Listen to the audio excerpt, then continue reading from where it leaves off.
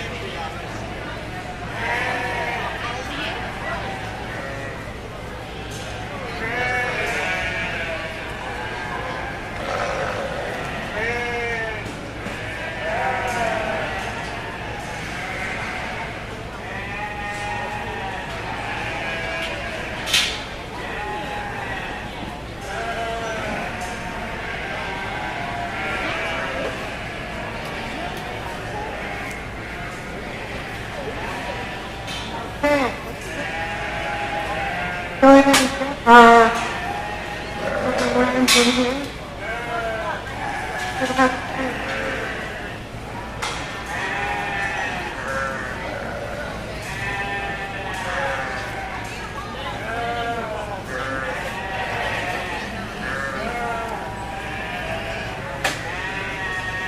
Bruce, you're coming with me?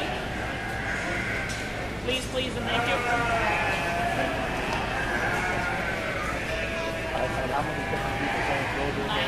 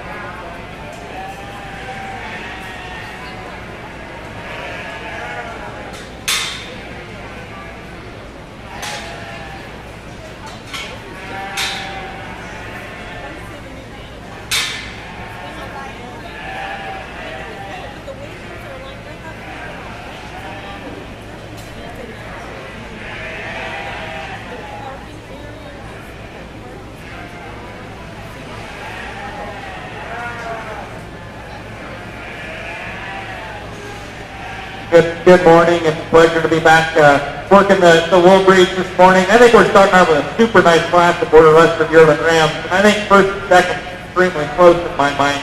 I'm going to go ahead and use the bigger frame growthier buck. I think a buck's got more mass and a thickness and power to him today. He's a bigger bone, bigger body ram, thicker down the top and out of his hip.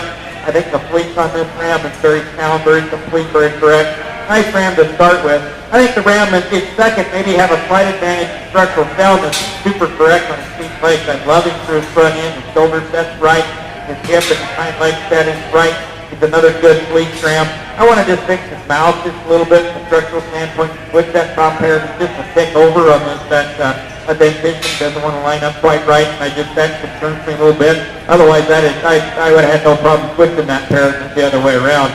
I like the fleece on this ram as well. Super correct in terms of uniformity and crimp and character all the way from front to back. I think he's a sound enough ram.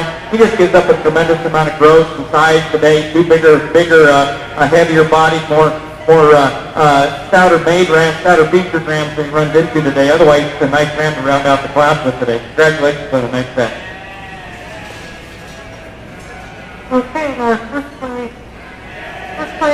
Point winner was Yearling Ram by Nancy Week. Second place, Christian Week. And third place, Brennan Latham. We're ready to move on to our fall ram lamb. The 54.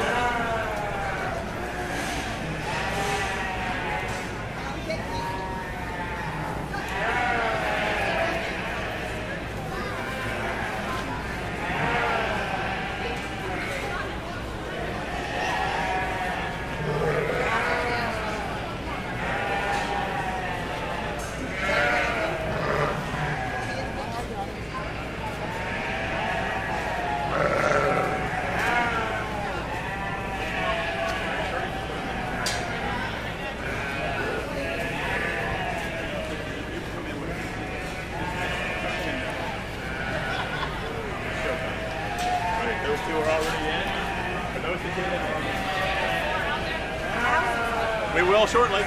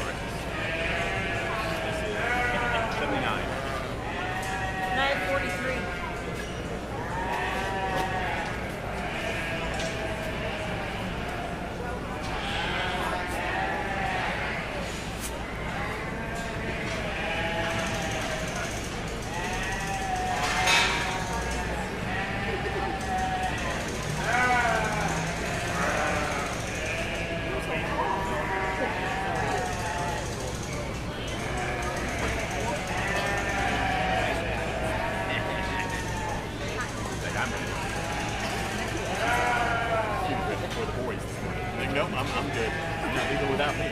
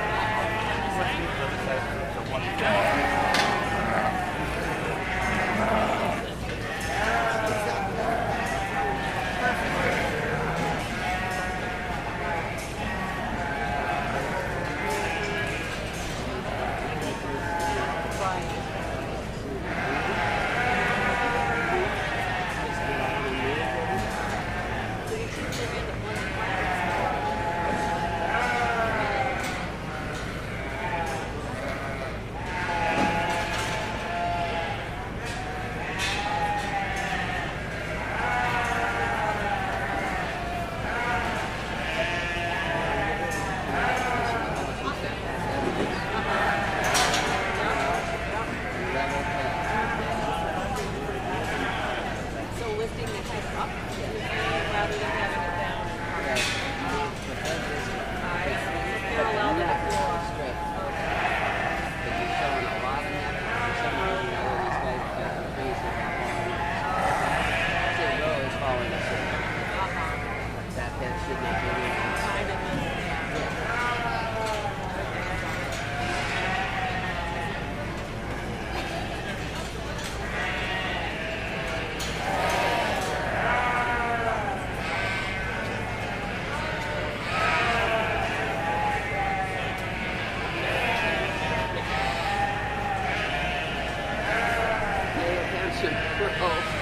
He's flinging his hair out of his eyes. And then, ponytail.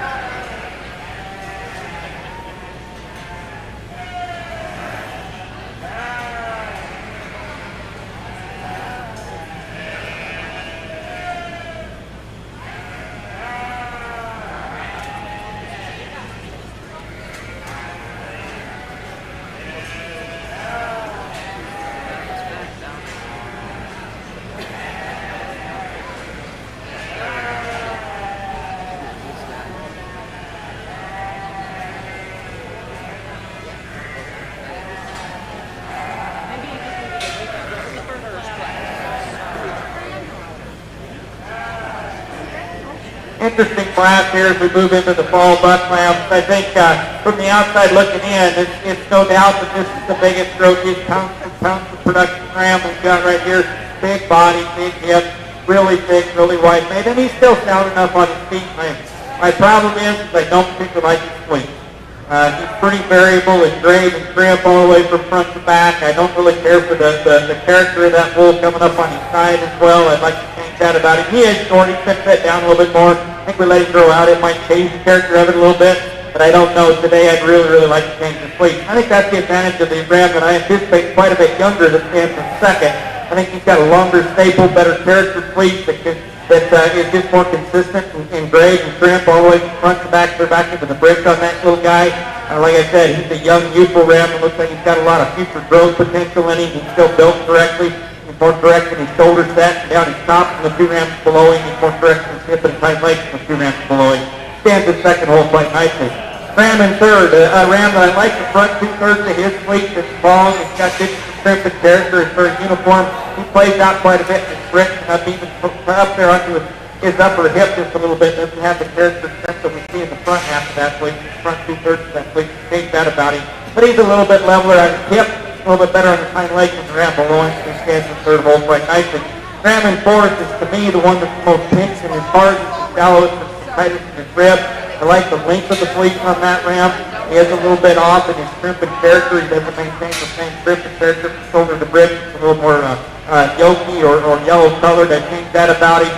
He just doesn't get out and move with as much levelness down his top and out his hip with the rams ahead of him, but a nice ram to round out the class this morning. Congratulations.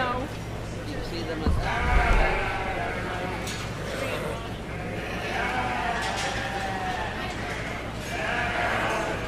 Okay, for our fall ram land, the first place was Kristen Week. Second place, Nancy Week. Third place, Kristen Week. And fourth place, Nancy Week. We're now ready for our fall ram land. We should have two pairs. it was bad yesterday.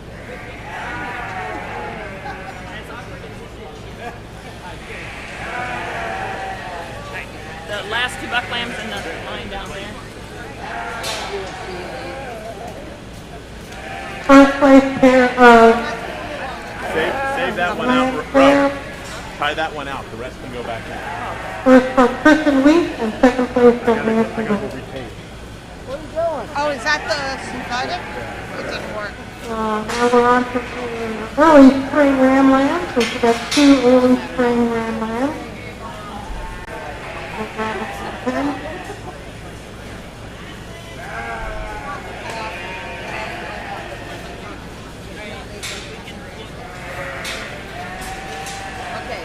Just some. Come on.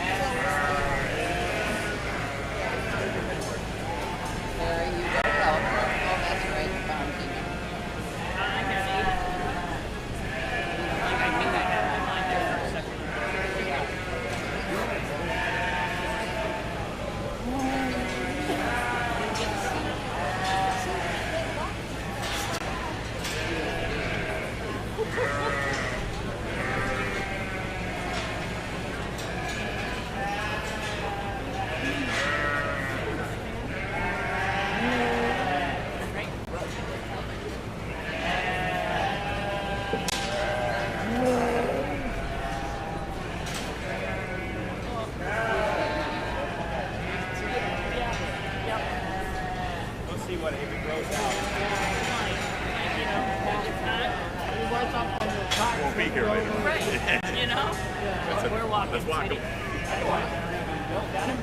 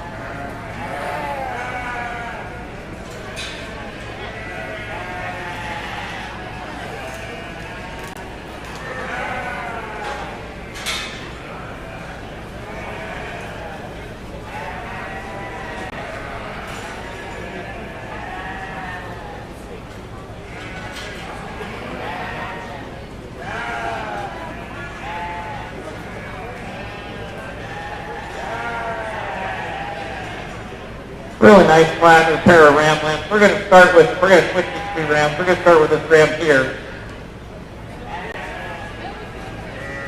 We're going to start with this ram here on my left. I think he's just got a little bit more rib shape to him. He's definitely a little bit wider down the top and through his joints. I think when you evaluate the Fleece, I like the light block structure just a little bit better. It's a little bit bigger, a little bit bolder, more distinct trim that carries all the way from shoulder to hip really, really well. Ram in second here, the one on my right, I think it's a ram that offers a lot of future growth potential. It's really long through his front end, he's narrower, he's clean and smooth through his shoulder.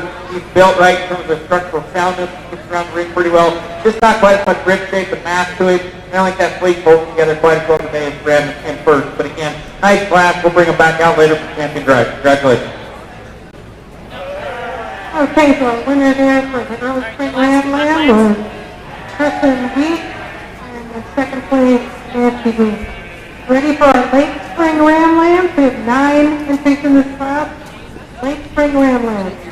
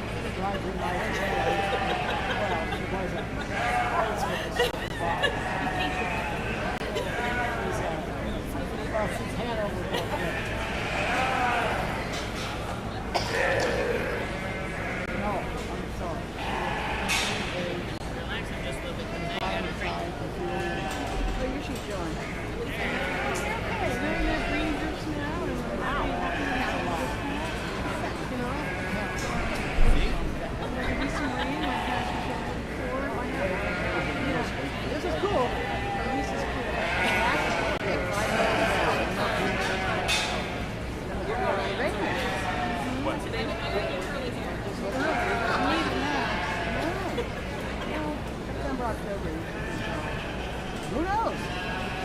We'll find out. They're walking. I'm trying to get some Walking. pictures. Looking cute. I've never sort of had anything that shows the shoulders. What? We've never had pictures of sheep being shown, the sheep show in the Fleece. Really? And so, we're sticking long term. Talk to different artists and stuff. Okay, good.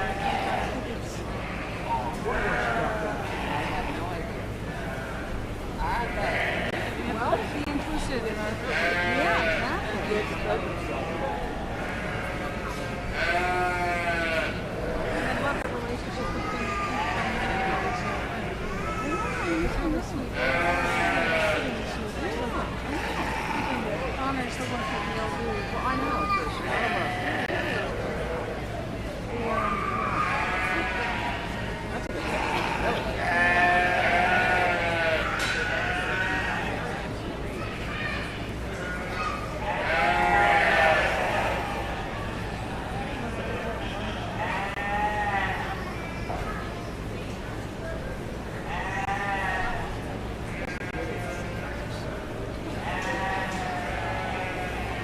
so thrilled. It's so on my fleeces right away. I don't know what happened there. They were smaller. Smaller fleeces? Were they lighter fleeces? What are they? Well, yeah, we had maybe they were dirty. Dirty.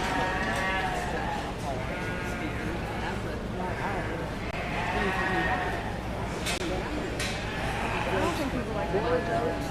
Some split them up. Well, the thing is that especially if you're being judged, one judge. Oh yeah, well I don't. No, I don't see them like too many judges.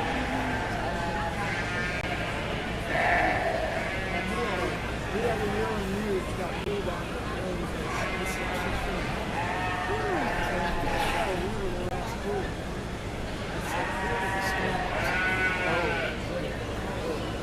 I went up that I knew that's 22 Bowl last fall. Oh, are you going this year? Yeah. You are? Good for you. Yeah. Have you ever been up there? Oh, yeah. I'm gorgeous. Yeah. I don't think I'm going to go this year. Oh, hey. It's a lot. You want to stuff it's a lot. That's a lot.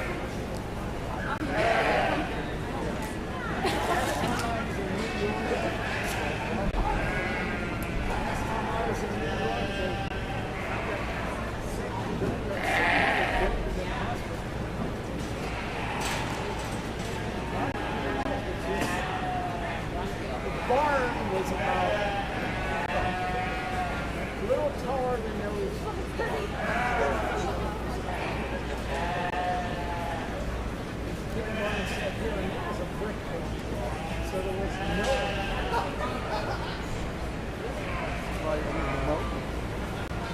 I did more shots after that on the street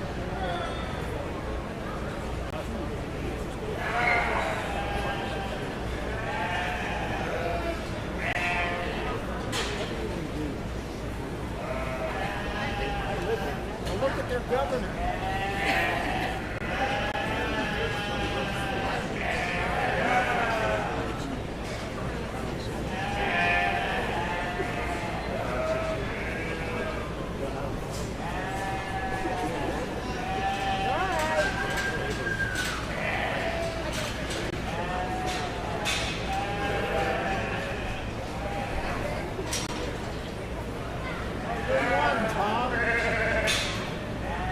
Really nice class of younger buck lambs here, and I don't know when the last time was I had this many spring buck lambs in any breed for that matter, so having 9 or 10 in a class is super fun, and especially when you have this much quality all the way down to the 3 or 4 that are standing there on the far end. There's some really, really nice rams in this class. It makes it challenging, but I think these top 5 to me kind of sorted their way up just in terms of structural integrity and soundness, correctness of feet and legs, body mass, just all those kind of things. Plus they have really sound, super good fleeces.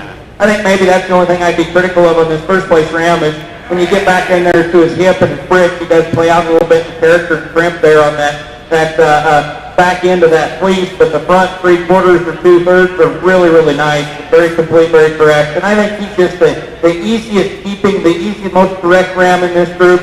He's good on all 4 feet and legs. He's just good in his structural design. He's the biggest and thickest hip, the widest made, the biggest body, boldest rib ram in the group. I just think he just kind of falls into that complete hole today for me to win this class, and I think it becomes easier the more I talk myself into it. The ram in second, I think, the younger appearing ram, a ram that's got some future to him. As I said, he's probably a little bit better back there when you park that brick and upper hip and his fleece, but not enough to switch that pair when he's a little bit smaller and a little bit more refined in his bone work and a little bit less body and mass to him down his top, thickness down his top, squareness out of his hip, but a nice ram to fall in second hole. I think he beats the third place ram just in his top line. He's stronger behind his shoulders.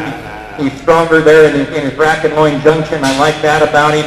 Again, I think he's a little deeper and bolder sprung there in his upper fore rib and into his rear rib as well. I think there's just a bit more mass there. He does give up some length of side and some growth to both the third and fourth place bucks in this class, and that's the advantage of these 2 rams. They're big frame, growthy, long bodied rams. I really like them from their rib back through their hip and hind leg. I just want to change their structure right there and behind their shoulders and their rack shape. Just level them up there a little bit. Fleeces, I think, are good and acceptable on both of these 2. Maybe could have a little bit bigger, bolder lock formation, I think, on both of them.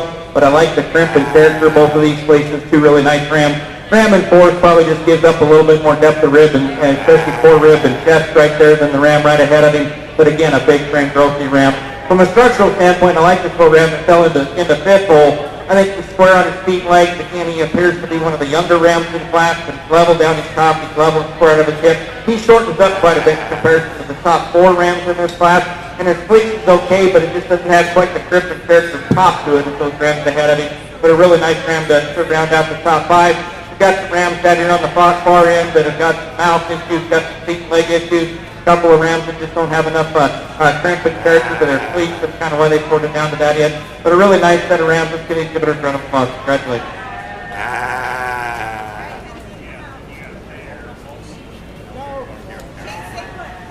Are you guys pairing your bucks? Okay, and that first place late spring ram is entry from Kinsey Brewery. Second place, Dane Brewery. Third place, Nancy Wheat. Fourth place, Kristen Wheat. Fifth place, Brennan Latham. Sixth place, Dane Brewery. Seventh place, Brennan Latham. Eighth place, Laura Dutton. And ninth place, Calvin Latham. Congratulations. So we're looking at our pairs of spring ramblets, 4 pairs.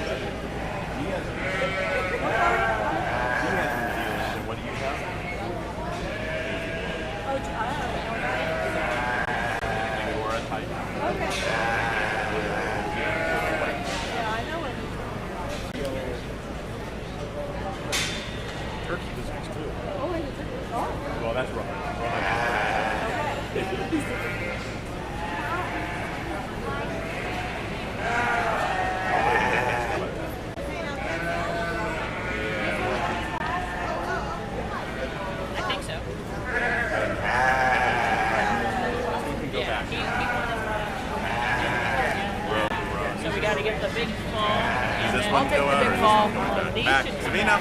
Yeah, there you go. This is our Spring Ram Lamb. First place went to Kristen Week. Second place to Nancy Week.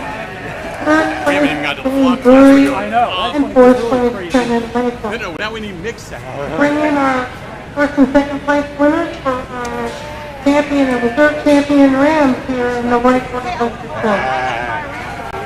I need a new ram. Yeah. I'm serious. Yeah, I'll talk to my I like wife. those two spring rams. Okay. Yeah, well, that,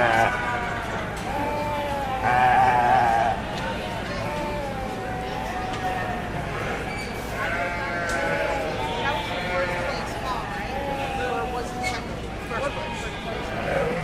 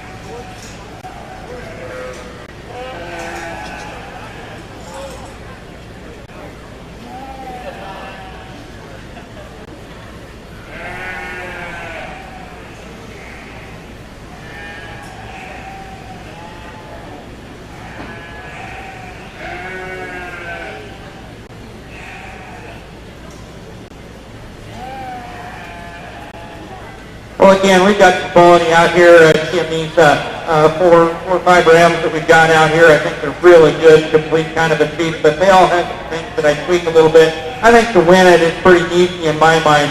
The big, growthy, high volume, heavy muscle, sound structure Ram that puts probably the best fleece on as well, or one of the better fleeces on in this group.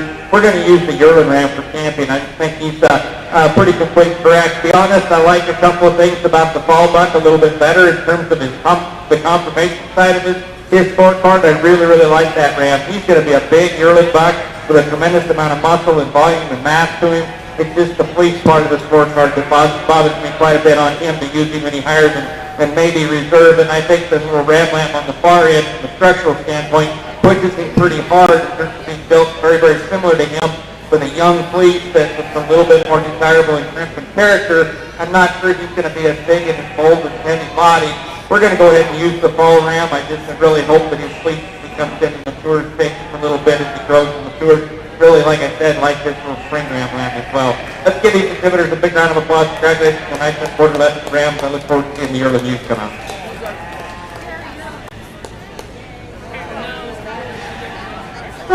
White border letter champion ram would be from Nancy Wheat, Yearling, and its reserve is Kristen Wheat Fall Ram Lamb.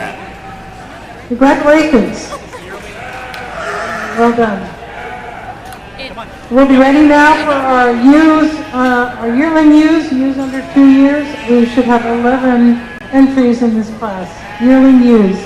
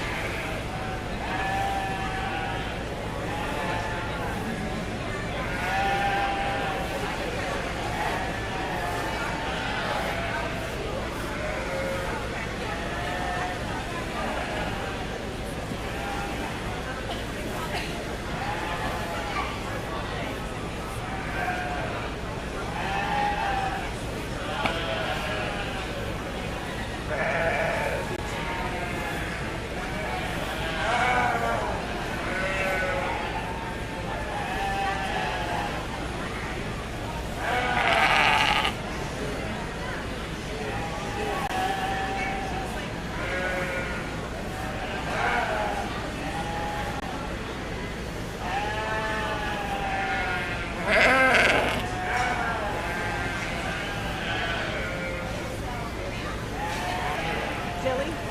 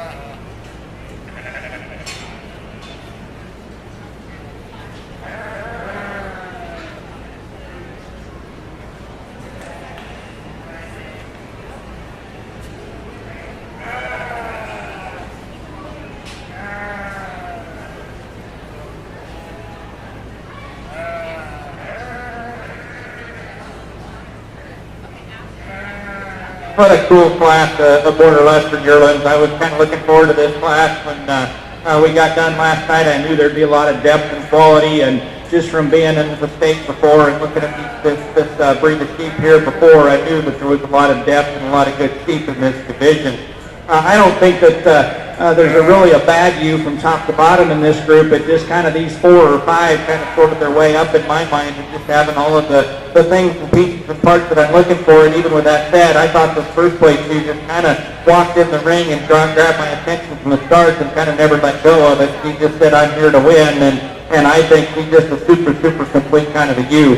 She just walked in here with that attitude that, you know, she's got her head up high and her nose stuck out and just moving so free and easy on the move. Probably as good a moving sheep as we've seen so far this weekend, and I really appreciate that about her. She's good on her feet and legs. She's level and square down her top, 7 and through front end. She's got the rib shape and the depth of body that I like to see. She's thick and wide down her top and square out of her hip. Maybe not as high a quality fleece as some of the others, but there's quality there. It's uniform and it's crimp and grade. It's got a lot of density to it. Just a super complete kind of a female there. Ewe in second. This is probably the stoutest sheep we've seen to this point. Tremendous amount of thickness down her top and out of her hip. I love the rib shape on her. She's not quite as correct out of her hip and not quite as cool through her front end as the ewe that beats her. I do like her fleece just a tick better than the ewe that beats her. I think it's just got a little bit bolder crimp, a little bit better lock formation than the one in head of her. She's just not quite as attractive on the side and the profile. And when she moves, she just drops her head a little bit more and her shoulders open up just a tick more. She just isn't quite as attractive when she gets around the ring as that ewe that beat her. The ewe in third is much like the one in first in terms of her front end design, her length, her extension of neck, her shoulder lay, the way she ties in there. Her fleece is short, but what's there has got very good crimp and very good character from shoulder to breech, all the way from front to back. She gives up a little bit in rib shape to the two that use the feeder. She's not quite as deep, not quite as wide there, just not quite as maternal, maybe not quite as heavy boned and heavy muscled as the two ahead of her, but a really classy, really feminine, really pretty ewe to come in third hole. Same can be said for the ewe in fourth. She's another really pretty feminine ewe, a really level designed ewe, a ewe that moves much like the ewe that wins the class, except she shortens up quite a bit. She doesn't stride out quite as long and is as fluid as the ewe in first. And I think of the top 4, she's got the least descriptive fleece of the 4. She's a little bit more devoid in character and crimp than the others, a little frowsier in her look when I open it up. I think that's just a little bit of a disadvantage and kind of makes her go to the fourth hole. Ewe in fifth, from the side, she doesn't take the prettiest picture. She's not fit quite as heavily and quite as attractive. She's a big, broody, thick, stout ewe. And what I really like about her is her fleece. She's got probably one of the better fleeces I've seen in this breed division. I love that crimp. I love that lock formation and character. Uniform from shoulder to breech. She's going to share a tremendous amount of pounds of wool. I need to change her hip and her hind leg set just a little bit to move her up. She's a little straighter in her hock. She doesn't have quite the look of down her top and through her hock and hip that we see in these others. Not quite as feminine and clean through her chest and front end as these others either. But a really outstanding fleece ewe that deserves to stand in these top 5. Let's give these Border Leicester exhibitors a big round of applause. This is a super good set of yearling ewes. Congratulations.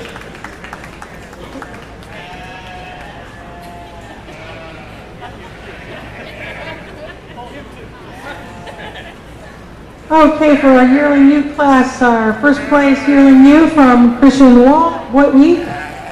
In second place, Shane Dury. In third place, Nancy Week. Fourth place, Christian Week again. In fifth place, Marsha Haggy. In sixth place, Shane Dury. In seventh place, Nancy Week again. In eighth place, Trenton Latham. In ninth place, Trenton Latham. In 10th place, Marsha Haggy. 11th place, Callan Latham. Congratulations on that big class of yearling ewes. We're looking at the pairs of yearling ewes now. Should be 5.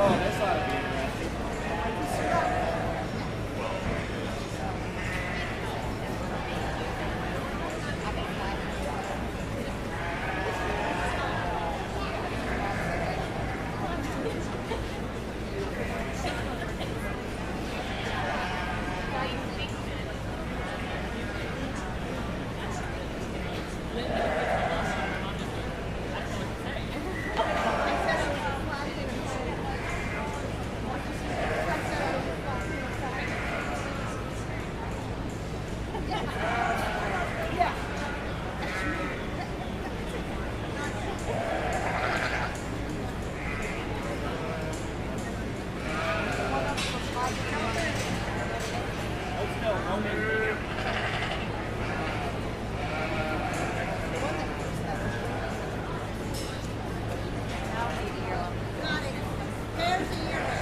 you're going to stay out. Yeah. Both of them. I need 11. That's a fall button. I need 11 and 05.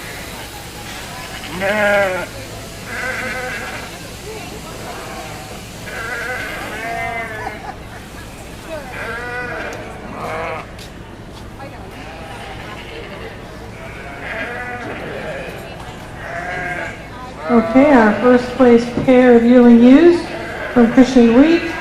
Second place, Nancy Week. Third place, Shane Drury. And fourth place, Marsha Hagee. We're ready for our pairs of yearlings of both sexes. We should have 3 entries.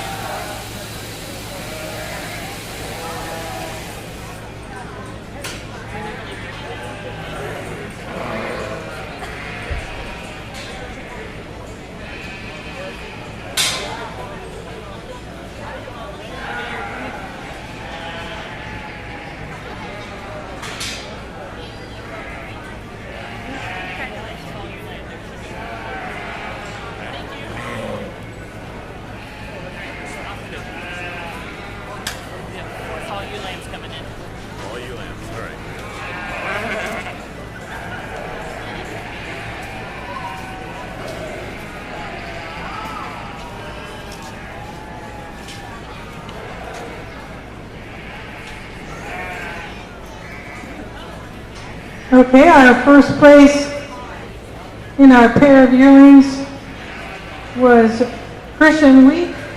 Second place was Nancy Week, and third place Trennan Latham. Now we're ready for our fall ewe lambs. Fall ewe lambs, please. We should have 4 entries.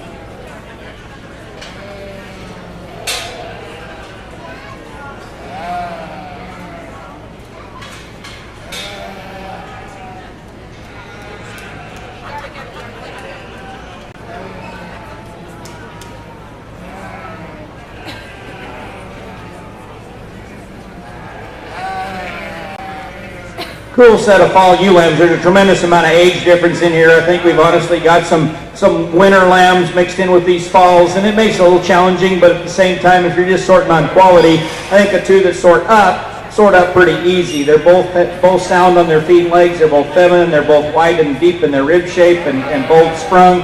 This ewe that wins, it's got a tremendous amount of top. Again, she just walks out the ring and holds her head up nice and high and takes a nice, long, soft, easy stride. The fleece is very complete and correct. It's long stapled. It's got a big, bold crimp to it, but still has that bold lock formation as well. Very uniform from shoulder to bridge. Same can be said for the little ewe lamb behind her, one of the younger ewes in class. Again, that maintains that structural soundness. She's good on her feet and legs. Fleece isn't quite held together quite with as much pop and just as much character to it as the ewe ahead of her, but still a very, very good fleece for a young ewe. 3 and 4 are both ewes that have got both some structural problems, but more importantly, probably some fleece quality problems. They're just not quite there yet. The ewe in third is really soft and nice to the touch, but there's just not enough crimp to it. It's a little frowsier in its look. It just doesn't hold together with the density that we like to see. Just not quite as complete there. Big, heavy-bodied, just kind of a real stout-featured ewe. She's not quite as good through her shoulder and front end as the two ewes that beat her, but a nice broody ewe to fall in third hole. And we got the young ewe here in fourth that just gives up some rib shape and dimension and some growth, and more importantly, that fleece just doesn't hold together as well as the ones ahead of her. Really nice ewe to round out the top 4. Let's give these Exhibitor a round of applause on a nice set of fall ewe lambs.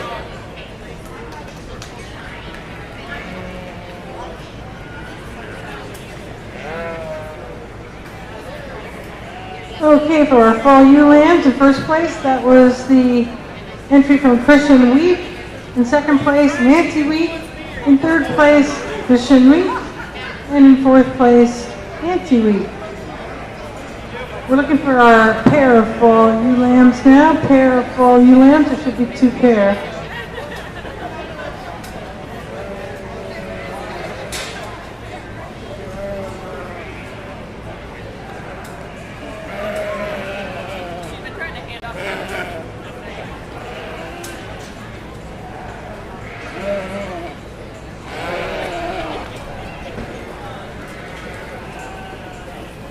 Whose sheep is this? Aunt Lily? Yes. Whose sheep is this? Grandma's or Christian's? That should be Christians. Okay.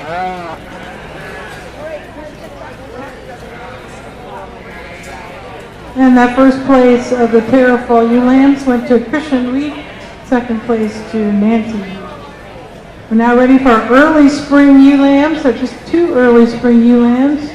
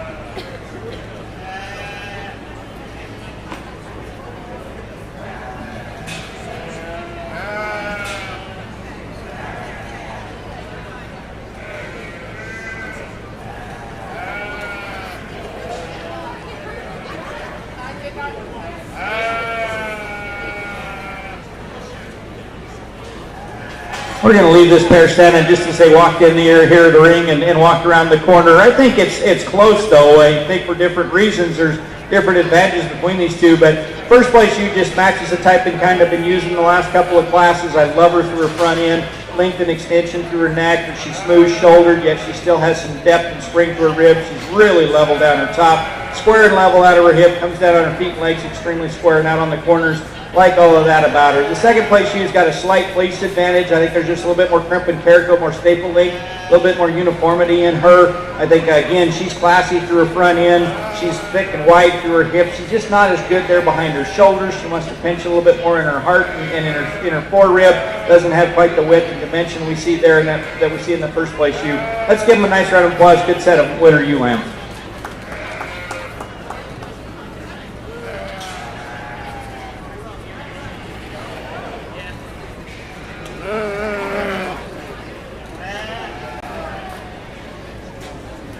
So for early spring ewe lambs, in first place was Christian Wheat. In second place, Nancy Wheat. We're ready now for late spring ewe lambs. We have 12 entries in this class. Late spring ewe lambs.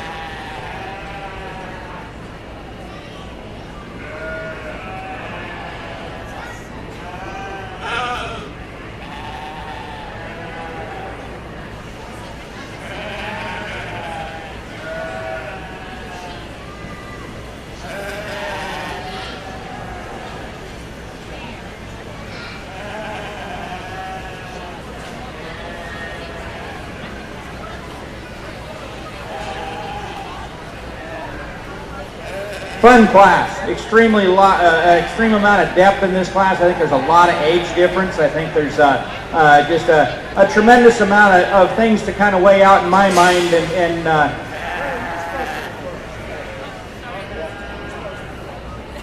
that's all right. That's all right. We'll get you straightened out. I just think there's a lot of differences in even type and kind in here, though, so to speak. But I think there's a lot of quality all the way from top to bottom once again. And you know, I've kind of gone back and forth on this class several times, but this is kind of the way I landed on it. Again, this first place shoe is just super correct. Good on her feet and legs. She's maybe not got quite as much rib shape as some of the ones we've been looking at in some of the other classes, but she's young, she's youthful, and I think that's gonna develop with time. I think she's got the frame to fill out and really turn into quite a brood ewe, and she's got a super nice fleece on her as well. I think she's a good one to land on. Little ewe in second maybe has, just for her body size and her type and kind, has an advantage in rib shape right now, and I estimate quite a bit of age difference between these two. I think she's got some rib shape to her. I think she's got some shape and dimension down her top. She's square out of her hip. She's not as classy and as long and as pretty through her front end. Her fleece isn't quite as long and bold in its grip today as that first place shoe, but a really nice shoe to land in second hole. Landing third, this is one of the smaller ewes in class, and I don't hold that against her. When she walked out here, just the way she moved around the ring, she's got the same style and balance and eye appeal as some of the older ewes that I've looked at earlier on. She's got that same front end. She's got that same tilt to her shoulder blade that makes her really move out with a nice front stride. She's level and square out of her hips. She's square on her feet and legs. She gives up a tremendous amount of size to most of the ewes in this class, but I don't hold that against her just because she's built exceptionally well.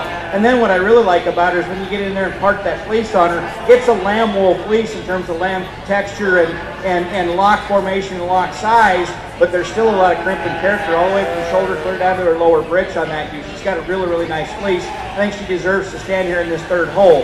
Just needs to be a little bit bigger to compete with the two ahead of her. The ewe in fourth, I think, is another big, bold, broody kind of a ewe with a big, level, square hip. She's good on her feet and legs. You just look at her right here, she gets a little heavier in that chest, she gets more open in her shoulders, not quite as pretty and as feminine through her front end as the two or three ahead of her. Fleece doesn't have that character and crimp that we like to see, that we see in the three ahead of her. She just doesn't hold her top line quite as well as the three ahead of her. But again, a big, bold, broody ewe that's sound enough, deserves to be in this top lineup. Ewe in fifth, maybe the prettiest ewe on the profile of anything out here. She's really long and feminine up to her neck and front end. She's really long and level down her top. But if you look at her right here, compared to the top three, for her body size, she doesn't have as much depth and spring of rib. She doesn't have as much width and dimension down low or even down her top. And then when you set her in motion, she's not quite as comfortable on the stride as the ones ahead of her. And that's when I pulled her into fifth hole on the move. That's what I saw, is she just wanted to kind of bunch up and not get out and move with a good even stride. A couple of really good fleeces as we turned around the corner, but ewes that don't hold together quite as well with their structural soundness. They're not as good down her top, not as well at her hip. We've got some indescript fleeces as we move down through here. They just don't have the pop and design to them. We've got some bigger structural issues in terms of feet and leg placement, mouth structure, some of those kind of things that move down the line. Again, a nice set. Let's congratulate these exhibitors. It's been a fun group to work with.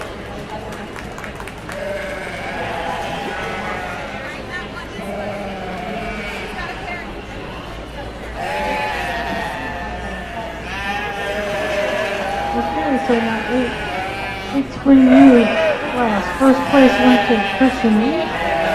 Second place to Kinsey Jury. Third place to Stream Jury. Fourth place went to Alexis Jury. Fifth place to Nancy Lee. Sixth place to Marsha Hagee. Seventh place also to Marsha Hagee. Eighth place was Shane Jury again, and ninth place, Trennan Latham. 10th place, Trennan Latham. 11th is Kinsey Jury, and 12th place, Callan Latham. You ready for our pair of spring ewe lambs, or should we switch pairs?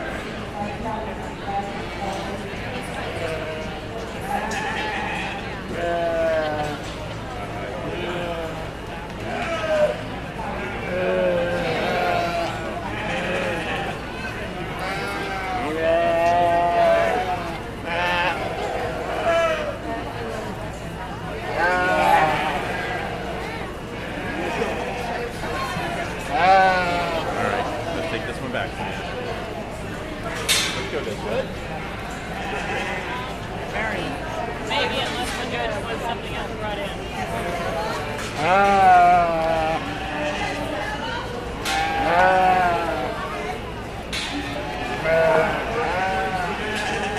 So in that pair of spring Yearlings in first place, it's a pair from Christian Week, second place Nancy Week, third place Kinsey Brewery, fourth place Shane Brewery, fifth place Marsha Hagee, and sixth place Trennan Latham.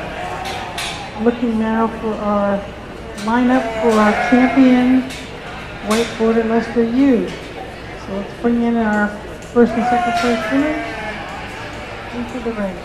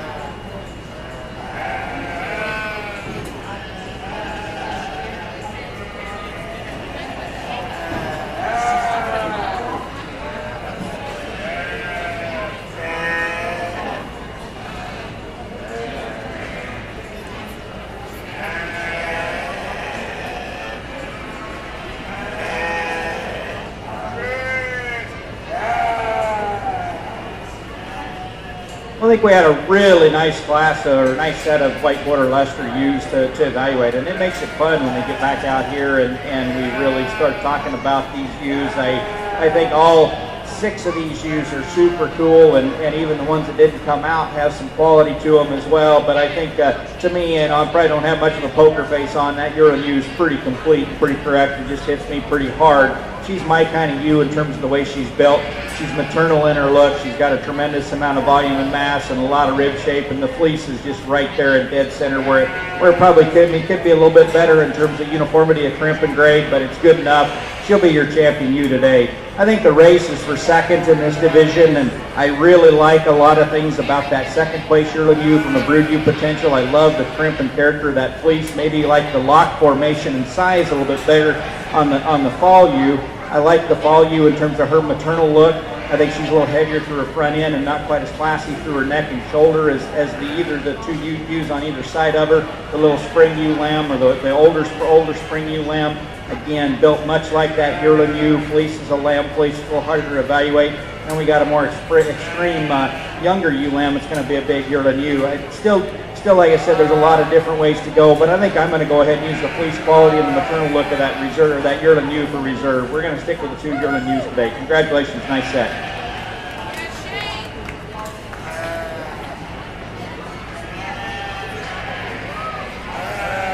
Okay, so our champion white border Leicester ewe, entry from Kirsten Lee, congratulations, and our reserve champion from Shane Drury, well done.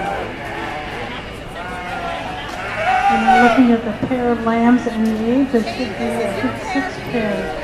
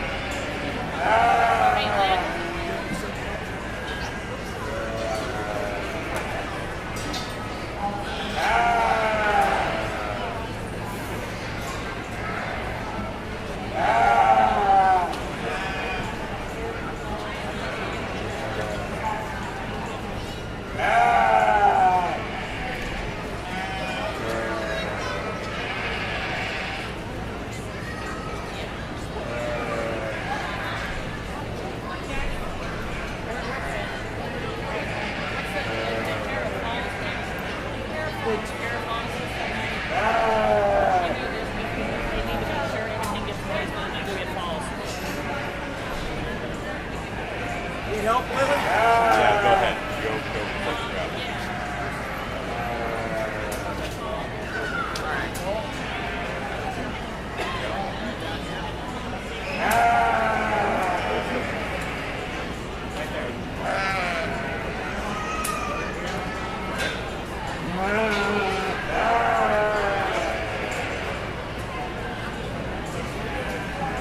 Okay, our first place pair of lambs goes to Christian Week.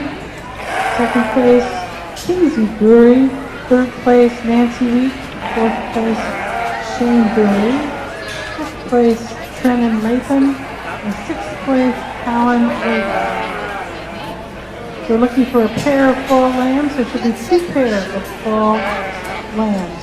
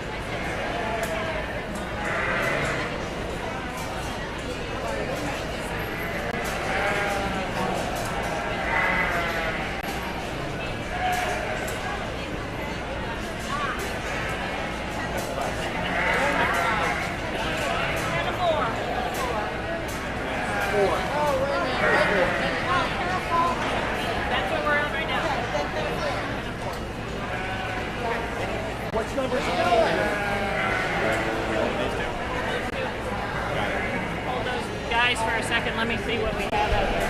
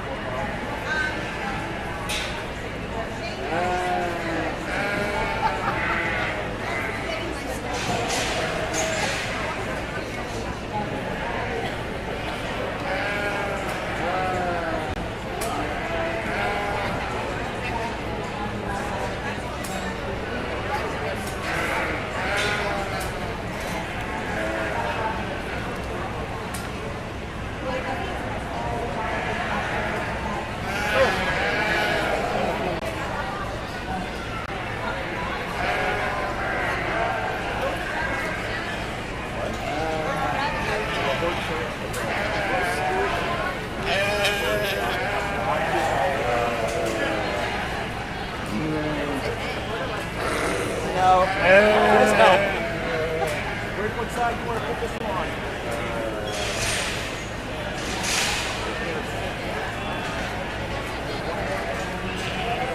We're moving along now to the pen of 4. Pen of 4 lambs. Should be 4 sets. Your middle one's In that previous class, a pair of fall lambs. The winning pair was from Christian Week, and the second place pair was from Nancy Week.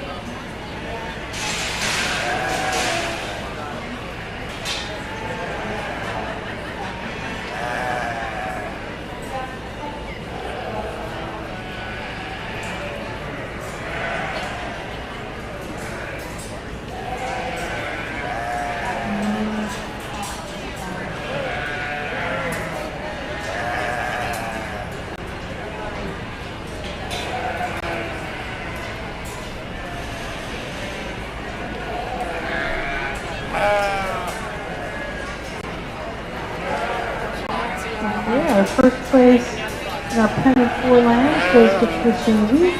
Second place to Nancy Wheat. Third place, Shane Boone. And fourth place, No, Shannon because you already got Latham. new lambs out there. We're looking now for our Exhibitor's Young Flock. Exhibitor's Young Flock should be 5 entries.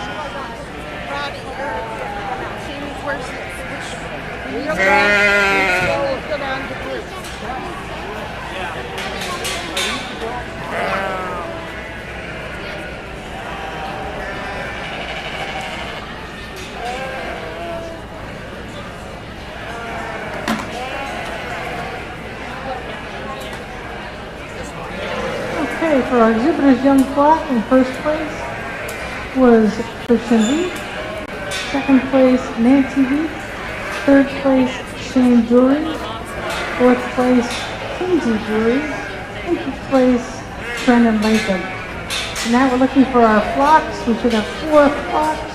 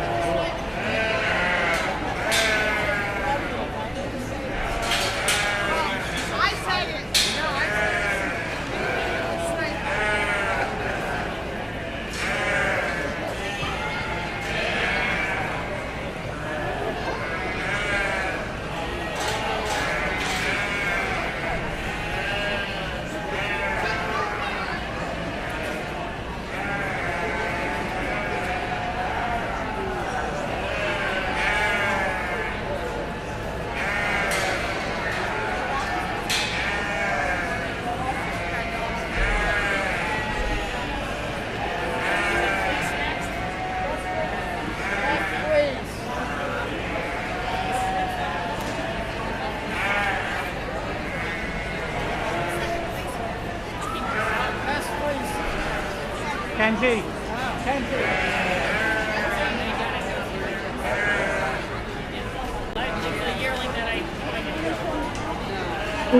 So for our flock of white border Leicesters, first place goes to Christian Wheat, second place to Shane Drury, third place Nancy Wheat, and fourth place Shannon Latham. We're ready now for our fleece class, our best white border Leicester fleece. So each exhibitor is invited to bring in their best fleece animals. I think we have 4 entries.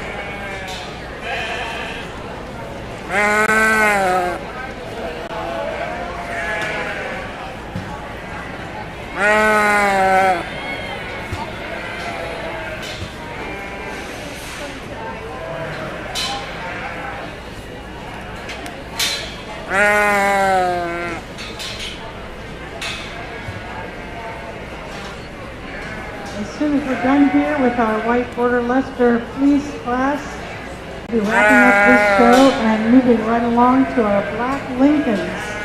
Our black Lincoln long wolves will be coming in when we wrap this one up.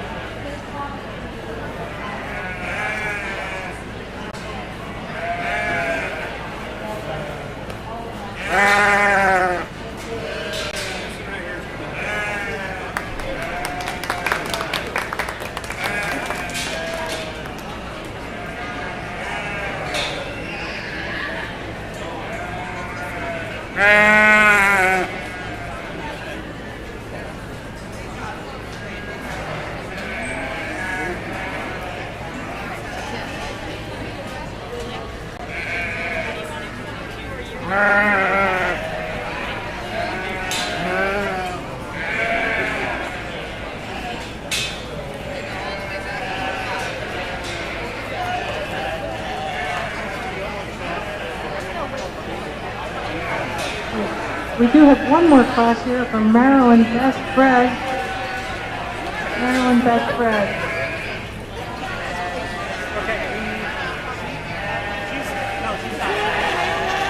I do. Available from her.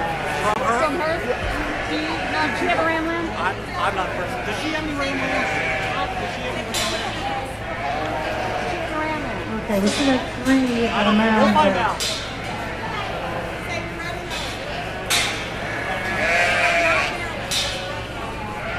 Our best fleece, white border Leicester Fleece, went to Shane Dury, and so he is the champion white border Leicester Fleece, and also the junior champion because he's a junior. Congratulations.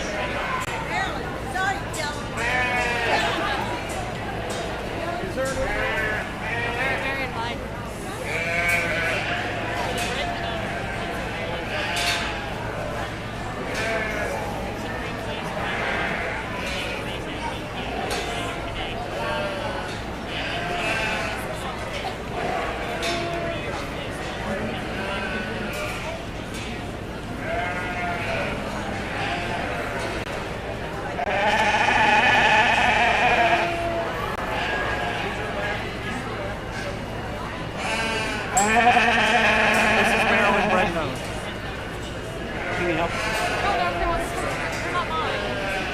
Who's Diane Latham's?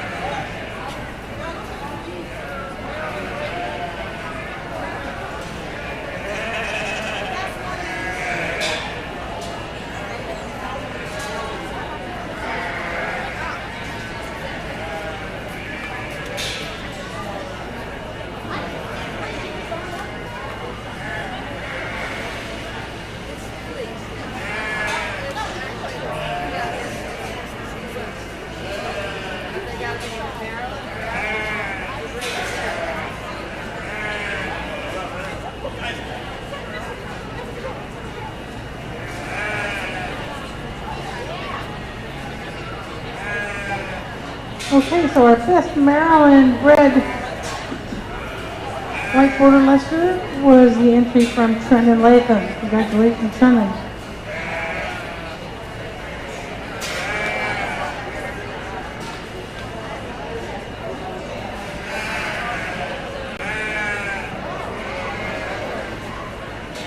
And congratulations to Christian Wheat, who is our premier exhibitor at the White Border Leicester Show, and also the junior premier exhibitor. Congratulations, Christian. Nice job.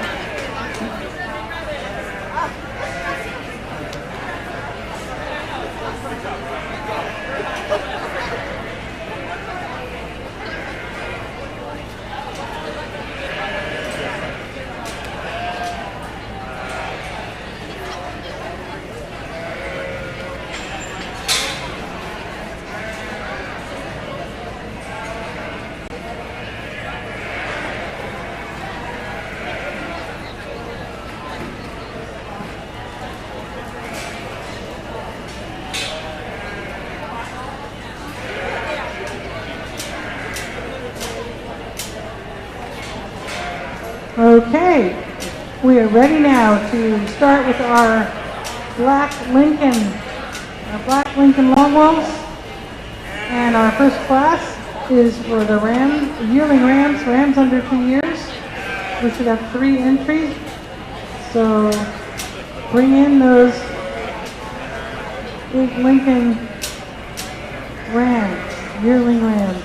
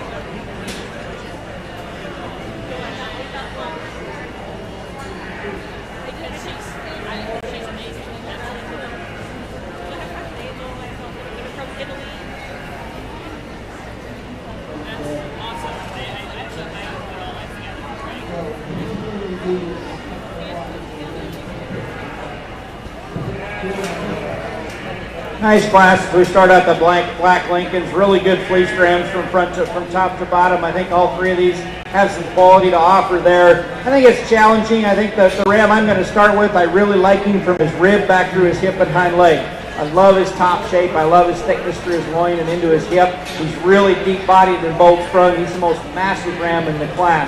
He's a little heavier fronted, a little shorter neck, a little coarser made there, a little heavier chested than maybe what we'd like in a show ring buck. But I think in just a performance production buck, I think he kind of tops the class in those respects. And when you open his fleece, I think he's got the heaviest fleece of the three as well. Really big, bold block formation, really uniform from shoulder to bridge. I like the curl and crimp a little bit better in that second place buck. The second place buck is kind of the combination of 1 and 3, and he just kind of lands right in the middle very, very well. He's more elevated through his shoulder and neck. He's longer fronted, or his shoulder front end longer through his neck. He's longer spined than either one of the two rams ahead of him. He's better on his feet and legs than the ram below him. He gets out and moves a little bit better on his front and back end both. I think that fleece is just kind of right there in the middle as well. He just kind of lands in that second hole as he just gives up some productivity to the ram that beats him. Ram in third, again, a very elevated fronted ram. He's tall at the point of his shoulders. He's long through his neck. He's also a little bit straighter in that shoulder blade. It doesn't make him move out quite as well as the two ahead of him. He just is a little more strict in his stride. I'd like to change his hip structure and lengthen him out just a little bit to compete with the two ahead of him. But a really nice ram to follow in the third hole as well. Let's give him a round of applause. Good set.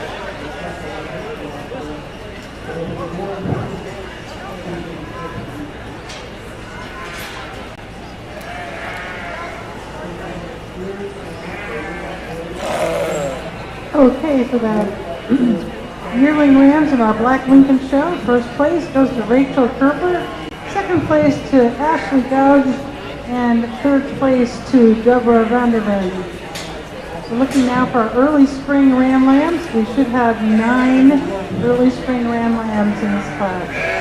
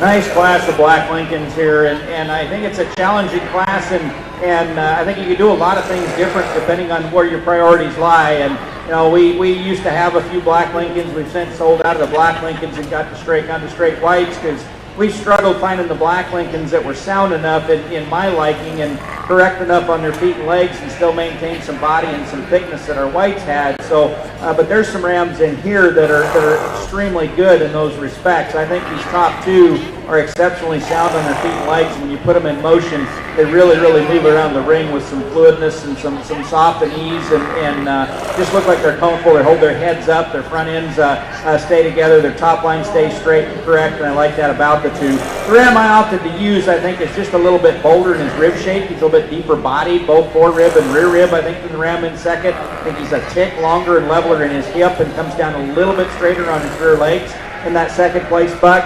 But I considered switching this pair quite often just on a couple of reasons. I think the second place buck's got a better fleece. I like the boldness of crimp. I like the lock formation, the heaviness of that fleece. I think he's just got a little bit more pop to that crimp and character. I think the uniformity is there. I think this is an awfully nice ram to stand in second hole as well. Ram in third is one that I think from the side you'd all agree that he's built a lot like that first place buck in terms of when they get him set up. He props up very level and square. He's good down his top and out of his hip. It's when we put him in motion that head falls down between his front legs.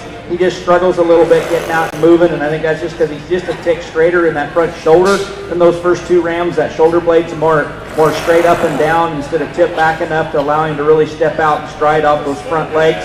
I'd like to change that about him. I think he's a good fleece ram, and like I said, I think he's got a really nice hip as well. The ram in fourth is much like that ram in third. Again, through that front end, he's got some elevation and length. I like the fleece on this ram about as well as anything in the class. If you just look at him right here, he shortens up on the side compared to the three ahead of him. And again, he wants to tilt that shoulder blade too far forward and just doesn't get out and move and crack like I'd like him to. But a nice ram to be in fourth hole as well. Ram in fifth, another one that's level down his top. I like him through his loin and out into his hip and his hind legs.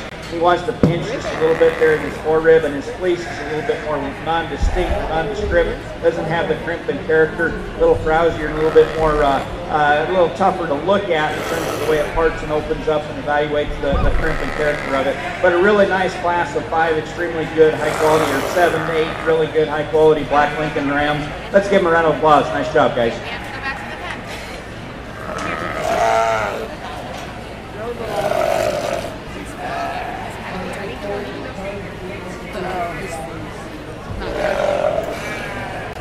Okay, for that early spring ram class for our black Lincolns, our first place yearling fall ram was Ronald Miller. Second place, Ashley Gouge. Third place, Deborah Moore. Fourth place, Deborah Vanderman. Fifth place, Trenton Latham. In sixth place, Ashley Gouge. Seventh place, Elaine Moore. And in eighth place, also Elaine Moore. Moving on to our late spring Ramlands. Late spring Ramlands, there should be 10 entries in this class.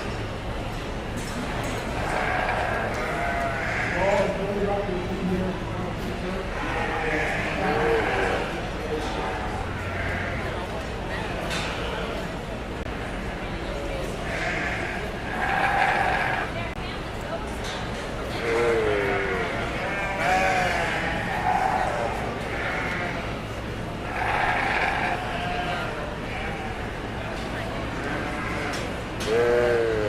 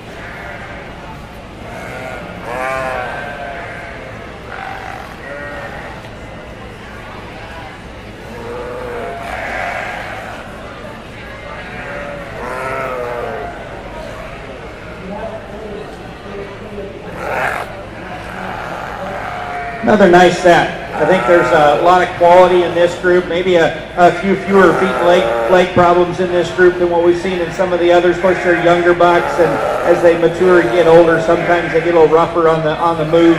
But I think for the most part, these rams all move exceptionally well and really get out and walk. I think the ram that wins it, to me, is just a big body, big hip, wide-made ram. He's not maybe as level down his top, or at least out of his hip as a couple of the others, but he's got a lot of rib shape to him, a lot of mass, a lot of dual purpose kind of aspect in this sheep. When you get in and handling for meat and muscle, I really like that. And then I think where he excels the class is in fleece quality. I think he's got the best fleece of anything in here. It's really good to the touch. It's soft. It's sound. It's got the same crimp and character all the way from front to back. It's got a little bit bigger, bolder lock formation than most of the other rams in this class. It's getting a little bit where it should shear more pounds, I think, as he grows and matures than some of these other rams in the class. I think he just kind of sorts his way to the top. Ram in second, I considered using this ram just from a feet and legs and design standpoint. He's built right. He's good and square on his feet and legs. He's level down his top. He's correct in his shoulder set. He gets out and moves fairly well. He's really, really level out his hip and comes down square on his back legs. He shortens up quite a bit than the rams on either side of him, and I don't think his fleece is quite as big and bold and heavy as the ram that beats him, but a nice ram to fall into that second hole. Ram much like him in third, a ram that's good through the front third of his body. He's good on his shoulder. He's good in his neck set. He's good down his top. He wants to get a little steeper out of his hip than the ram right ahead of him, and just a little bit straighter in his hock design than the ram ahead of him. I do like the fleece on this ram. It's not as big and bold in its lock formation as the first place buck, but it's got the same crimp and character. It holds and maintains that crimp and character all the way from front to back. I like that about that ram. A big, growthy ram comes in next, a ram that I think is going to probably mature to be one of the bigger, more elevated rams in the group. He reads with more length and extension to his neck and front end, but at the same time, because of that, he's tipping that shoulder blade too far forward, and he doesn't want to get out and stride off his front end like the rams ahead of him. I do think he's a little bit better in his hock set than the ram right in front of him. I also think he's a little bit more refined in his lock formation than the 3 or 4 rams that are in the class. He's just not quite as big and as heavy in that lock formation. I like the crimp. I like the character. We could change that about him and move him up a little bit. Ram here coming in next maybe has that advantage in grip and character in his fleece. He's just a little bit less desirable in terms of his top line. He's a little rougher to look at. He wants to pop his spine just a little bit more. He too is getting a little straighter in his shoulder. It makes him a little bit harder to maintain that levelness when he moves and gets around the ring. But a nice ram to land into the 5th hole in this class. Let's give your Black Lincoln exhibitors a big round of applause. This is a nice deep class of black rams again.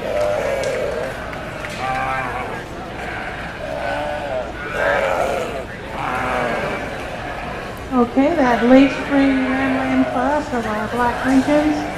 Our first place.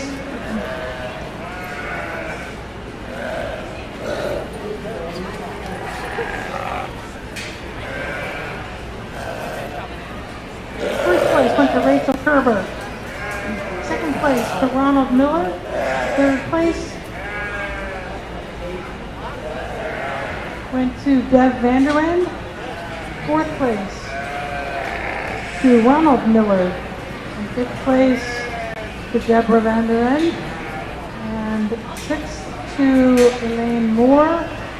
7th place to Nate Crome. 8th place to Callan Latham. 9th place to Brietta Latham. 10th to Rachel Kerber. And 11th to Elaine Moore. We're now looking at our pairs of spring ram lambs. There should be 5.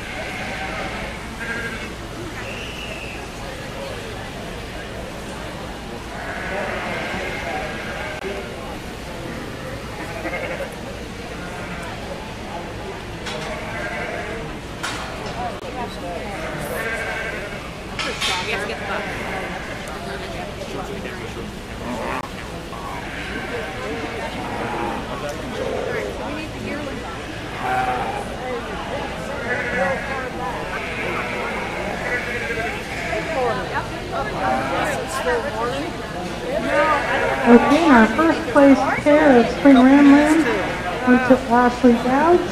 Second place to Rachel Kerper. Third place to Ronald Miller. Fourth place to Deborah Vanderwen. And fifth place to Elaine Moore. We're now ready to bring in our first and second place winners for season champion and reserve champion, Black Lincoln Rams. Bring in our winners.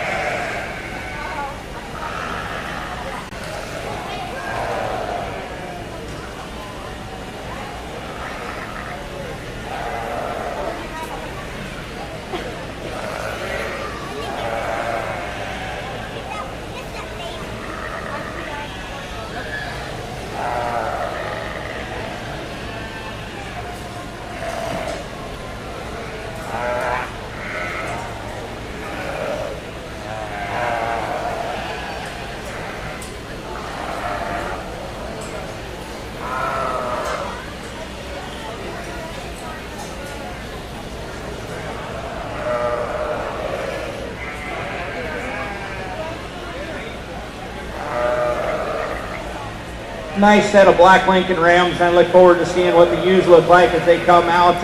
In my experience, it's always easier to keep ewes and maintain ewes looking good and structurally sound, and some of these rams tend to fall apart as they get a little bit older.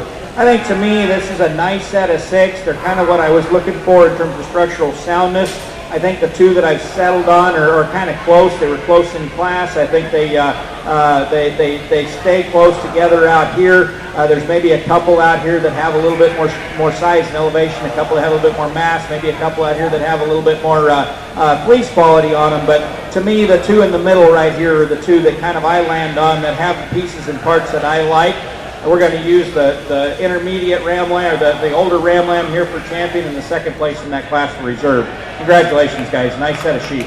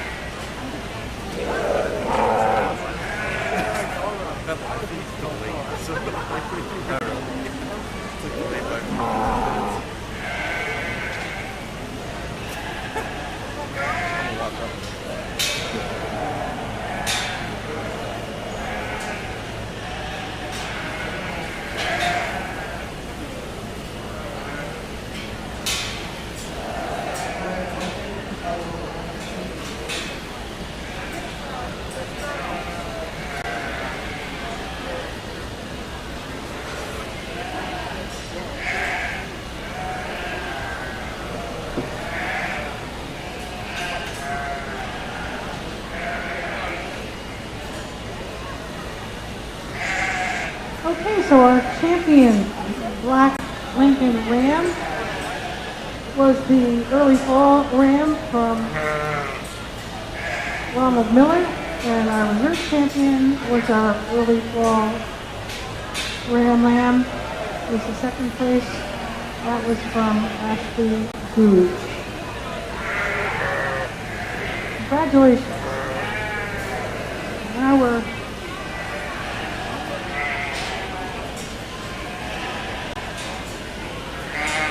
so now we're going to move right on to our yearling ewes. We have 13 yearling ewes entered.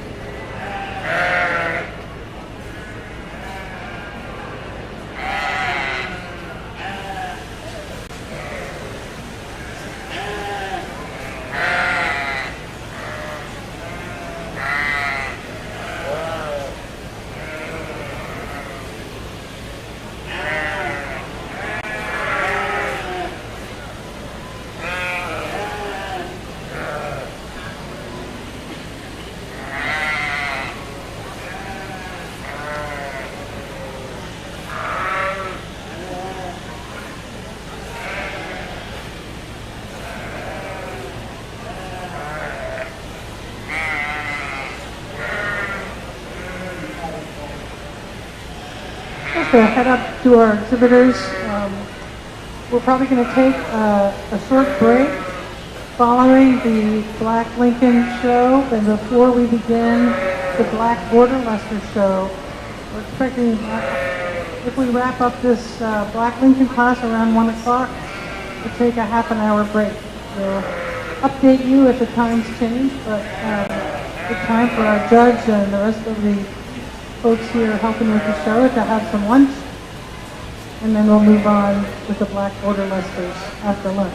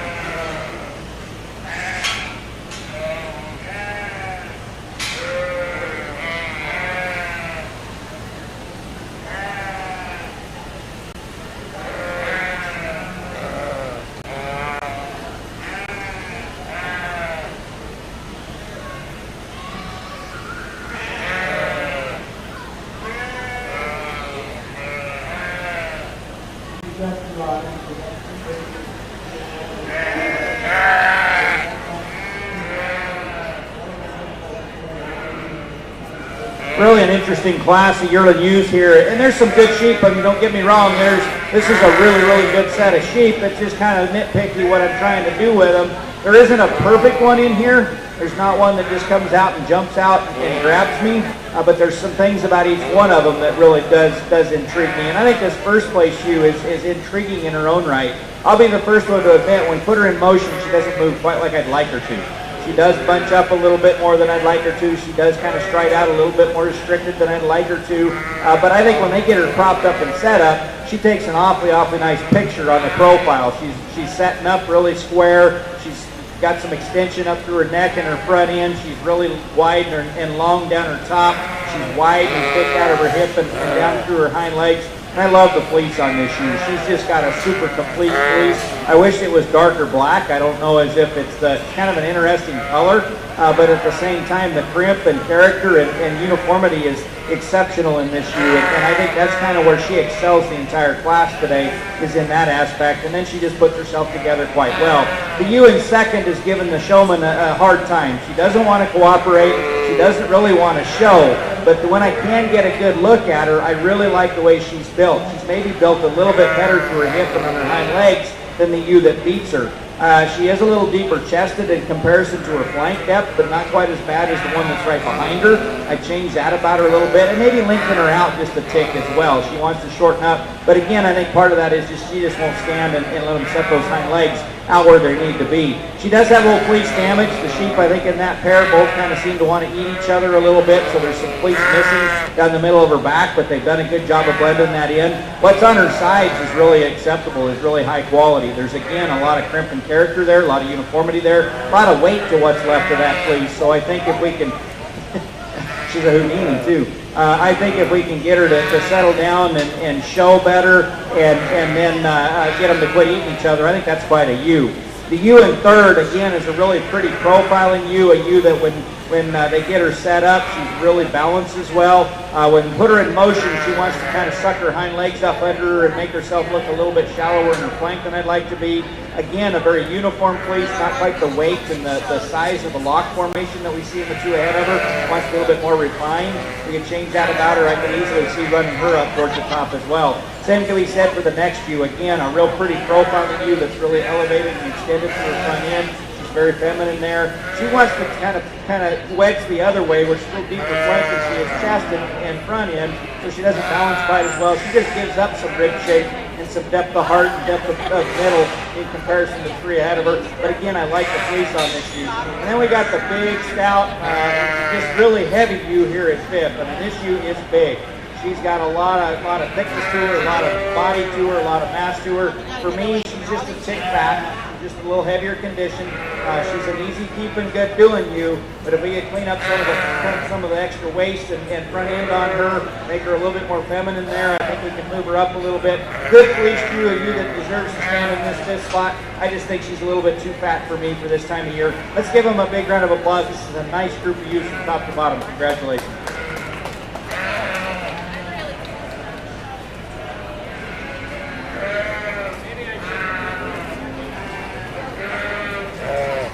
Okay, in that big class of Yearling youth, Black Lincoln Show, first place went to Deborah Vanderwen, and second place to Ronald Miller, third place to Ashley Gooch, fourth place to Rachel Kerper, fifth place also to Rachel Kerper, sixth place Deborah Vanderwen, in seventh place Ellen Moore, in 8th place, also Elaine Moore. In 9th place, Ronald Miller. In 10th place, Kate Cohn. In 11th place, Colin Latham. And we're ready for our pairs of Yearling youths. There should be 4 pairs here in the ring.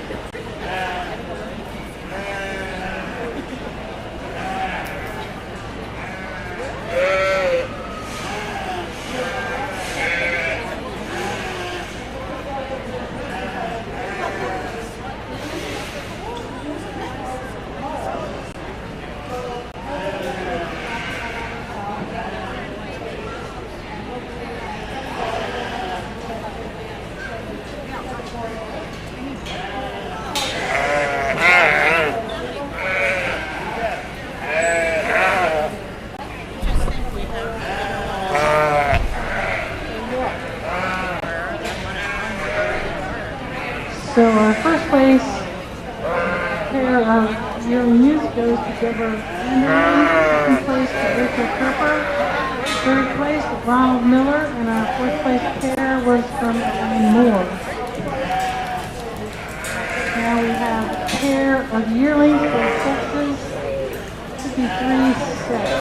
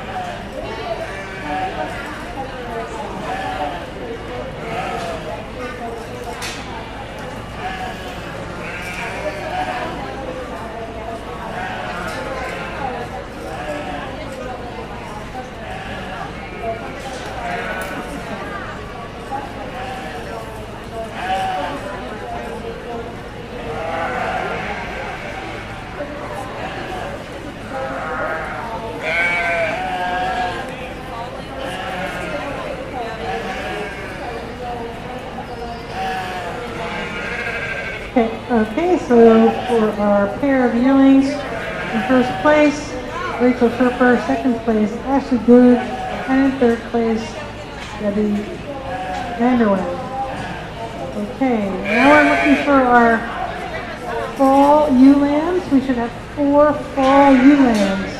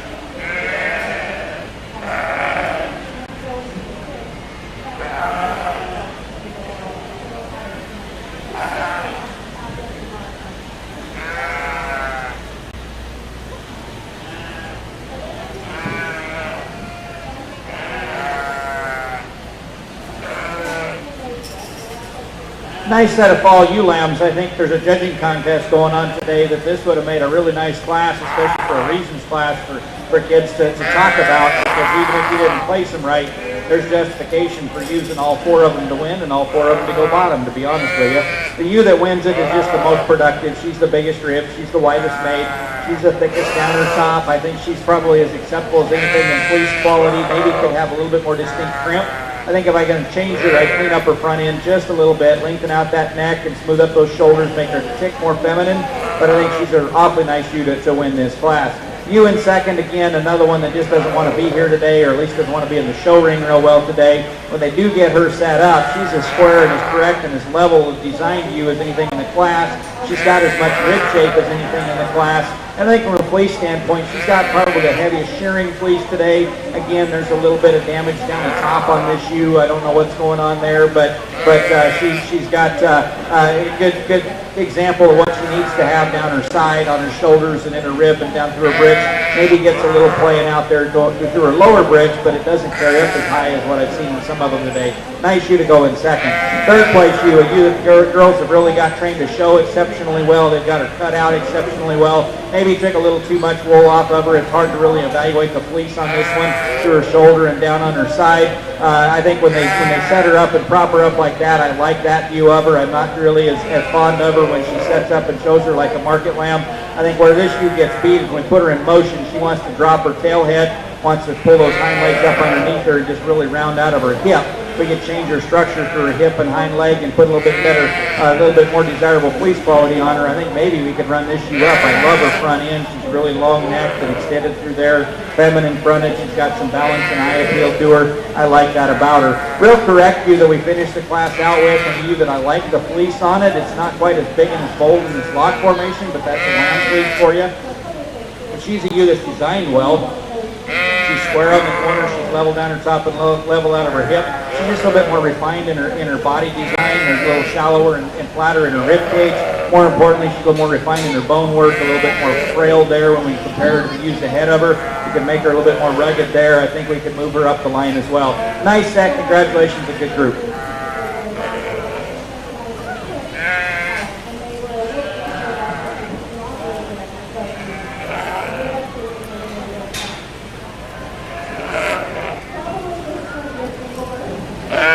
Okay, so for our fall ewe lambs there, in first place was the entry from Rachel Kerper.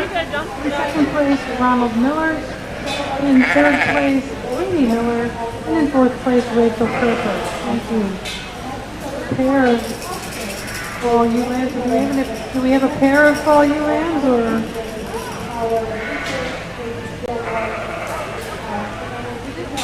There was one, and it was Rachel Kerper, and we're done. Okay, so we have our early spring ewe lambs. Early spring ewe lambs, there should be 8 in this class.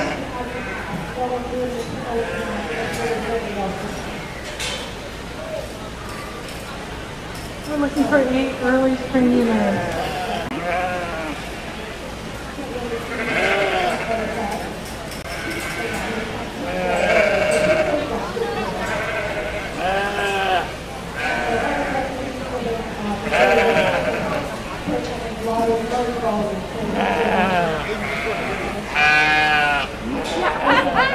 You got that right. But I was going to say,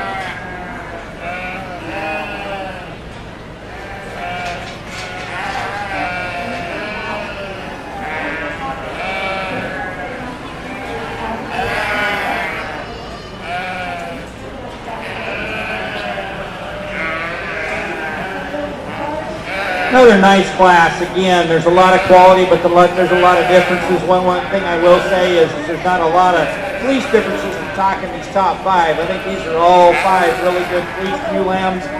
Ewe lambs are always tougher to evaluate for fleece quality just because that fiber hasn't matured yet, that lock formation hasn't developed yet, the whole kit and caboodle isn't quite there yet. But these are all 5 really good fleece ewes. The ewe that wins it, I think, did it pretty early in this class. I really like this ewe, just from a design standpoint. She's a big, growthy, high-fronted ewe, long-necked ewe, really pretty fronted ewe, really long down her top. He could level her up in her hips just a tick, but that's being pretty nitpicky. Really nice ewe. I like that ewe quite a bit. Ewe in second. If I was judging this poor young lady's sheep on attitude, she wouldn't be having a very good day today. These sheep just do not want to cooperate with her, and it makes it hard to really look at them and get in there and evaluate them. But these sheep, I think, have got some structural soundness. When this shoe gets out and moves and walks, she walks as fluid as the one ahead of her. I love her rib shape. I love her thickness down her top. Maybe would lengthen her out just a little bit in comparison to the class winner. Maybe give her just a little bit more bone for the amount of body that she's got up top. But I love the depth of body, the depth of flank, the maternal look of this shoe. Like I said, she just needs to settle down in her attitude a little bit and show, and I think that's a pretty good ewe there. Ewe in third, if you want a meat wagon, this sheep is extremely thick through its rack and loin and into its hip. I like the meat and muscular side of this sheep, the dual purpose aspect. She gets a little bit shallower and rounder in her rib in comparison to the ewes on either side of her, and I've changed that about her, but she's a little bit sounder on her feet and legs than the two that she places above. Just a little tip back a little bit better in her shoulder, a little bit leveler, a little bit looser in her hip and her hind leg set than the ewes that she beats in this class. Big frame growth ewe coming in next, real similar to the class winner, although she just shortens up a little bit from flank to flank. And more importantly, she gets more restricted in her hip and hind leg set, the way she backs off her back legs. And I think we can change that. I think we can move her up. Same can be said for the next little ewe lamb, a real classy, real feminine, real young, youthful ewe that's got a tremendous amount of features coming in here in fifth. Again, a nice fleece ewe. When we put her in motion, she gets really choppy and tight in her hind legs. Just doesn't want to get out and block as well as some of these others. But a really high quality deep set of spring ewe lamb, early spring ewe lambs. Give them a round of applause. Congratulations. Nice set.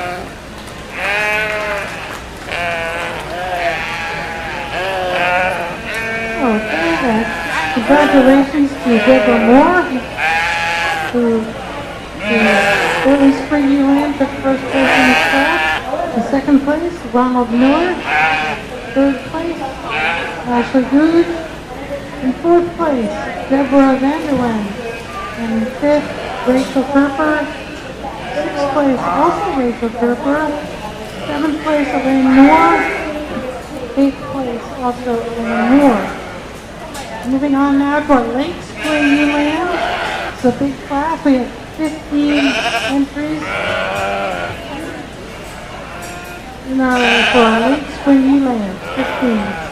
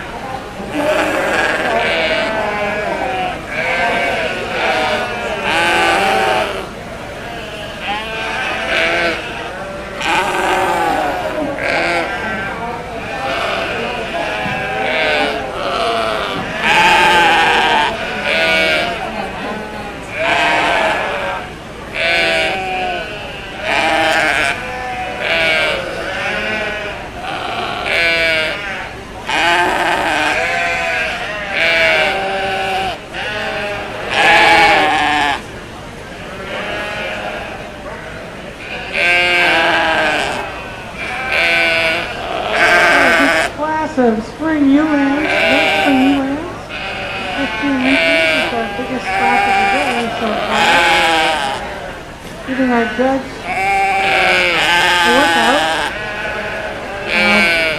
While he's in class, we tell you a little bit about Judge Todd Taylor. He's been a shepherd at the University of Wisconsin-Madison Arlington Research Station Sheep Program for 24 years. And the main focus of that program is breeding purebred replacement stock in the Hampshire Hightail and Targhee breeds. There are also a number of research projects being conducted at the unit, including epigenetics and animal behavior. He says the biggest student involvement part of the program is the opportunity that he provides for animal science and veterinary science students to get hands-on experience with the animals during lambing season. Students can come out in groups and get a chance to see the births of lambs, as well as to interact with the newborns as they help them get bonded with their mothers and make sure critical first nutrition is found. Todd has a vast knowledge of the sheep industry. He grew up in a similar program at the University of Wyoming where his father was the shepherd for 29 and a half years. He's judged many state fairs, sheep and wool festivals, and a good number of county and local fairs as well. Todd and his wife Lynette are parents to 4 now adult children who are all still involved in agriculture and the sheep industry. We're incredibly lucky to have Todd here. He travels all over the country and is doing a great job for us here today.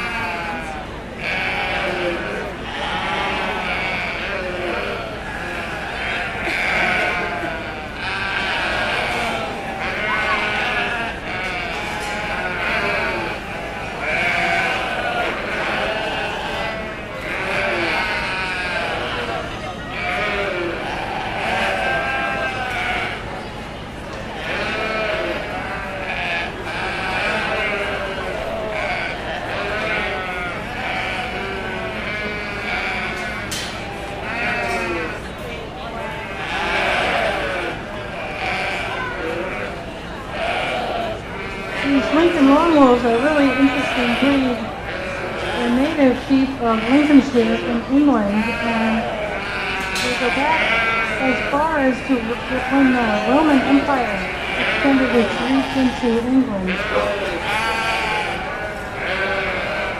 They're considered to be the largest breed of sheep in the British Isles, with lambs exceeding 350 pounds. Not only are they physically big, but they have what they think of as big wool. Grow a lot of heavy, long, and very lustrous fiber. 34 microns or so. Very sturdy, one of its defining qualities. And of course they come in white as well as black. They're black, they have black faces, black ears, black legs, black bellies usually. Very typical to have these shades of gray, especially along the flanks. And to have a beautiful lustrous, almost silvery color.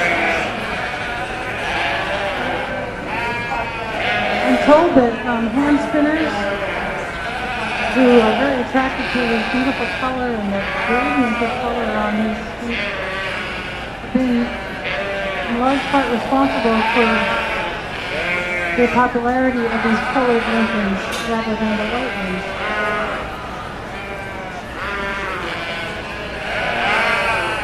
Lincoln fleeces can get up to, in extreme cases, as much as 40 pounds.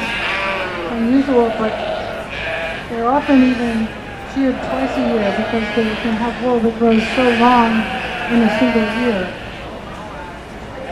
But the length generally being between 7 and 15 inches in a year.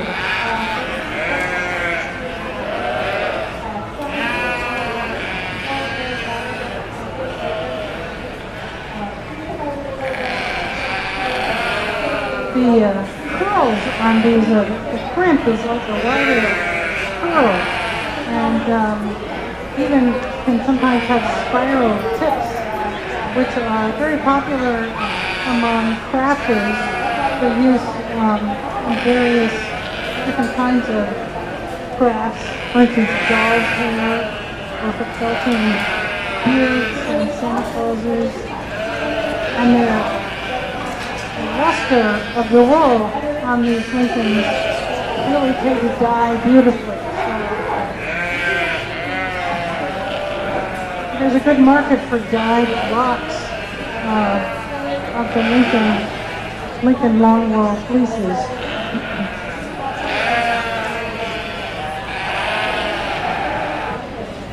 It's a strong, often called a coarse wool. Because of its length, it can be spun very, very fine by hand spinners. And I know I've seen some shawls that have been knit out of very finely spun Lincoln wool that look like spider webs. They're absolutely beautiful, and the luster makes them even more spectacular.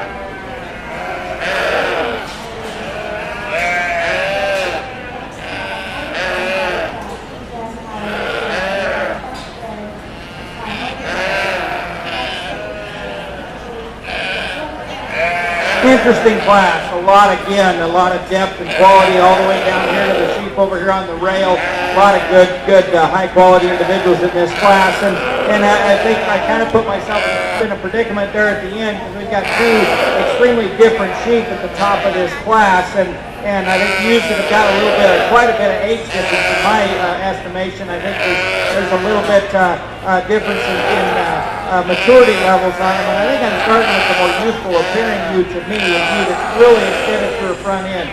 She's very, very feminine about that. You get in on top of her and she's extremely wide down her top. She's really square out of her hip.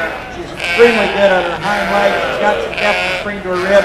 I love the fleece on this ewe as well. For you this young to have the weight that she has when you get in there and really squeeze that fleece, fills your hand with a tremendous amount of density, big, heavy, bold lock formation, really good trim. I really like this ewe. Ewe in second is a ewe that grew on me the longer she stood out here. I love her rib shape. I love her dimension. I love her maternal aspects in terms of the center body width. She's got about twice as much wool on her. She's got more wool length there than the ewe ahead of her.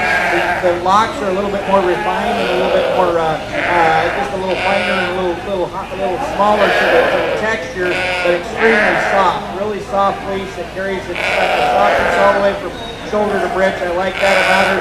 She's maybe for as big and as bold as she is up top, she's a little finer bone than tailor made when we get down at the ground. But we can change that about her, make it a little bit more rugged, but a really, really nice ewe to fall in second hole in this class.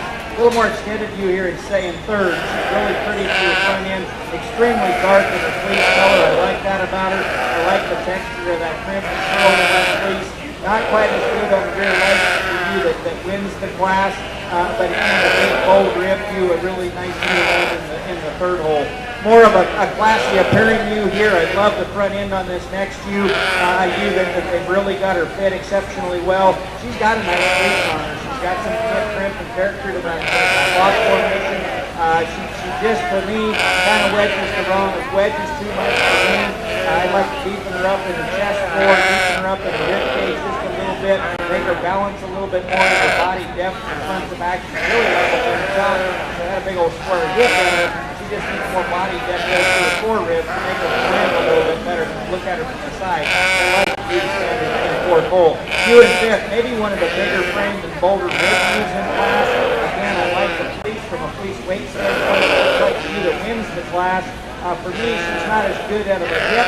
She wants to be a little bit steeper to her dock, a little bit straighter in her hind legs, and doesn't move quite as well. She just kind of falls into the hip hole and runs out the top side quite nicely. Move around the corner, as I said, there's a lot of good high quality ewes out here. Some a little bit more refined in the makeup, some a little plainer bones, a little bit lighter muscles, a little shallow and tighter rib. Really not a lot of fleece issues in this class as far as I can tell. Really good set of ewes. Let's congratulate the Black Lincoln exhibitors on their strong class. Congratulations. Nice set.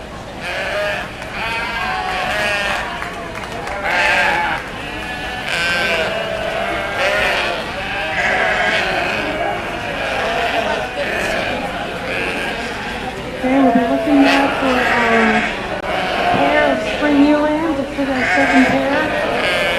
In our late spring Yearling class, first place went to Ronald Miller. In second place, Carolyn Latham. In third place, Deborah Vanderland. In fourth place, Katie Miller. In fifth place, Ronald Miller. In sixth place, Deborah Vanderland. In seventh place, Rachel Kerper. In eighth place, Katie Miller. Ninth place, Nate Crum. In 10th place, Elaine Moore.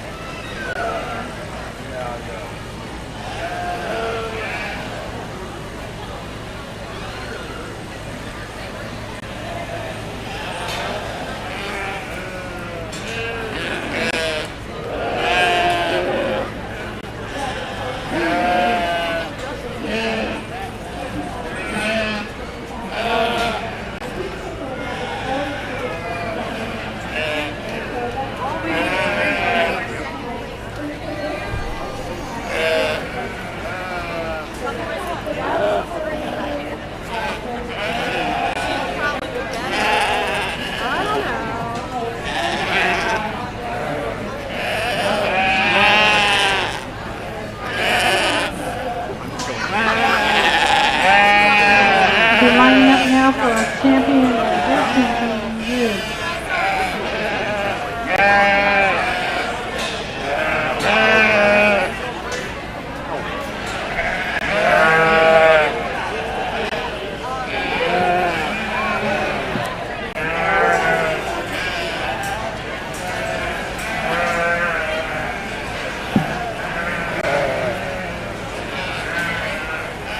So for our pairs, spring yearlings, first place was Ronald Miller, second place was Stevie Miller, third place Deborah Vanderlyn, fourth Rachel Surfer, fifth Elaine Moore, and in sixth place Callan Latham, and seventh place Brianna Latham.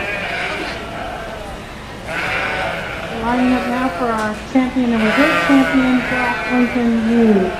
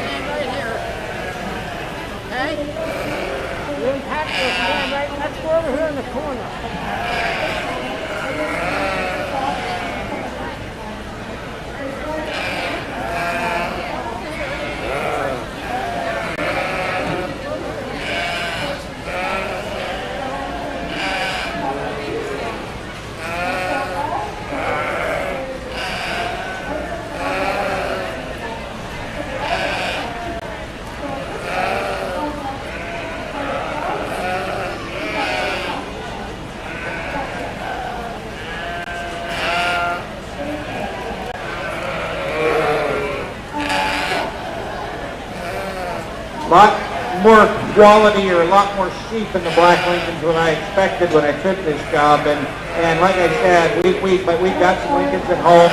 We've got away from the black. We've got entirely white. It seems like it's easier for us to maintain the body type and kind of style that I like and my son likes. And even the Fleece is so good for a certain aspect too. He's struggled with the black and we have it. And I tell you what, if we could bring 6 or 7 or 8 like this back into our barn, I'd be tickled to death. These sheep have they've still got some minor structural things that I would change about it, in my opinion, for my practice and my use at home. But for the most part, these 8 ewes out here are really, really sound, really complete, really correct kind of ewes. To me, there's one out here that's a little bit more unique in the way she's built, and also she's got a fleece on her that I think is super, super cool. The Yearling ewes are going to be I'm not going to shy away from her. And like I said, I wish she was a little darker colored, but I think that ewe is built exceptionally well, and I love the fleece on this ewe. Congratulations. I think this is a nice ewe. I think from there, there's a couple of other ways we could go, but there was another one that I found, and like I said, I really like that second Yearling ewe. She's finally starting to settle down and show where I can finally get a good look at her, and I think she's an awfully nice ewe. The fall ewe lamb's got a tremendous amount of maternal strength to her, big rib, big body, really sound structure. The 2 spring ewe lambs here are a little bit different, and I think that's kind of where I'm leaning, is because they are a little bit different. I really like this older spring ewe lamb. I really like the extension and growth, and finding a black Lincoln that's got that much growth with that kind of shoulder set in her, that kind of movement ability, that kind of fleece on her, she's going to be your reserve champion today. Nothing against the rest of you out here. I just really like this place for a really pretty evening. Congratulations on a nice Lincoln show.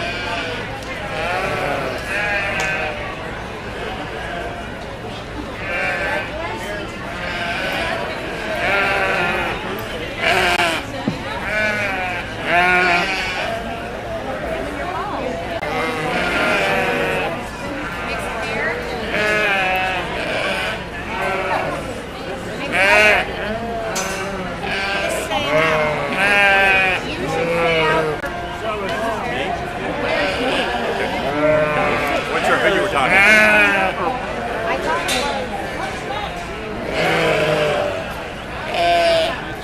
Okay, so our champion you from our Keep the first place. the Yearling you from the Deborah Yearling. Our reserve champion you is the early spring Yearling Where would you like me to go? from Deborah Moore. Down there, somewhere down there. Congratulations to both of our Deborahs.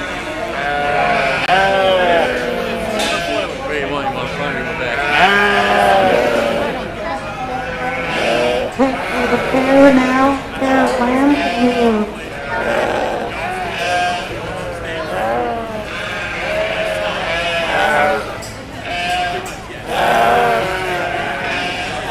This is 10 pairs.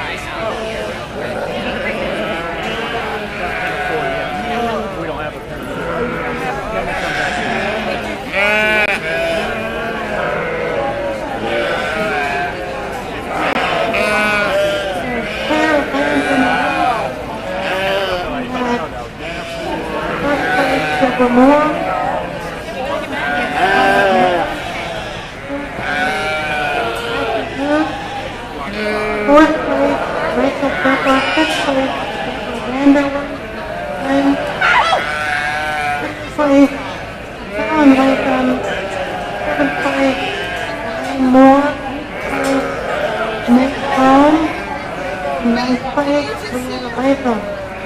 Looking now at tens of 4 lambs, tens of 4 lambs are 53, but now there are 4.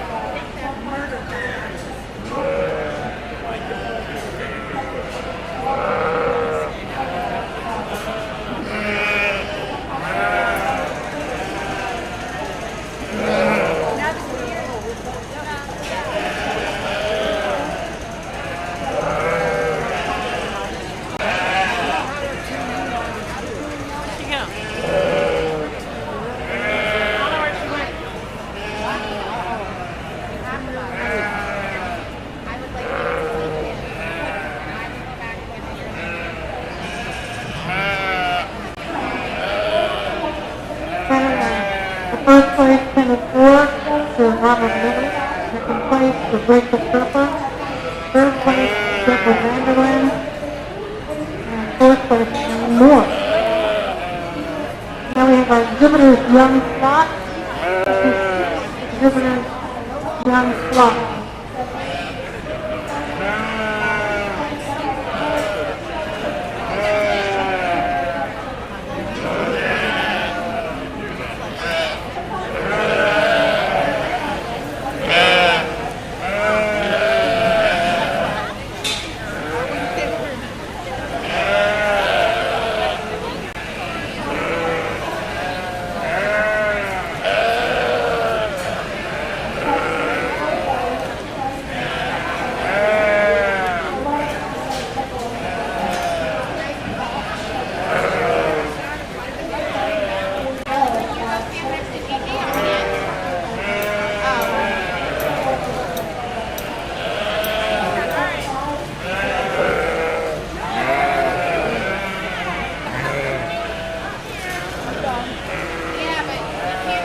I need the yearling ram too.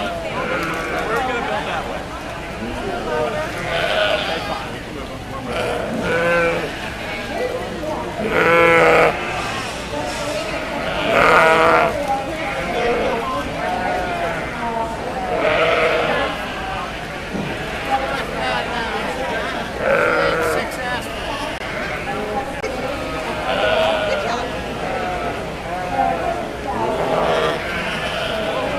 They're grabbing your ram.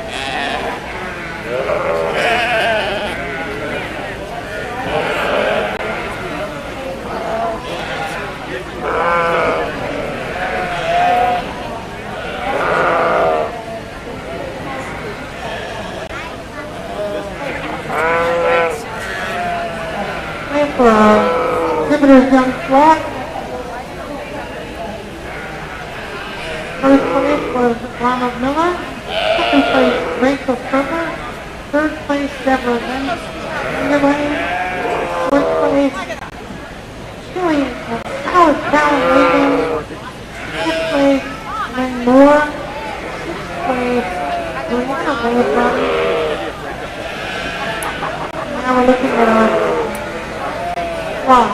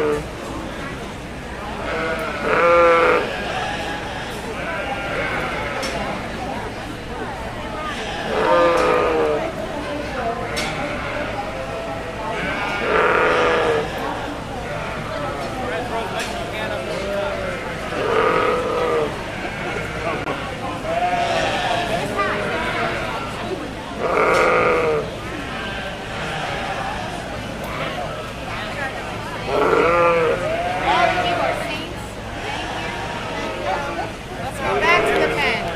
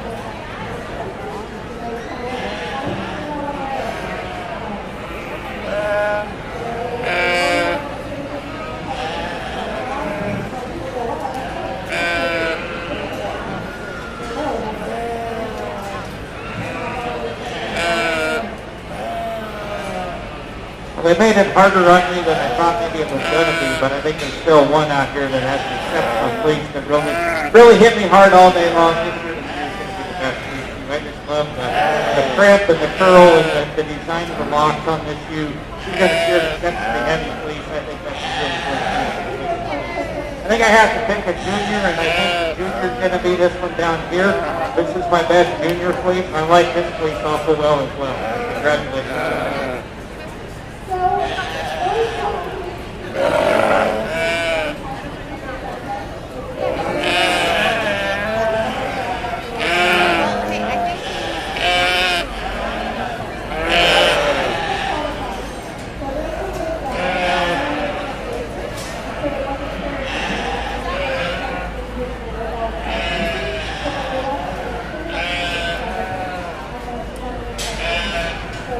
Before we wrap up here with the Black Lincoln, like our best Maryland bred Black Lincoln. Let's see our Maryland bred Black Lincoln, please.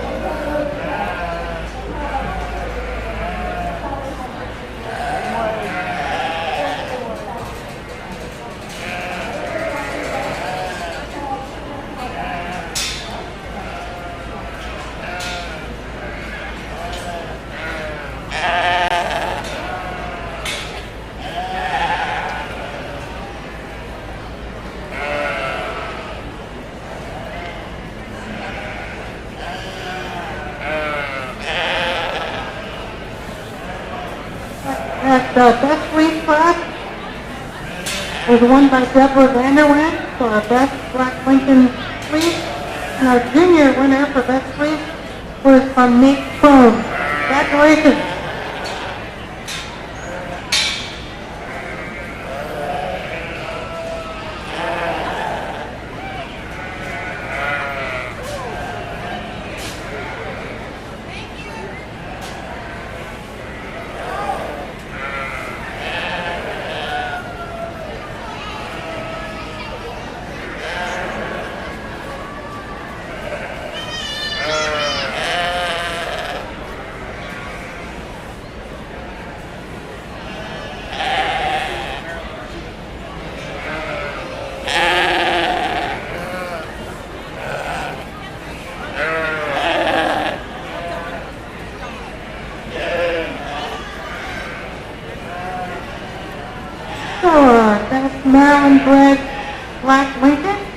Next in comes Deborah Moore.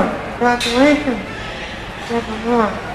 That wraps up our Black Lincoln show today. It's 1:25 now. We're going to take a break so our judge and our folks here managing things can have some lunch.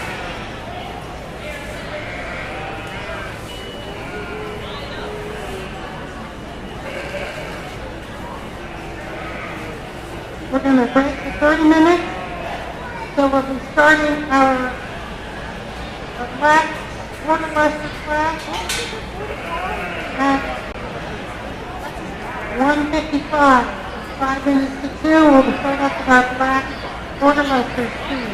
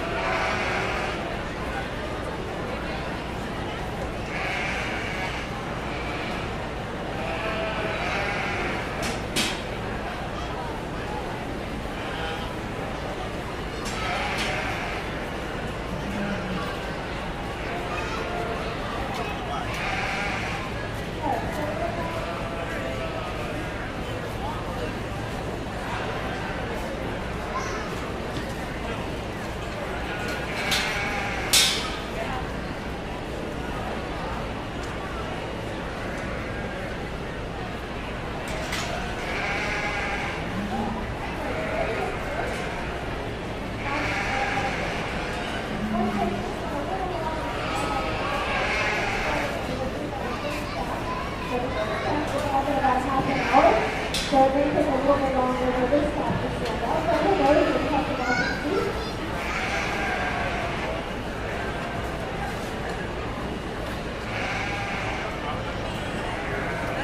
So first we're going to change the place of the calf. The answer is probably not terribly so. I think it's got a lot of things that it's close. But the nice thing about the paints and why we use them is that they don't overcoat it. So even if it does cause discomfort, it's not going to cause the same amount of pain that it does.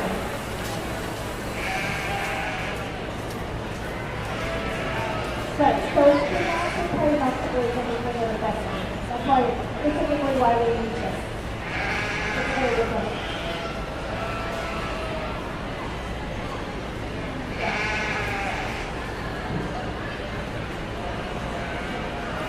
Very effective. The effective is to all of the sides come out black, and then they have the white spots at the mouth.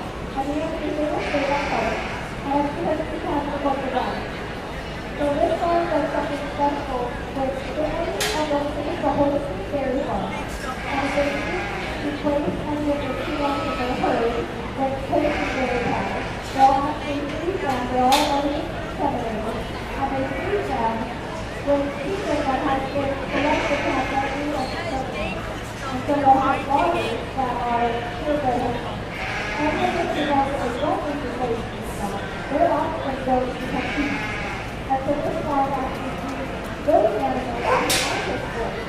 And so their offspring are endospores stock, so they become good quality. So let's say it's about black color, and you get them. So that's very good. Now we're going to do this first batch, and that is having a two-way benefit. Number one is livestock calf, and the pink spot is remembering the fluids of the earth. That reduces the likelihood of pregnant, knowing that there's a baby or not, you want to clean up all the rest. And also, it helps stimulate the calf scale. This is calf is like very rough sanitation. Everything looks like a cow is oxygenated. So now calves have that part, but it has that part in it, that's where cows come to it. And so by moving around the cow, it helps stimulate the scale. So now we're going in a couple of buckets of this blue liquid, which is electrolyte solution to help cow breeders. And so there's a couple of buckets of that. And what this is really high in calcium and other electrolytes. These are also good for the tail of the calcium as well. And that's presented to the called milk condition, where they look at narrow blood calcium. And that's a company because of the narrow milk that they produce. They produce enough milk to keep 4 cows. So they have a tremendous amount of milk that they're producing.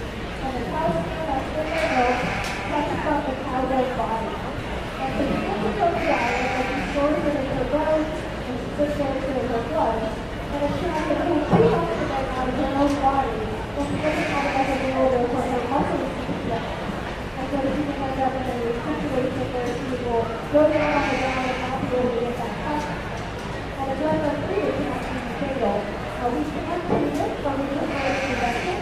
And so we're going to put this electrolyte in, and later on we'll put it in the food, and we'll get a big giant pill that we stick out of the people down.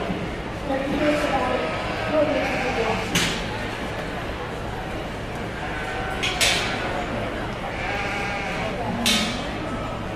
Yeah, so the other cow is very interesting about it.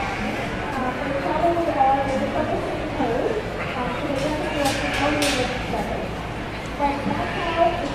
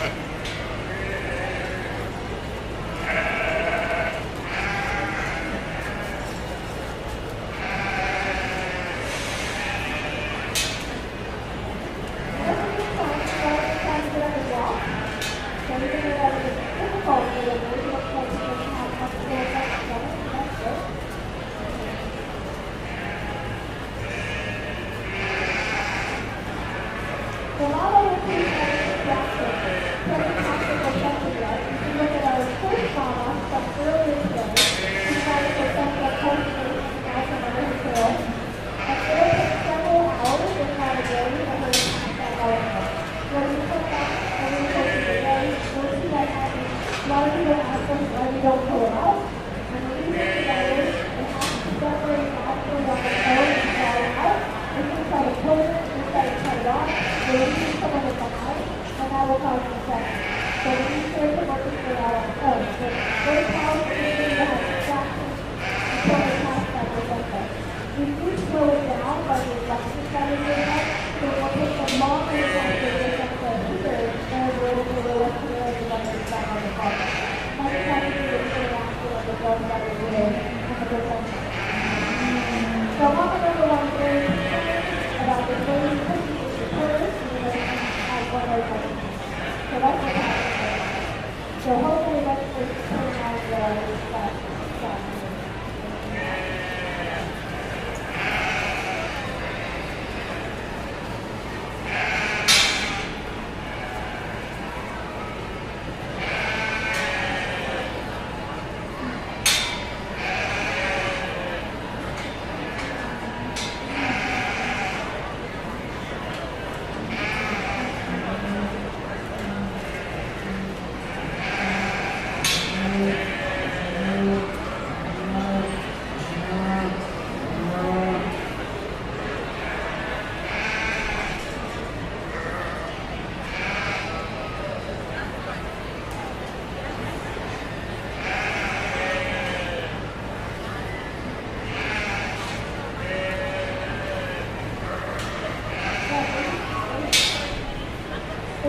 So a long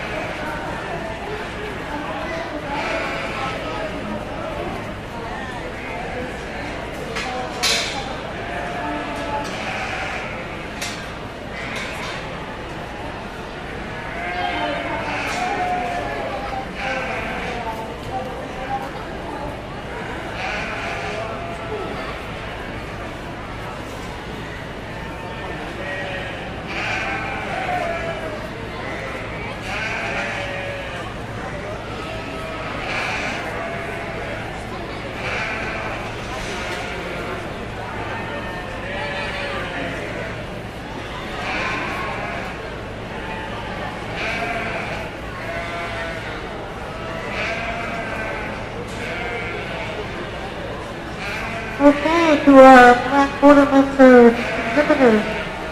We'll be starting up in the ring in 5 minutes. In 5 minutes. Looking for our yearling lambs in 5 minutes. Starting at 2 o'clock.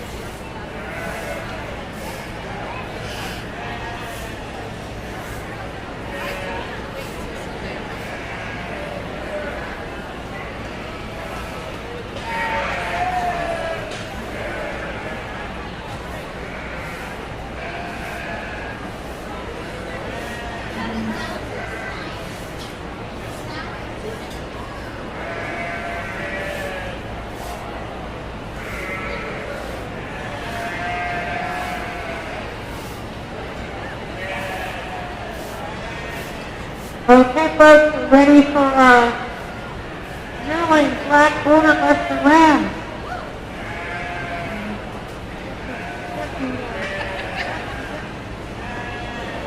Let's get the black border buster show started.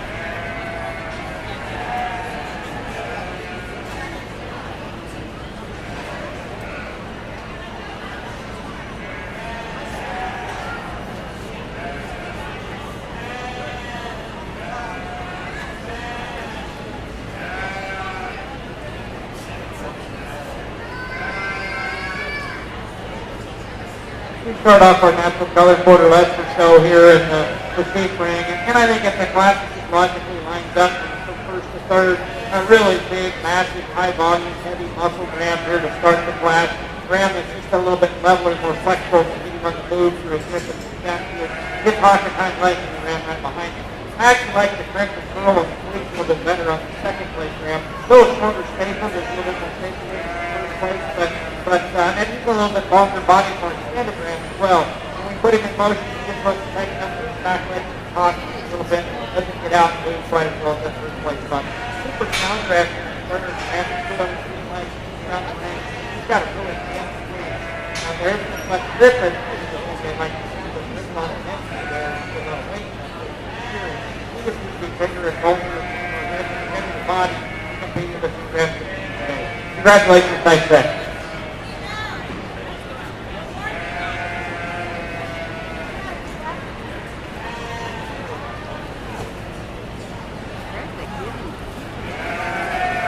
Okay, so Well, our they first know. place, They can't do first anything about it. place Keep walking, Yearling guys. lamb at Hot Quarter Lester Sale is from Wilhelm Wheat. Second place, also Wilhelm Wheat. And third place for congratulations. Looking for fall ram lambs now. We should have 3 fall ram lambs.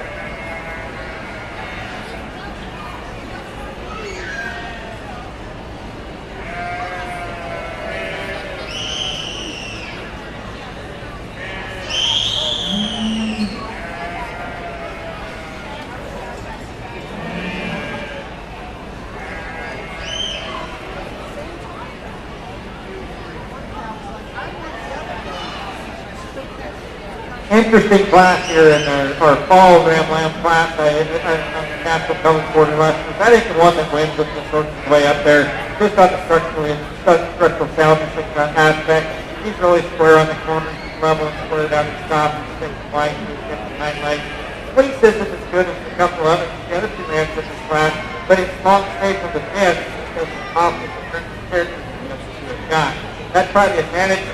Second place struck up both the other teams that does have one strength character, one uniformity and staple and grade, so the brick that's been such a first place ram. He just gives up some growth, some mass, some overall body weight to the ram that's easy. I think he's structurally sounder than ram the third though. I like him better for his shoulders down his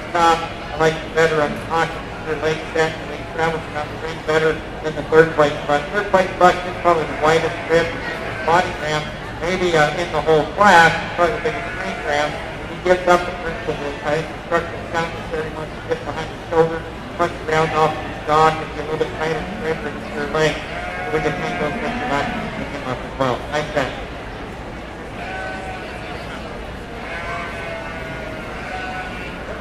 So I think there's one pair for the parents.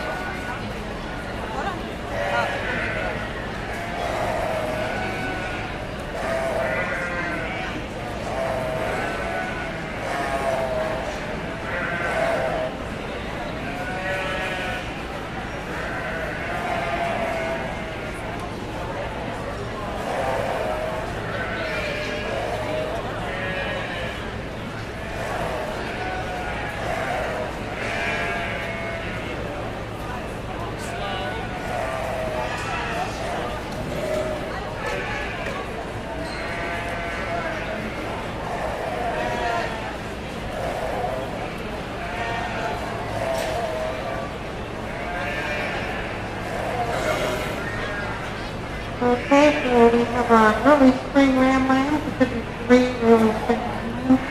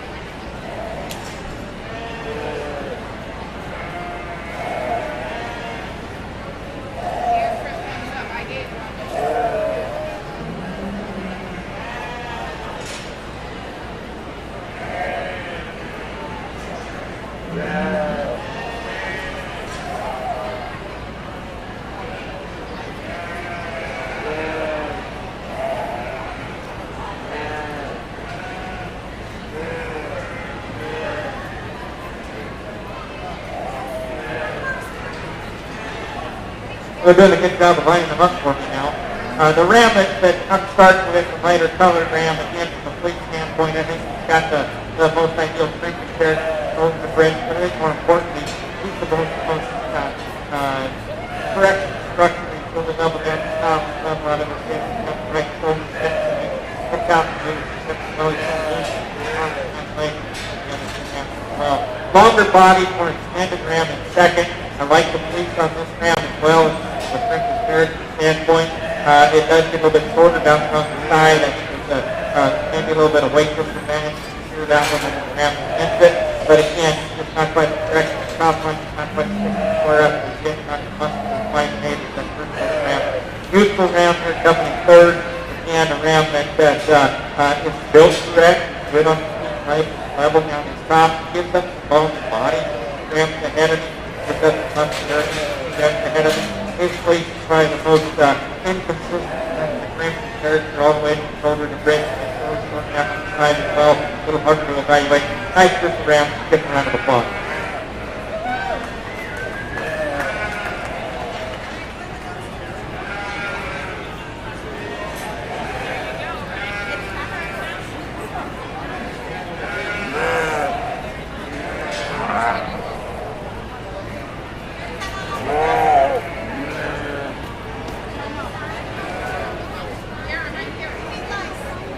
Check 1, 2, test 1, 1, 2, check 1, 1, 2, hey, I just switched. It might have been filthy. Look at this thing. check 1, 1, 1, hey,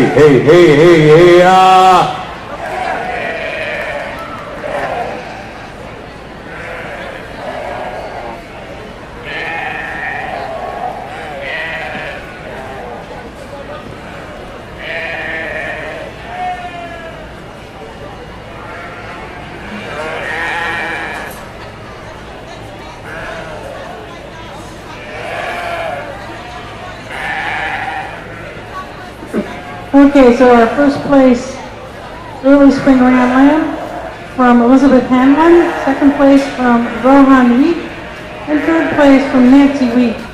Now we're looking at our late spring ram lambs, expecting 7 in this class.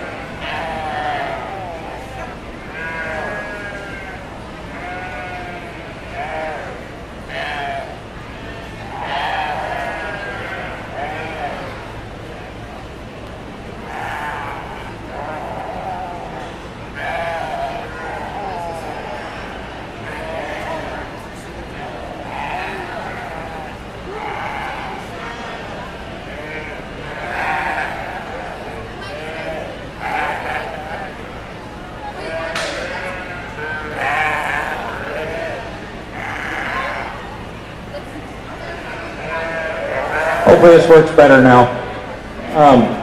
Really nice class of spring ram lambs here in the natural colored border last year, but there's a lot of differences. Again, we landed on just the most complete sheep. He just kind of sorted himself to the top from the get-go. He's really wide, thick and square down his top and out his hip. He's got a tremendous amount of rib shape and depth of body and spring there. He's good on his feet and legs. Maybe we could have just a tick more bone for as heavy bodied as he is, but he's good and sound on his feet and legs, moves really well. From a fleece standpoint, I like the crimp and character. I like the uniformity of that fleece.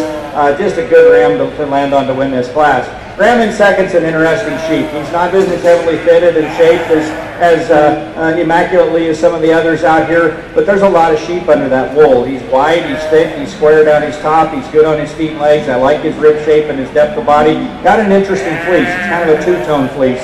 He's kind of rusty or bleached out on the outside. You get in underneath and he's pretty brown or dark underneath. I love the crimp. I love the softness. I love the uniformity. It does maybe play out a little bit back on the britch in terms of character and crimp, but I think overall that's a really, really nice fleece that's probably going to have some value to it, at least in a hand spinning market. I like the fleece quality there. Ram in third, a bigger frame, growthier ram, or at least he reads that way, like he's going to be a little bit larger as a yearling for a year from now. He's elevated through his front end, he's full through his shoulder, he's level down his top. Of the top 3 or 4, he's the narrowest made and the flattest in his rib shape when you get behind him. I think he's also the least, has the least pop to his fleece. It just doesn't have the crimp and character, doesn't have the uniformity and staple or grade, either one that we see in the 2 ahead of him, probably even the little ram behind him. Little ram behind here in fourth is a sound structured ram that's square on the corners. He's got some width down his top. He's got some depth and dimension to his rib. He just shortens up from end to end quite a bit more, shortens up and rounds in his hip just a little bit more than the 3 that have ahead of him, but a nice ram to land in fourth hole. More extreme ram here in fifth that's going to continue to grow and get bigger, I believe. He breeds as one of the younger rams in class. He's just not as good out of his hip and again on his hind legs as some of the others. Little frailer made, a little finer bone, a little flatter rib. Then we get around the corner, we got some rams that just aren't as good on their feet and legs, maybe don't have as good a fleece as what some of these up here have got. But again, it's a nice class. Let's give them a round of applause.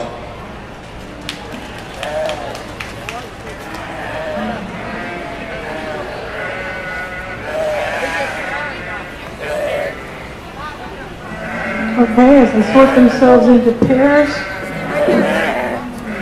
looks like our first place late spring ram lamb was from Rohan Wheat. Second place was from Marsha Hagee. Third place, Alexis Drury. Fourth place, Elizabeth Handlin. Fifth place, Nancy Wheat. Sixth place, Elizabeth Handlin. And seventh place, Laura Dutton. Congratulations.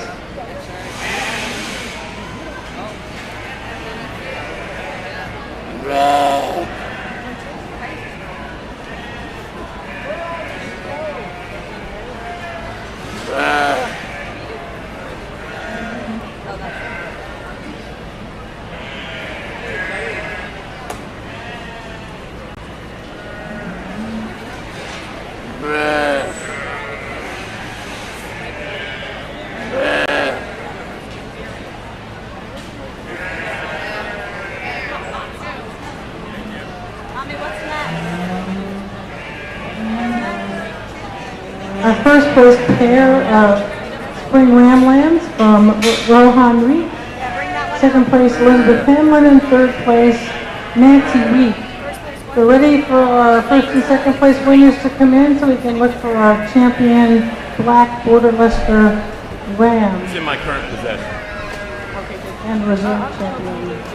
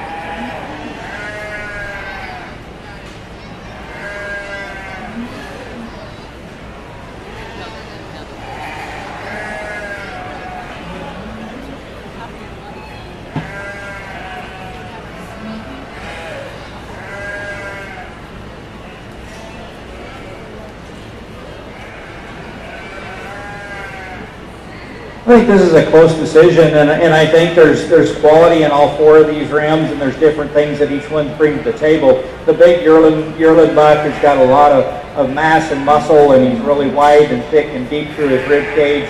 He's wide through his chest floor. He's got some bone to him. I like that about him. His fleece is dense. Maybe doesn't have the pop and crimp and furl that a couple of the others. And I think when you really get to analyzing him in comparison to these others, he's just a little bit more off in his hip and straighter in his hock than what a couple of these other rams out here are. The little fall ram lamb, an extremely young ram, a ram that again is very level down his top. I love the head on this ram. He's got a really wide, heavy, masculine head. I think that suits him well. I like his fleece from a uniformity standpoint. Again, he's thick and square out of his hip. I actually think he carries his hind legs and his dock set a little bit better than the yearling ram above him. The early spring ram lamb, for his age, he's got a tremendous amount of production and performance at this point. He's really deep and wide ribbed. He's thick and wide down his top. He's good and square on his feet and legs. Maybe he has a little bit more chest jutting out there than a couple of the other rams. I think from a fleece standpoint, I like his fleece about as well as anybody in here. It's soft, it's uniform, it's clean and correct. It's got very, very good crimp and density to it. Just a really, really nice ram to come back out here as well. Then we got the youngest ram out here that I said in class, just kind of walked away with that class just from a design standpoint. Again, very correct, very complete. Maybe a little shorter body, much like the other ram lamb up here, the fall buck. Again, one of the better fleece rams out here, one of the better designed rams out here, really long fronted. Again, I think you could go several different ways out here and not be wrong. I think all of these rams bring some cool pieces to the table. For me, the one that I think puts it together the best and is going to be the most dual purpose and do the most thing, we're going to use this older buck lamb right here for champion in this division. I think from there, I think it gets close, but I'm going to come back and use the fall buck for reserve. Congratulations on a nice set of natural colored border lusters.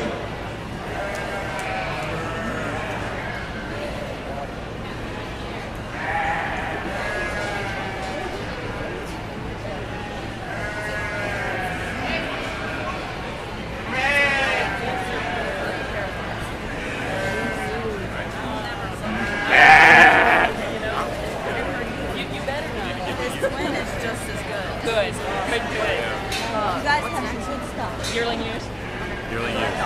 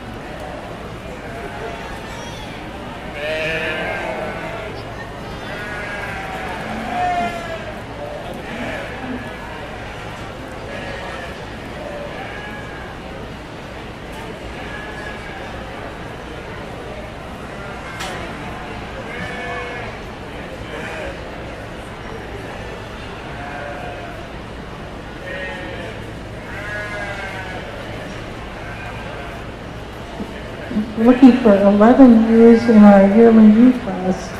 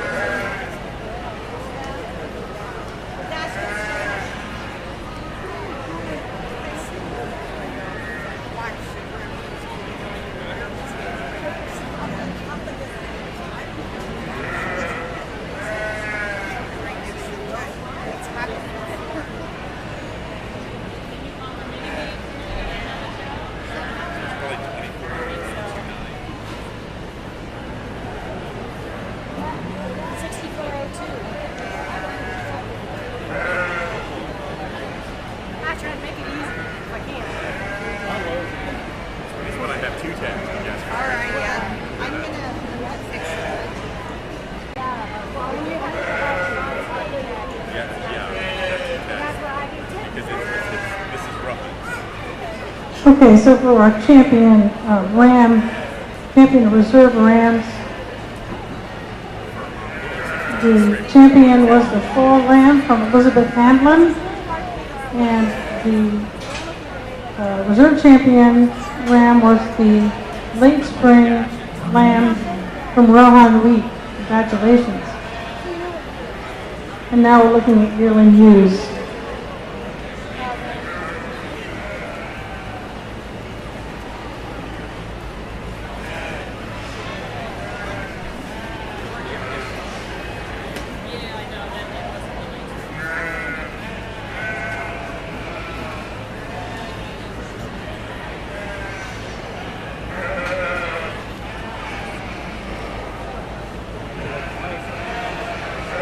I got the exact same thing.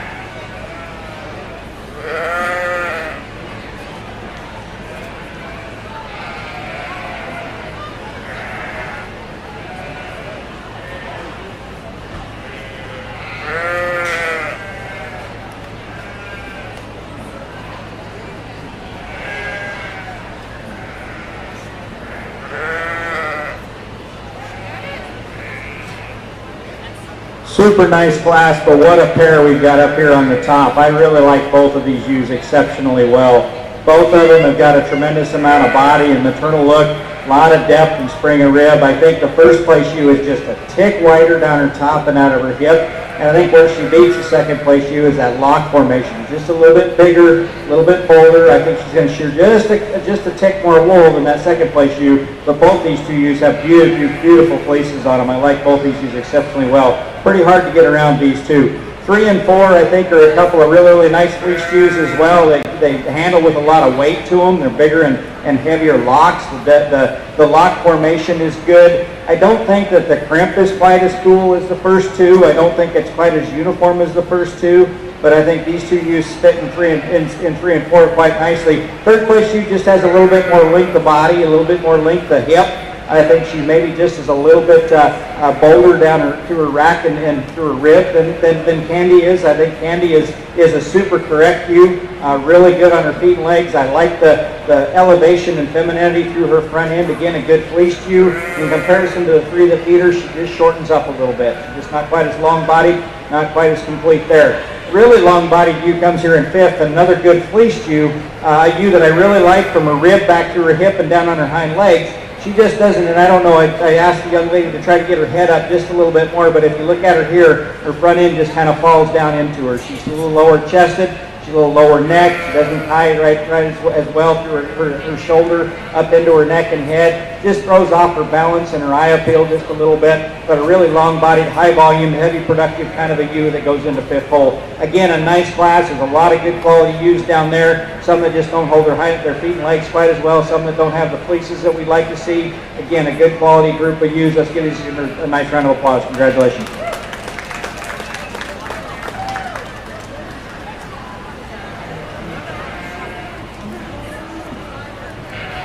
Okay, for our yearling ewes here in the Black Border Leicester Show, first place went to Elizabeth Handlin, second place to Rohan Lee, third place to Elizabeth Handlin, fourth place to David Street Handlin,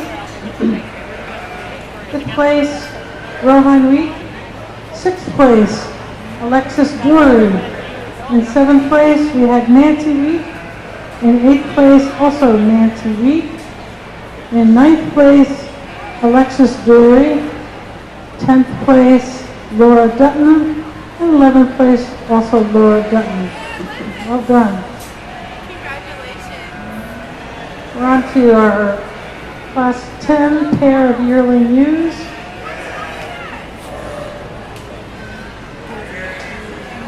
Five pairs.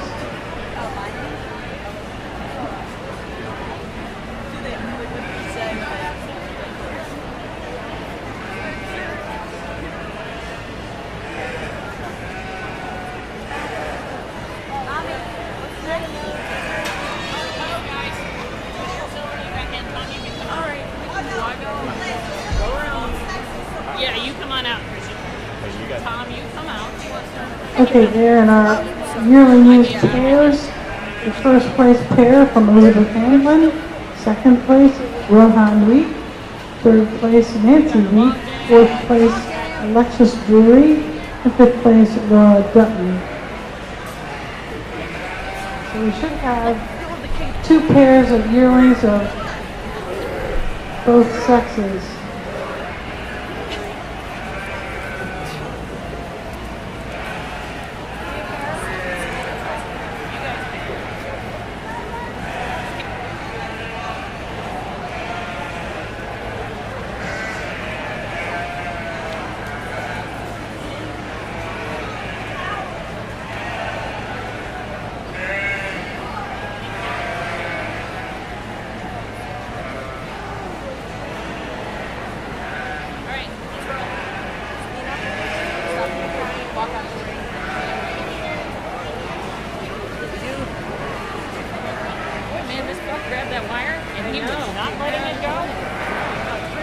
Okay, for our pair of yearlings, both sexes, first place Rohan Wheat, second place Nancy Wheat, third place Laura Dutton.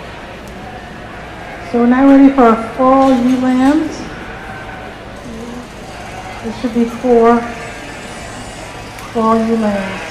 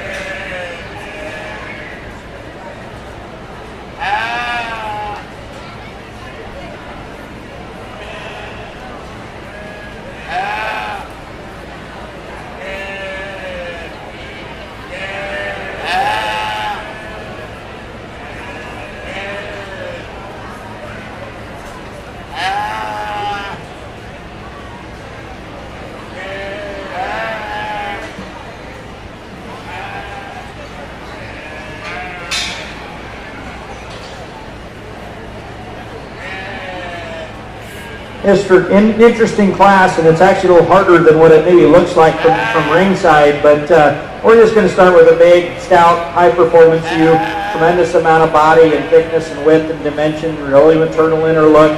Fleece is interesting. I like it from a crimp standpoint, from a character standpoint. The lock formation is a little bolder and bigger than I expected on a Border Leicester. It almost leans more towards the Lincoln side to a certain extent, but I think the fleece that's there is high quality. I just don't know whether it meets the Border Leicester breed standards at this point. But she's a big, stout, high-volume ewe, pretty hard to get around in this class. A little more youthful ewe that probably has a little bit more ideal fleece for a border comes in second. I like the crimping character, the staple length, the softness. My problem with this ewe is for this age division, she's maybe a little shallower and rounder in the rib cage. She wants to dip just a little behind her shoulders. I like the way she's built through her hip and hind leg. We can change her just a little bit there right behind her shoulders, both from a levelness standpoint and a depth of body standpoint. I think we make an awfully nice ewe there. I like the design on this third place ewe. She's long, she's level, she's correct on her hip and hind legs. She's a little more correct in the shoulder set than the ewe ahead of her. She's a little deeper body than the ewe ahead of her. She's also a little deeper fronted, a little plainer there, not quite as feminine, and her fleece doesn't have the crimp and curl that we see in the top two ewes, either one. Very soft, very uniform fleece, just not quite as much crimp and design and style as we see in those first two. The ewe in third is one that honestly, or in fourth, is honestly I've had her everywhere from second to fourth all day long. I like a lot of things about this young, youthful appearing ewe. She's got a really feminine, pretty front end. She's extended there. She's level down her top. She's fairly square on her feet and legs. She's got some depth to her. She is the small frame ewe in here. Her fleece is just as probably the most indescript today. There's just not as much character and crimp to it, not as much uniformity to it. Doesn't carry and hold together quite as well as the three ahead of her. I think she just kind of rounded out the class nicely at fourth hole. Congratulations.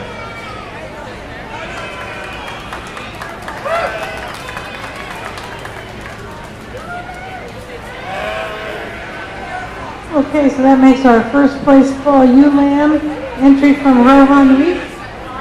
And then second place, Nancy Reed. In third place, again, Rohan Reed. And in fourth place, Nancy Reed. Okay, we're looking for a pair of fall ewe lambs, and we have both of those pairs here.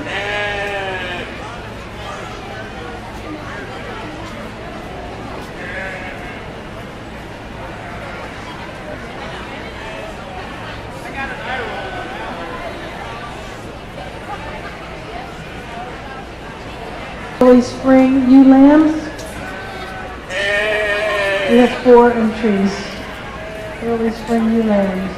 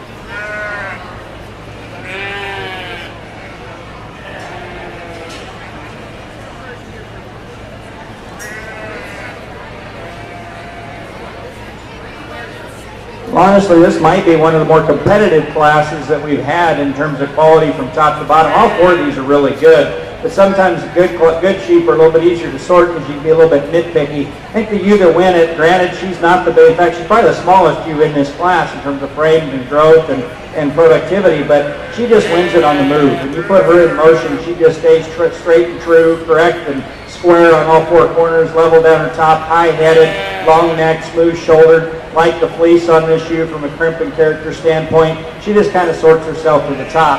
High volume, very maternal ewe here in second. A lot of rib shape, a lot of thickness down her top. She's leveler out of her hip and tracks a little bit squarer and truer than the ewe right behind her. Not to be real picky, but it just is a way to sort that pair. The Fleece is really, really soft. Very soft to the touch, very smooth from shoulder to britch. I like a lot of things about her. She just kind of rounded or slid into that second hole quite nicely. Longer bodied, longer hip view than either one of the first two, comes here in third. Again, she's good through her front end. She's not quite as correct out of her hip and through her hind legs, and she's a little finer boned than the two that beat her. Again, a lot of rib shape. The Fleece doesn't quite have the character pop that the first two have got, but there's still a lot of crimp and character there, just not quite as classy as the top two. And we got a real youthful ewe here, a real immature ewe that's got a lot of grow left in her. She's probably the shallowest bodied and roundest ribs. She's probably the flattest in her rib shape, probably the frailest made today. She also wants to slope out of her hip just a little bit and get a tick straighter on her hocks than these other three, but a nice ewe to round out this class of four. Congratulations.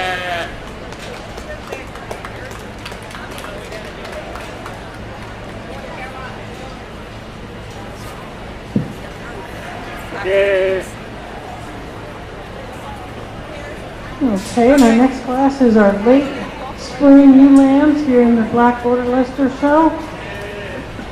Expecting 7 entries for the late spring ewe lambs.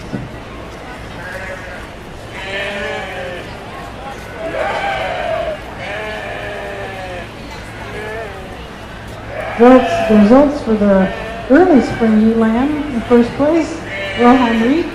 In second place, Elizabeth Handlin. In third place, Elizabeth Handlin as well. And in fourth place, Nancy Wheat. Congratulations.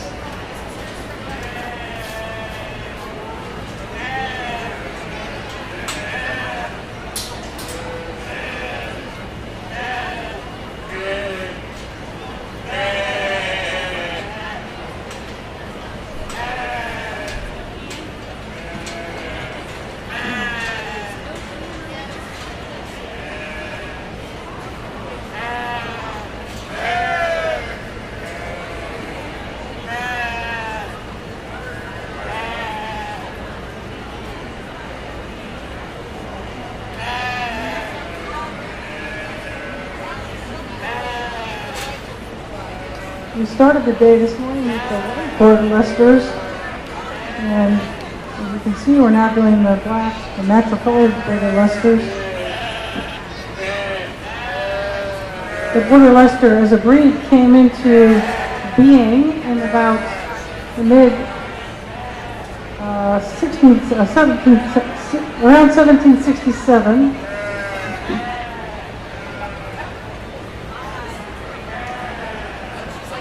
It's not entirely certain when they came to North America. Apparently they showed up in the first time in the agricultural census in 1920, which demonstrated that about a little over 700 of them were in North America. But no one is quite certain about how or when or with whom they crossed from Great Britain.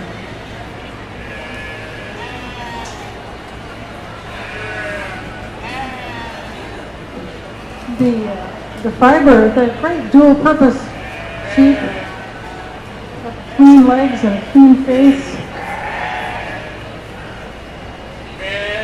Their fiber actually varies quite a bit and often depends on what country you come from. It seems that in the U.S., the fiber diameter ranges from 30 microns, which is in the medium range, up to 38.5 microns, which is quite strong. In the UK, they tend towards a little bit finer, from a little over 29 microns to 32. In New Zealand and Australia, they tend to be much stronger wool, ranging from 37 to 40 microns in New Zealand and just a little bit narrower zone in Australia. The wool grows in tight curls. It's very lustrous. Not quite as broad, wavy as a luster long wool, but a little broader than the blue-faced luster. They have what they refer to as a purling characteristics, P-E-A-R, purling characteristic, as their locks tend to sometimes twist almost spiral, and the curls pop out.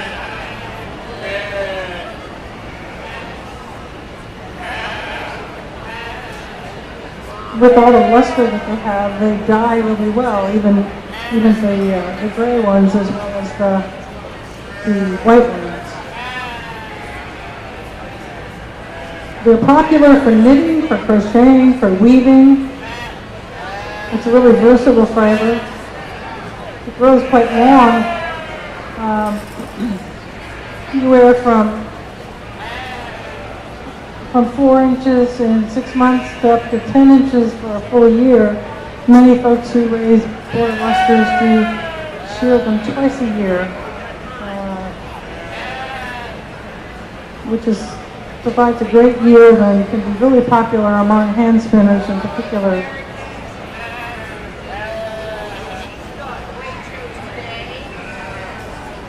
It's generally not thought of as against the skin soft kind of wool, but great for, again, hats and sweaters and mittens and socks even, because it's stronger than some of the fine wools that are used for socks and doesn't require to have addition of synthetic slick nylon to give it more strength.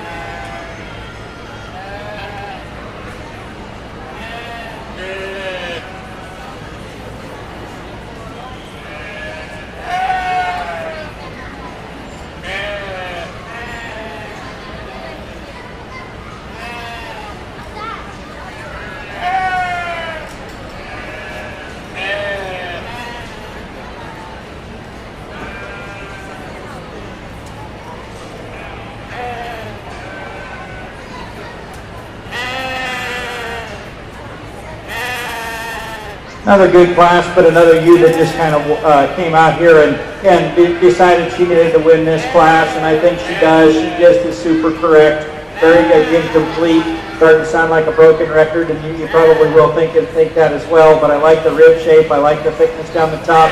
She's probably a square on her feet and legs than anything we've had. Then you lay a nice fleece on this ewe as well. I think she's got probably one of the more ideal fleeces in this class. That crimp and lock formation and character is just indicative of what I'm used to seeing in Border Leicesters. I like that crimp. I like the uniformity of that fleece.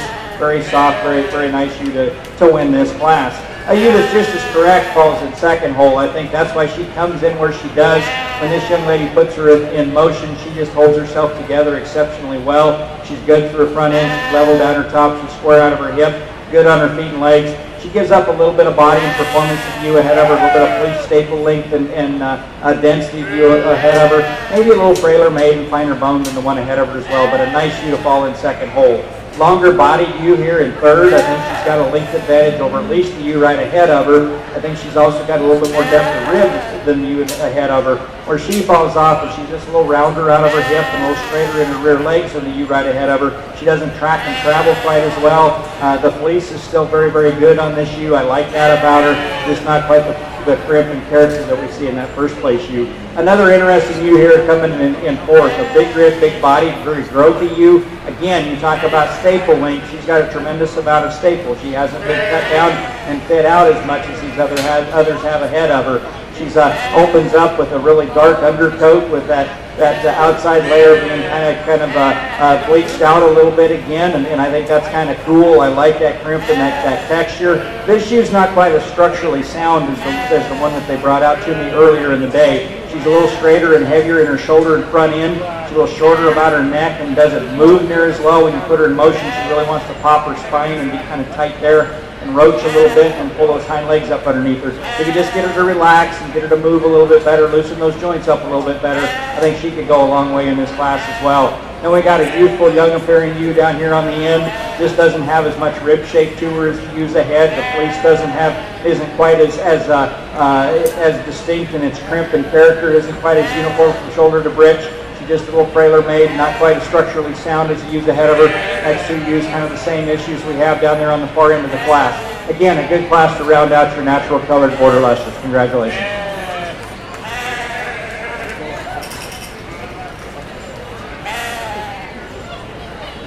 Okay, for our late spring ewe lambs, first place to Nancy Wheat, second place to Alexis Drury, and in third place also Alexis Drury, entry. In fourth place, Marsha Haggy, fifth place, Rohan Wheat, sixth place, Shane Drury, and seventh place, Laura Dutton. So looking now at our pairs of spring ewe lambs, should be 4 pairs.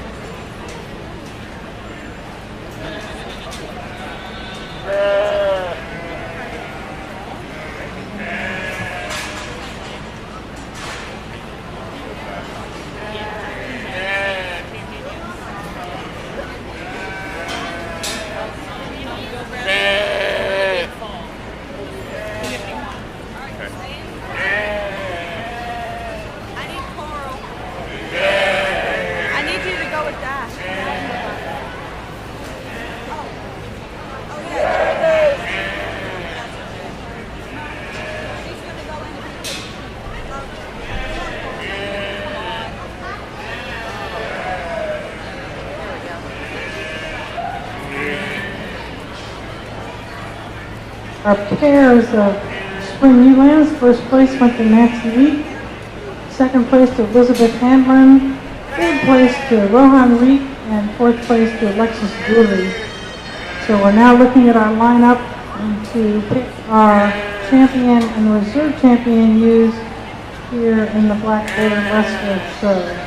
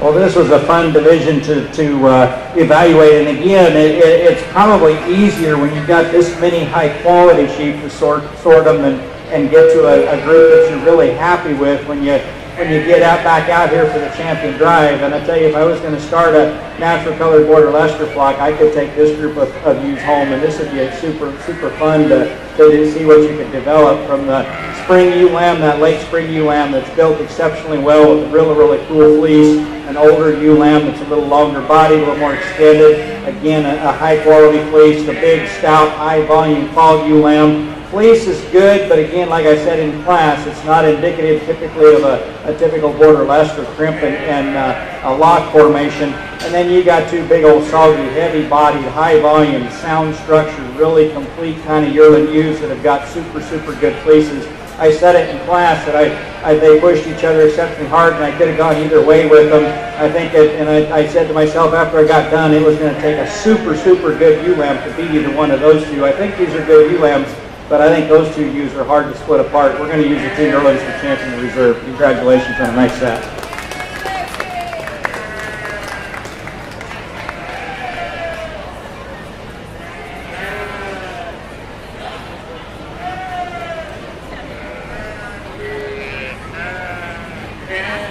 Ryder, get her head up. She won't run away when you get her head up. Good show, young lady. Lambs both sexes. Lambs both sexes. No, we got some lamb classes. We have opposite sex lambs first, and then opposite sex ewes. You know, so that's what I'm saying. No, you're on you. It's up to you, Alexis. I don't know. So that's our champion Black Border Leicester ewe from Elizabeth Handlin, her yearling. And the reserve champion then was Rohan Wheat with the second place yearling. Congratulations. Now we're looking at pairs of lambs of any age.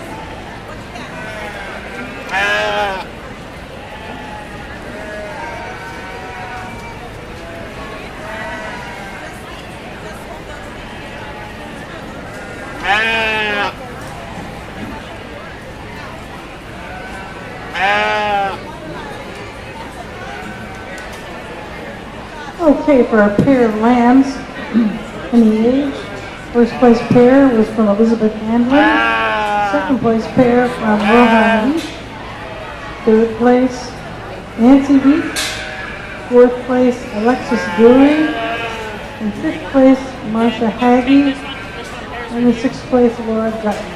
Congratulations. So we should have a couple pairs of fall lambs.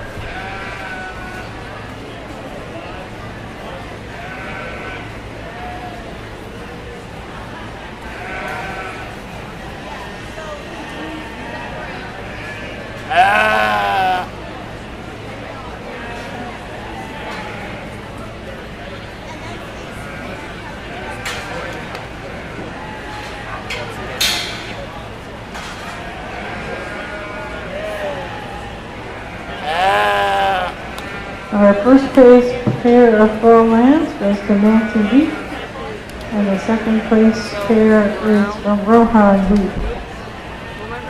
We should have 3 pens of 4 lambs next. Pen of 4.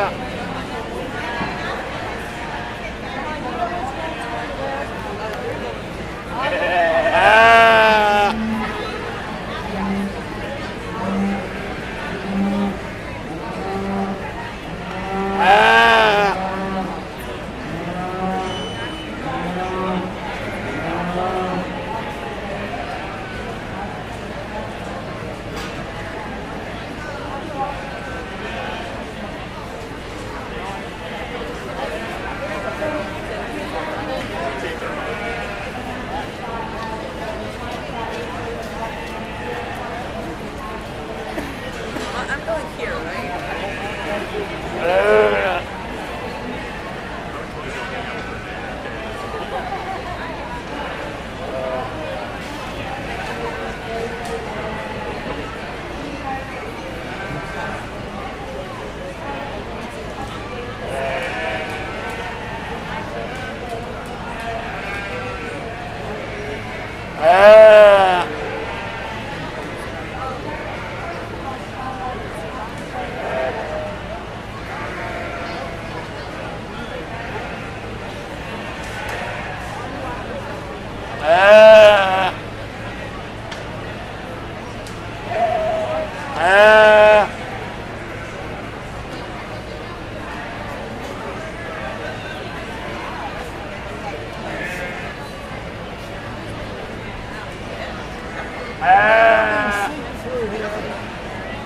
No, we're moving sheep through here this hour.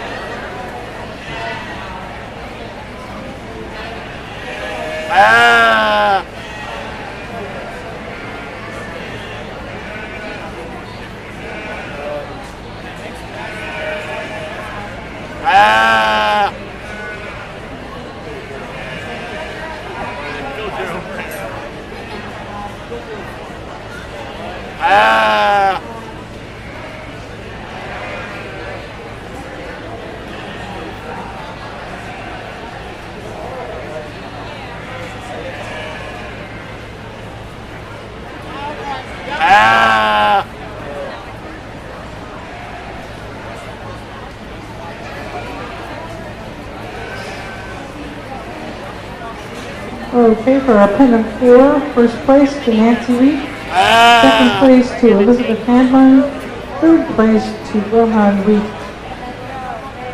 We'll be looking now for the Exhibitor's young flock. There should be four of those.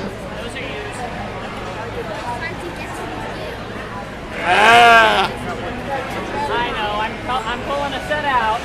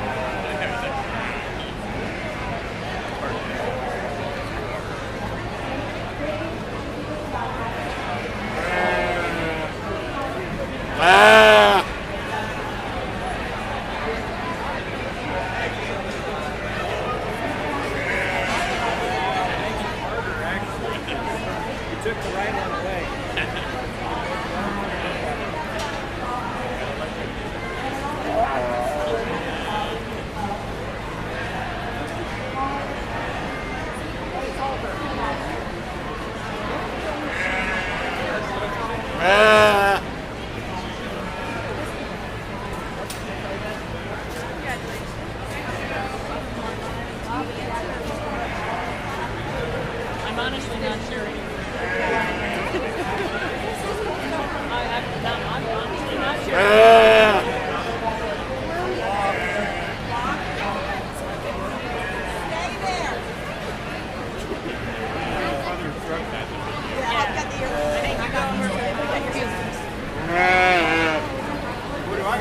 You're gonna come in here.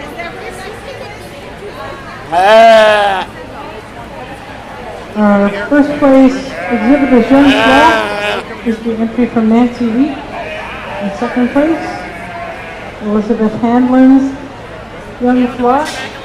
In third place, Rohan Wheat. And in fourth place, Alexis Jewelry. Yeah, that's fine. So now we'll have our full flock.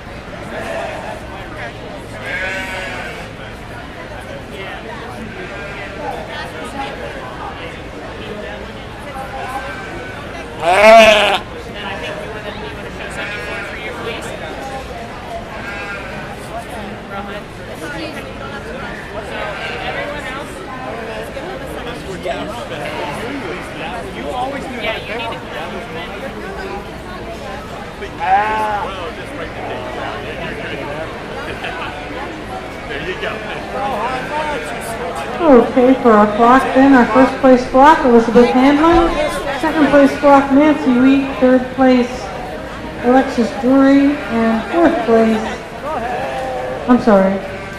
place, Rohan Wheat. Fourth place, Alexis Drury. So now we're looking for our best black border Leicester fleece.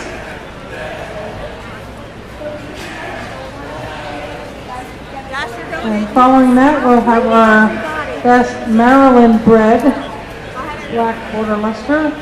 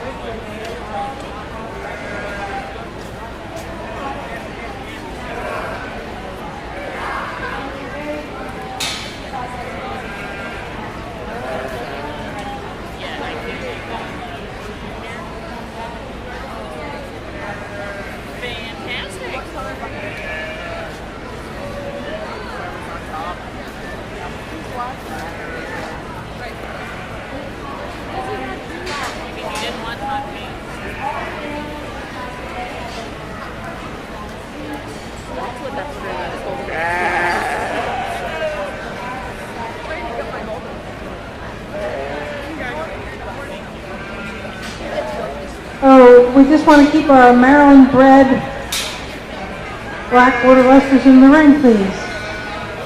And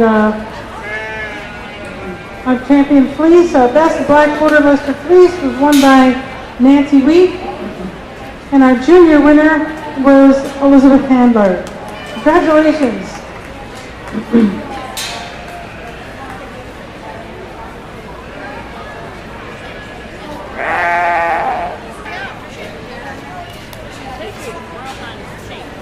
So we're just wrapping up our black border luster show, and we'll be rolling right into our natural colored fine and medium wool sheep very shortly, as soon as these guys are done. So bring up your combined fine and medium natural colored wool sheep ready to go in the ring, please.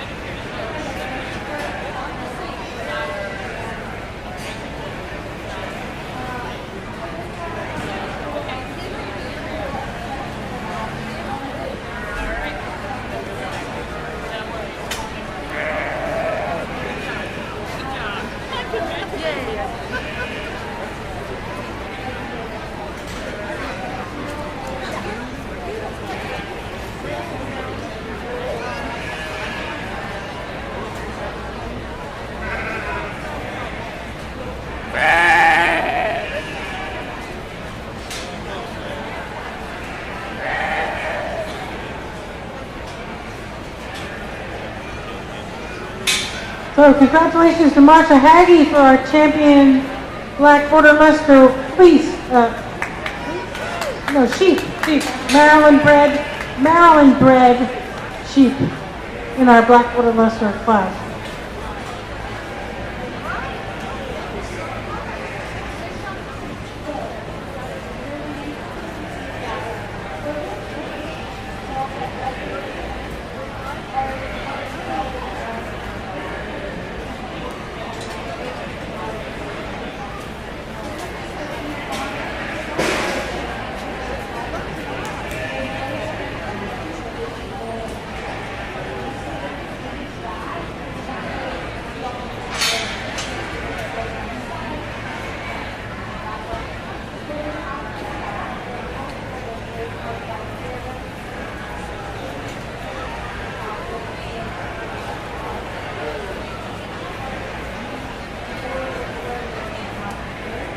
So thanks to all of our black border luster exhibitors this afternoon.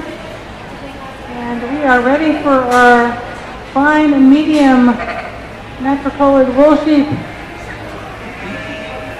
yearling rams. Come on up.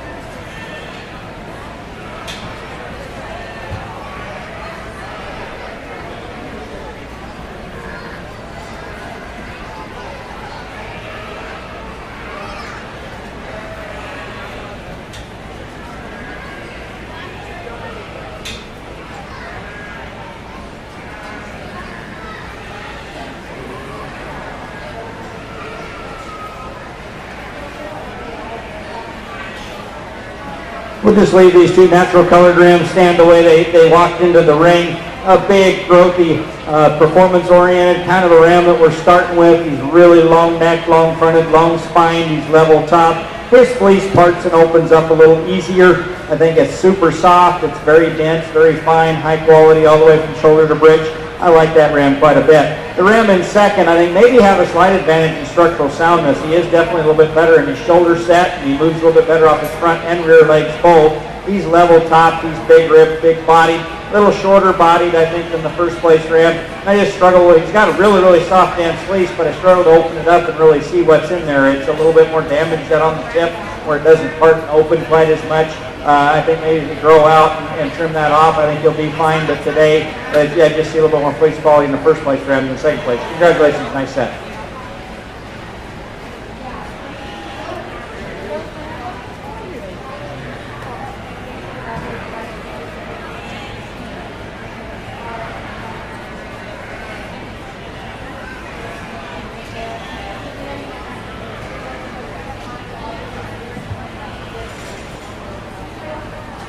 Here we have one early spring ram lamb.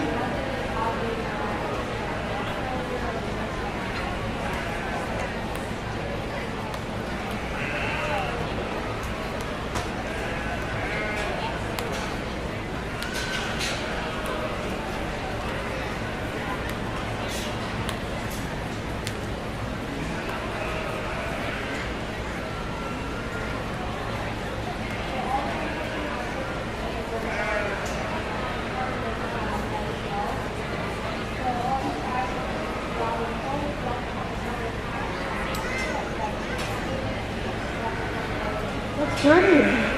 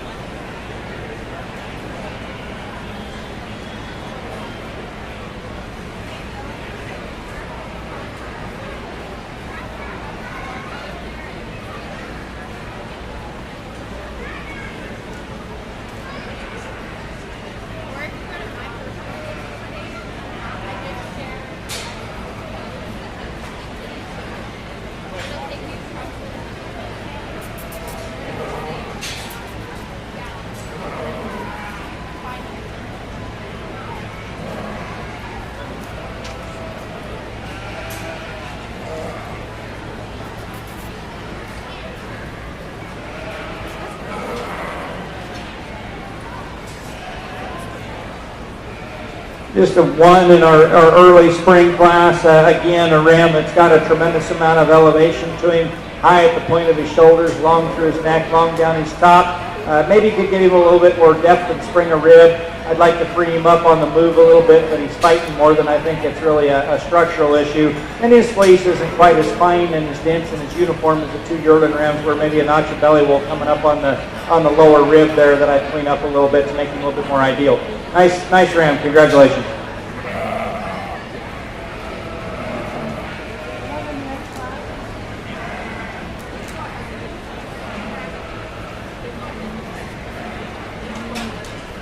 Okay, and that early spring ram lamb was from Annette Lovell. So we do our late spring ram lamb.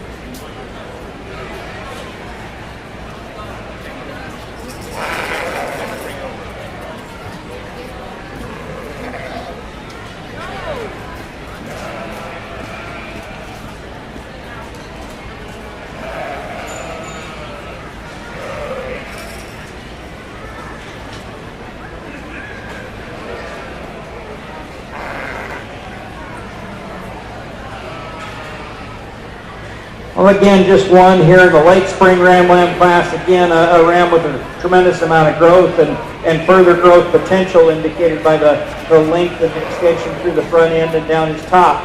Again, he could have a little bit more rib shape and dimension for me.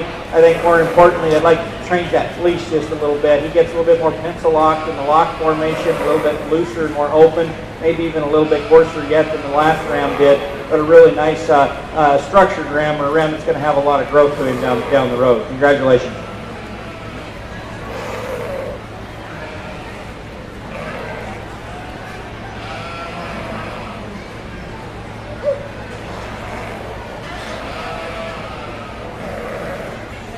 Results of that class, first one to on that level.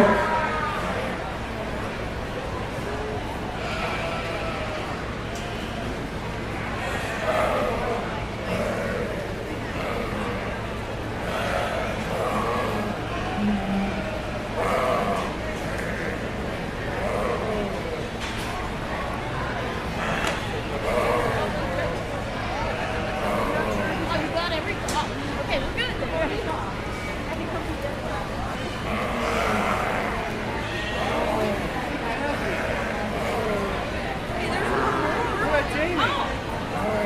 I thought you didn't need me. I was waiting.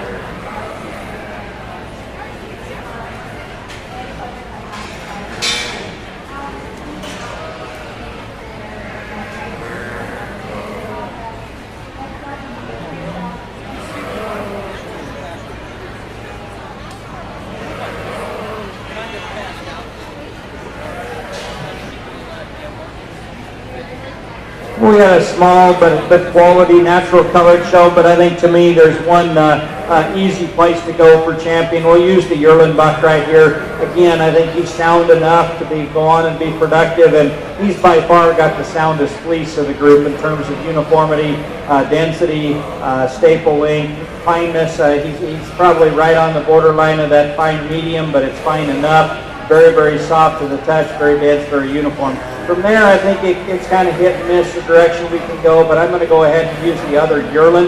Again, I think he's just a notch sounder in his fleece, a little freer from belly wool than the two ram lambs are, a little denser about that fleece than the two ram lambs are. He's a big, heavy body, very productive kind of a ram as well. So we use the two Yearling rams for champion reserve in this division. Congratulations, nice set.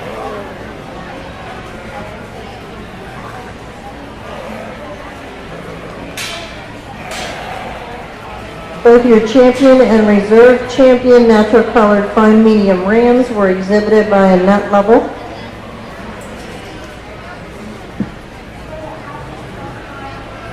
We're now ready for our U under 2.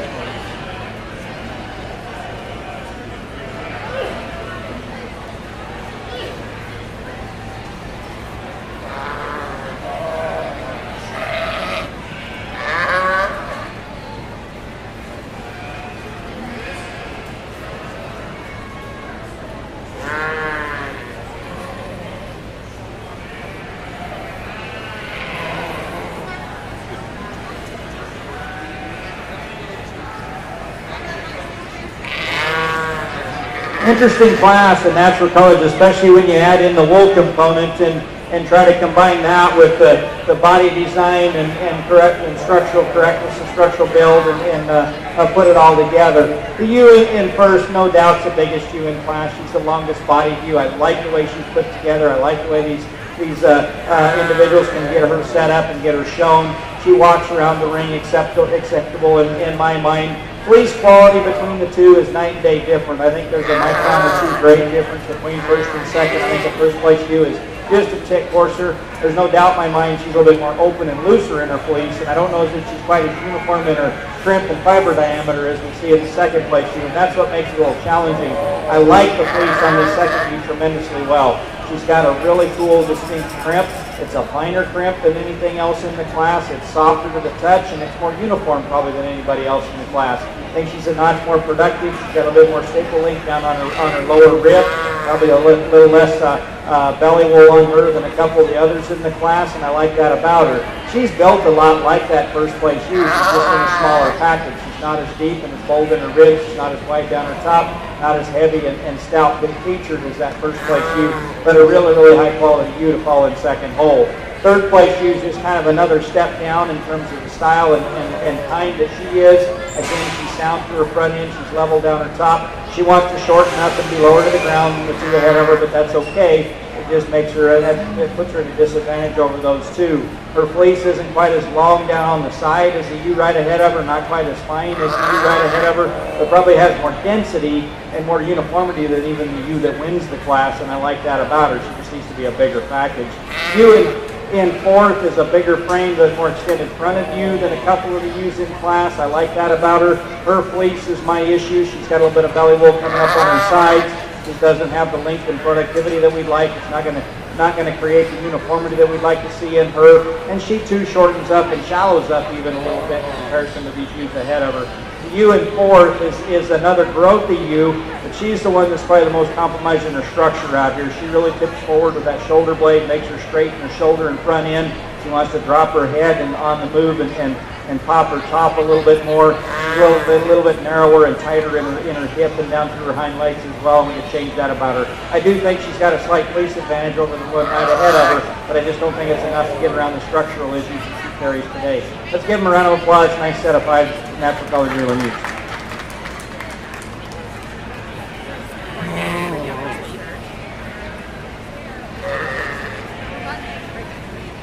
First place in your natural colored fine medium, U under 2 class, went to, first was Becky Ridgway, second to Annette Lovell, third to Jamie Lynn Widman, fourth to Jamie Lynn Widman, and fifth to Annette Lovell. In the ring now, a pair of yearling ewes.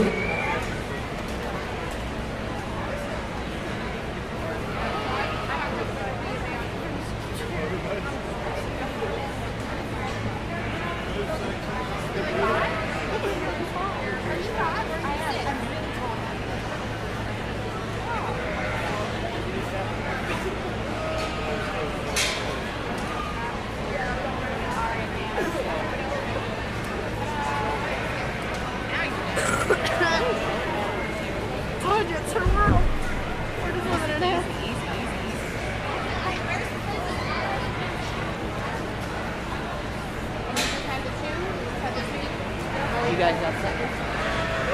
Cool. Results of pair of yearling ewes. First one to Jamie Lynn Widman, second to Annette Lovell, and a pair of yearling both sexes went to Annette Lovell. We're now looking for your fall ewe lambs.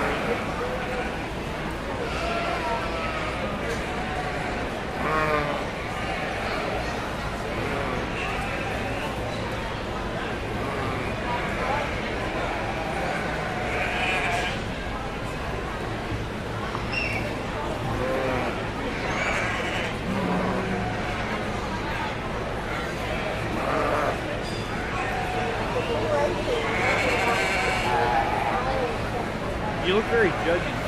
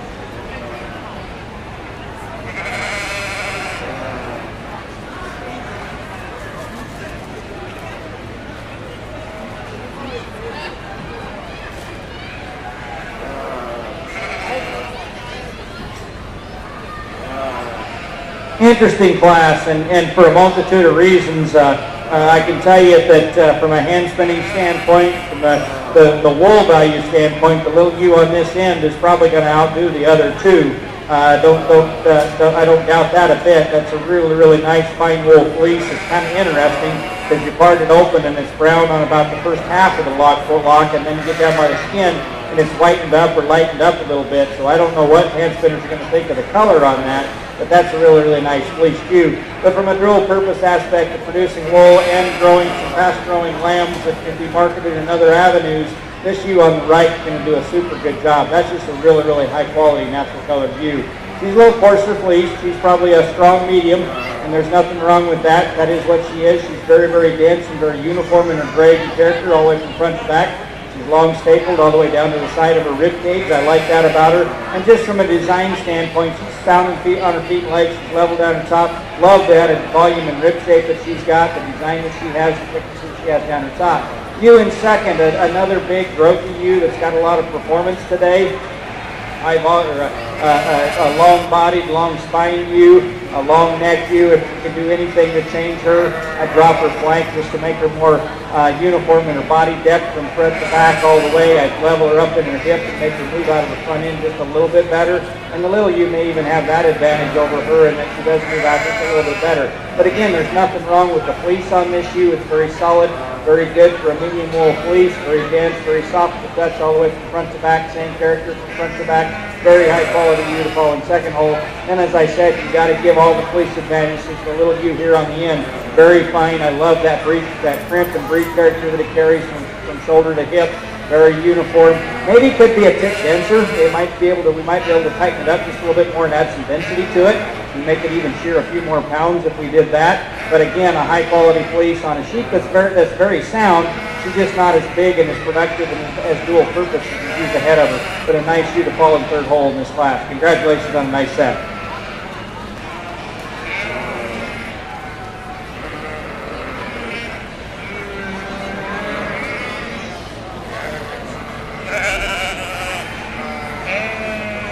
Results of your fall Yearling class, first and second went to Becky Ridgway, and third to Jamie Dietz.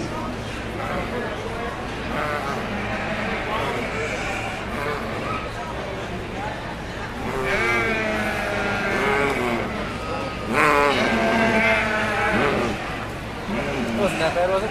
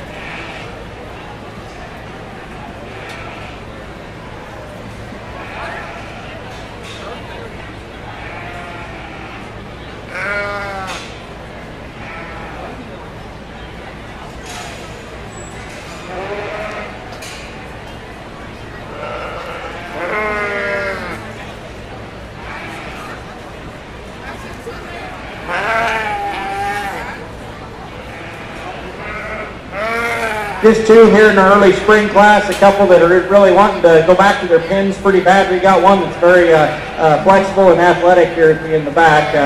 The ewe that we're going to start with just has more body to her. She's deeper ribbed, she's boulder sprung, she's wider top. The second ewe really feminine, high, a very, like I said, athletic ewe that wants to get out and move. I just don't think she wants to be here very bad today. I've changed the fleeces on both of them just a little bit. I just don't really like the character that they carry through their rib cage. There's a little bit, a little shorter and harder to evaluate right now. Maybe as they grow out, they'll look better. But to me right now, I've changed both of them just a tick in their wool quality. Congratulations, two nice ones.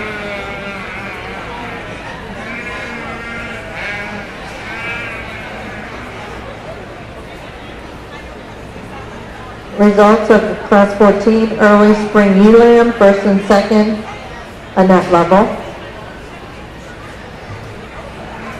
We're moving into our late Spring Ewe Lamb class, and we're looking for 2 entries.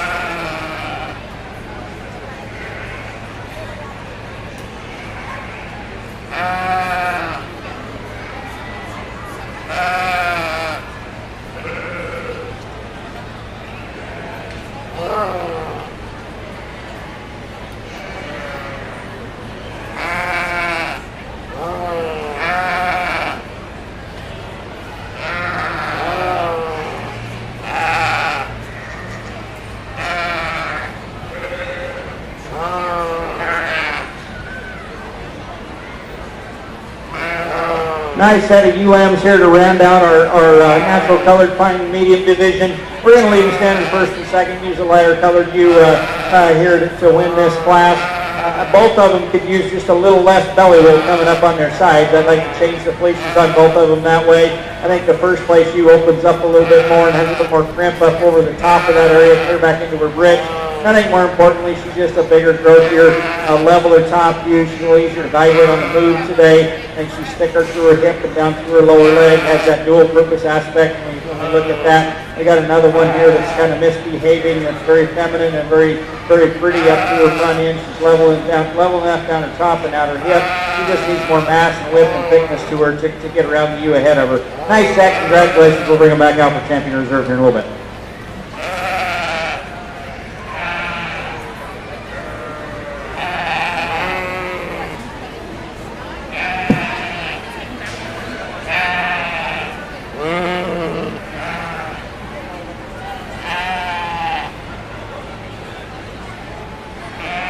Results of the late spring ewe lamb class, first one to Becky Ridgway and second to Annette Lovell.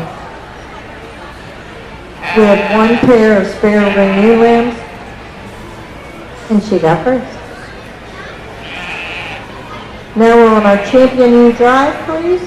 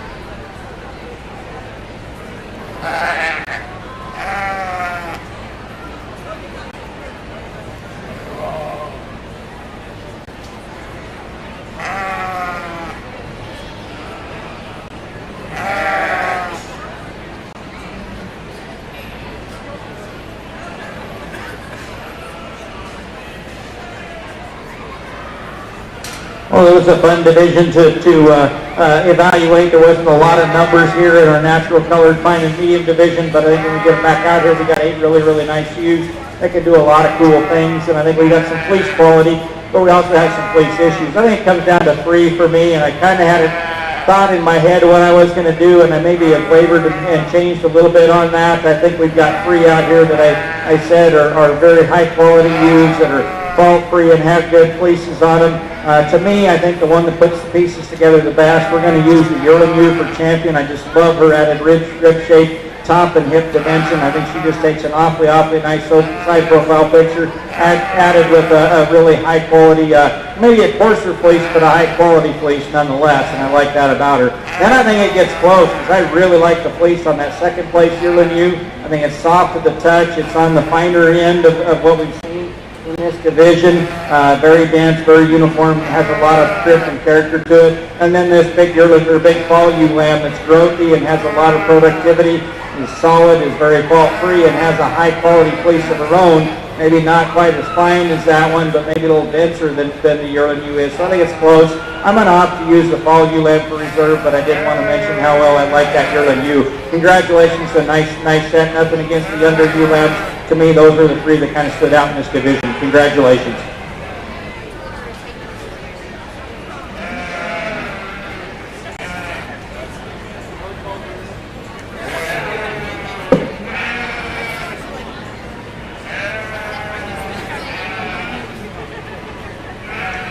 Both your champion and your reserve champion natural colored fine medium ewes were exhibited by Becky Ridgway.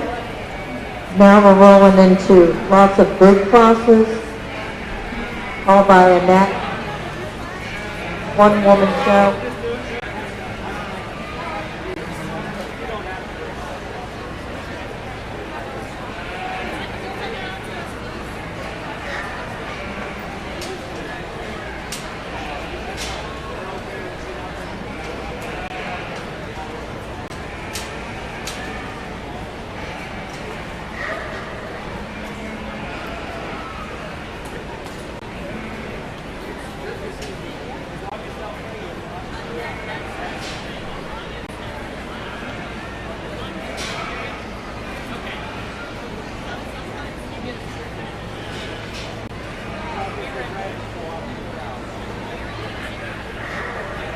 Okay, we're now looking for your natural colored fleece entries.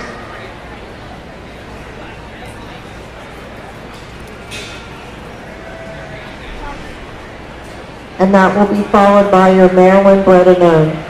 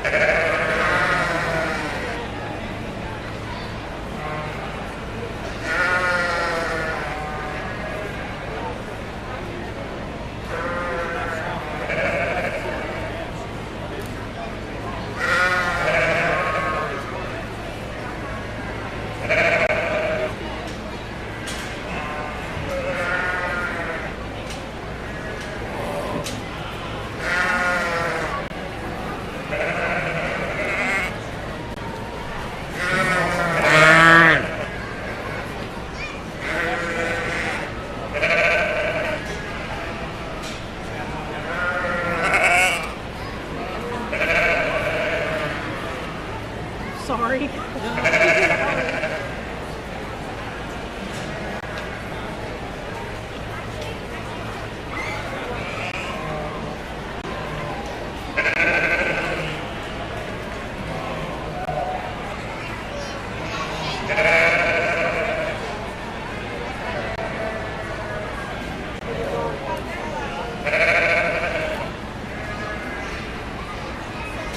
Your natural colored fleece was exhibited by Jamie Dietz, and your junior natural colored fleece was exhibited by Jamie Lynn Whitman.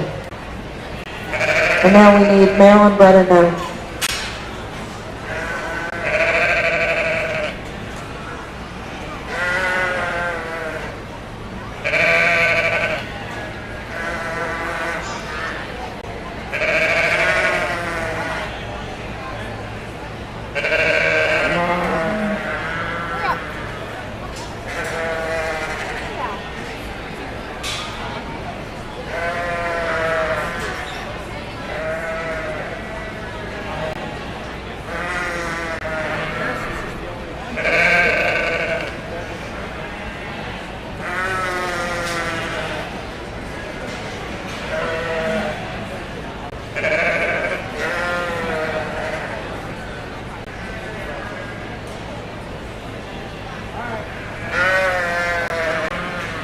The Maryland bred and owned animal for this division is owned by Becky Ridgway.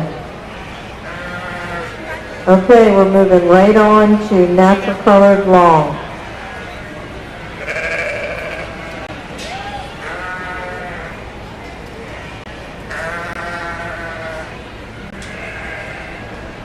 Our premier exhibitor is Annette Lovell, and our junior premier exhibitor is Jamie Lynn Woodman.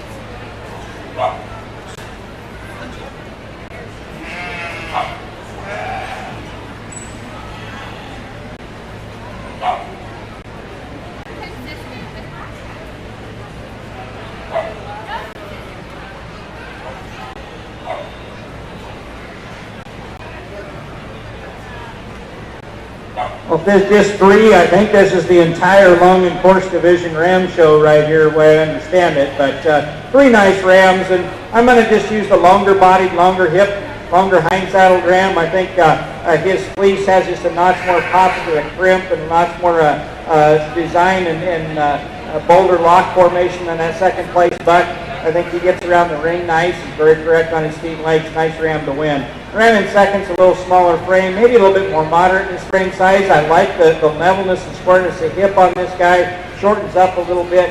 Fleece doesn't open up quite as easy with as much bold lock and crimp that we see in that first place buck. The two really nice Romney rams here. And we got a crossbred buck here that brings up the third hole in here that I like him from a fleece standpoint. Very dense and uniform fleece.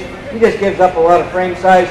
Not as structurally sound. He wants to roach his top just a little bit more on the move. Wants to drop his hip just a little bit, bring those hind legs under him. Change his structure a little bit and move him up a spot or two. Congratulations, nice set.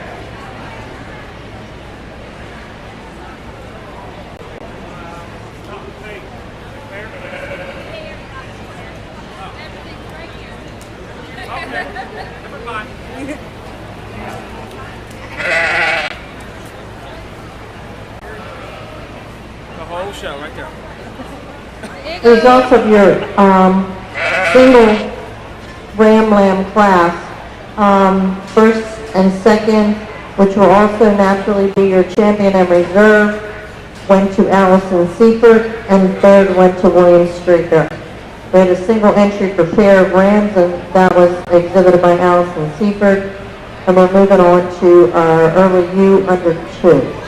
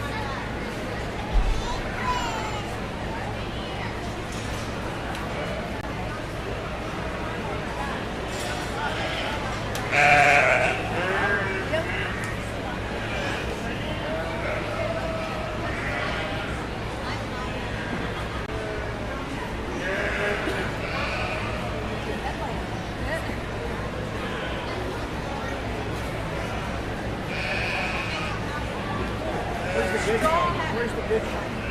So, coming. Oh, okay. I thought maybe It's not their sheet. It's not their sheet. Oh, she's asleep. Yeah. You get part 2 today. You just get excited. Lily and Bingo are one of the Yeah, sorry. That one's This way.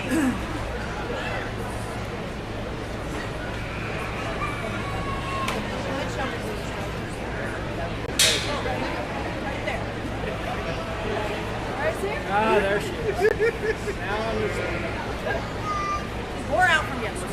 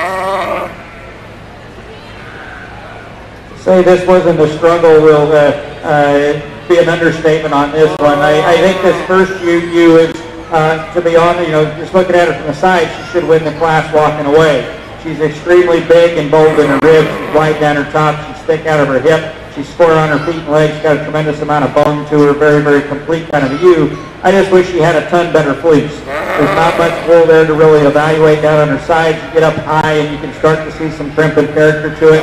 But I really wish she had a little bit more down low that we could evaluate and really get a handle on fleece quality. And I don't think I could run with her all day long. But I just had some reservations with the fleece quality, and it is still a wool breed. Body-wise, she wins all day long. Ewe in second, there's nothing wrong with her in terms of structural soundness. She's not quite as cool to look at and fancy in her features. She's a little bolder through her front end, but she's the fleece sheep in the class. She's got a long stapled, heavy shearing fleece. It's got a big, bold crimp. Very, very indicative of probably the Romney cross. I think there's some character there, some fleece quality there. So I ran her in the second hole. This crossbred ewe that comes in third here, the more border Leicester cross, I think she's got as good a fleece on her as some of the purebred borders we saw earlier on. Really like that crimp and character of this ewe. She's a big, solid, soggy middle ewe. Got a tremendous amount of maternal look to her and some rib shape and dimension. She's wide down her top. I changed her hip and her hind leg set just a little bit and give her a little bit more depth of flank just to balance her out just a tick. But there's a lot of good qualities in this ewe that can make her a very dual-purpose ewe going down the road. Then we got another ewe here coming in next. It's really extended and up-fronted, long neck, really level in her design as well. She too has got some fleece issues in terms of having fleece quality down low, that the lack of fleece quality down low on her side. She's got big bold crimp when you go up and around and over her rib and then kind of plays out into her bridge, and I changed that about her. I'd like to give her more width and thickness throughout as well to move her on up the line. She's just a really classy ewe, but not enough of her. Then we got a ewe that we round out the class with. It's got an interesting fleece. It's clean, but it just doesn't have that pop and doesn't have the crimp and character to it. It doesn't part and open as easy as I'd like it to see. She's a little more compromised in her structure. She wants to get a little rounder out of her hip. I do like her body width and dimension, the depth that she's got there. Change her fleece and change her hip a little bit and you can move her up. Nice set. Let's give them a round of applause. Congratulations.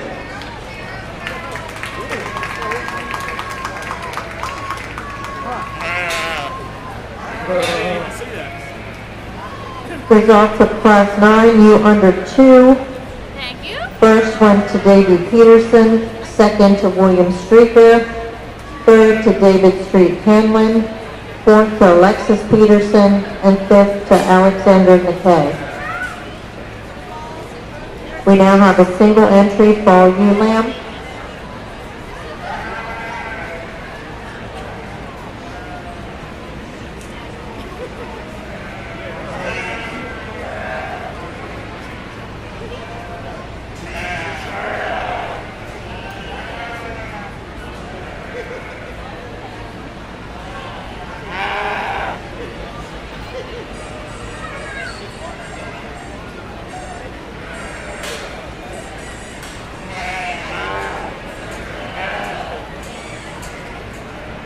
Nice fall ewe lamb here. You part and open that fleece, and it's got that big bold crimp, that heavy lock formation.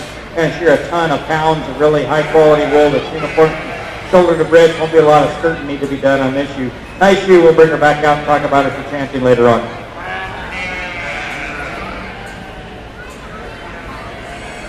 First went to William Streeter.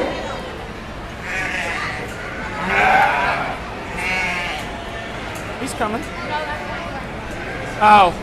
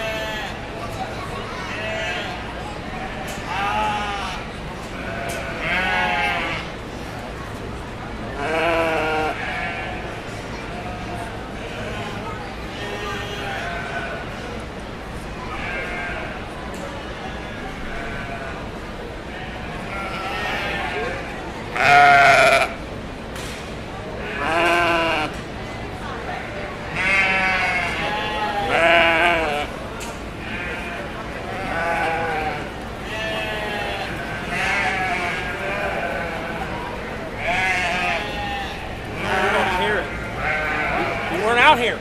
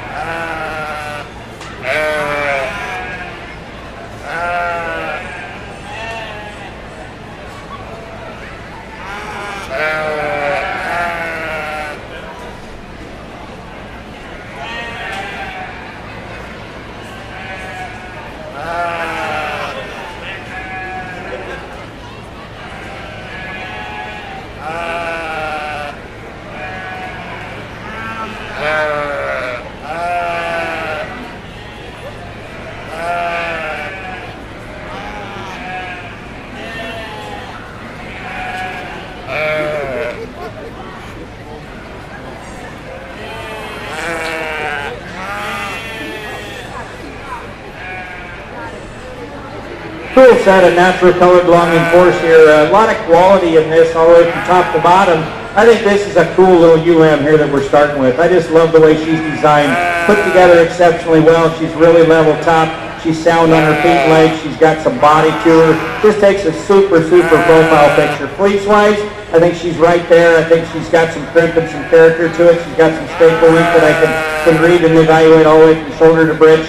Just really like the way this shoe looks when she walked in the ring, and it's just pretty hard to get around her. We gave up some frame size for the U that's in second. I get that. She's a big, high-volume, heavy, design-heavy, structured U. She's just not quite as correct on the move. When she gets out and moves, she wants to pop her top just a tick more. Wants to got to get up underneath herself just a little bit.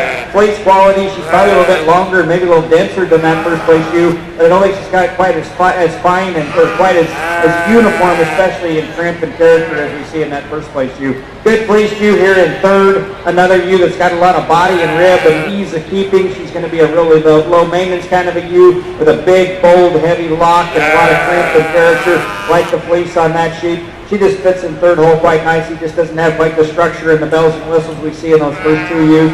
Nice ewe to put in third.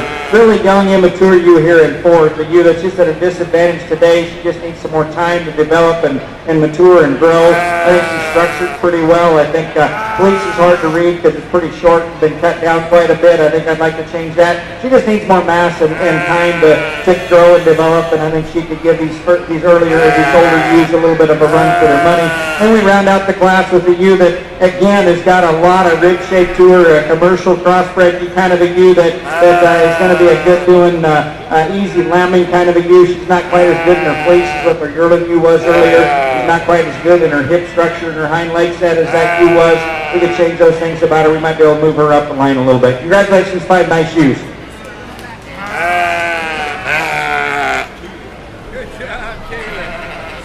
First and second place ewes were exhibited by Alexis Peterson. Third went to William Streeter. Fourth went to Wayne Anderson. And fifth went to David Street Hanley. Next in the ring are our late spring ewe lambs.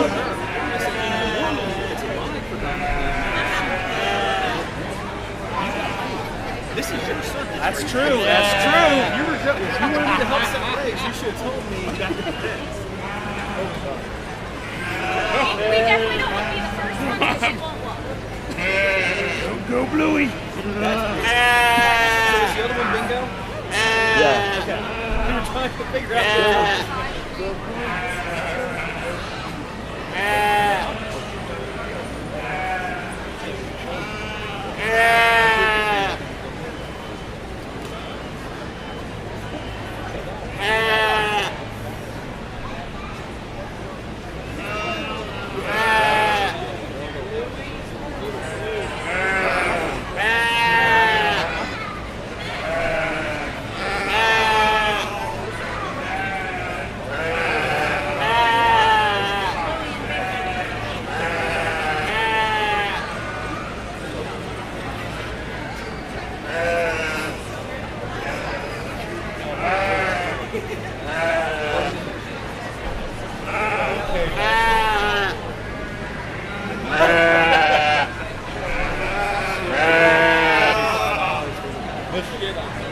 This is over.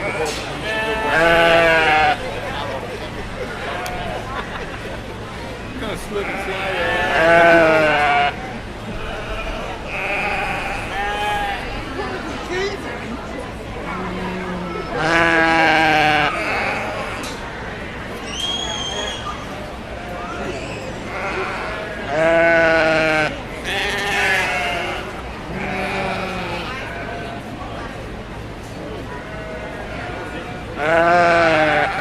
Yes. Yes. He said, it's her shot. She's down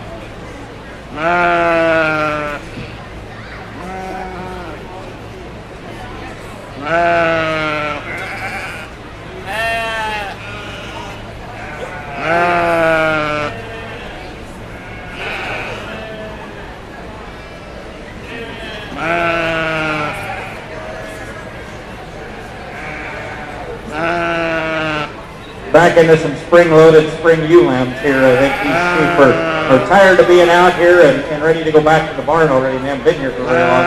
We're going to start with the ewe in here on my right. I think a ewe that combines a really high-quality fleece with a high-quality design as well. She's good on her feet and legs. Didn't want to show real well today for the exhibitors, but all in all, she's long and level down in top. She's got some design and some structural soundness to her feet and legs. Gets her on the ring fairly well, but she wants to relax and move and travel. And with a good enough fleece, I think she can pretty easily win this class.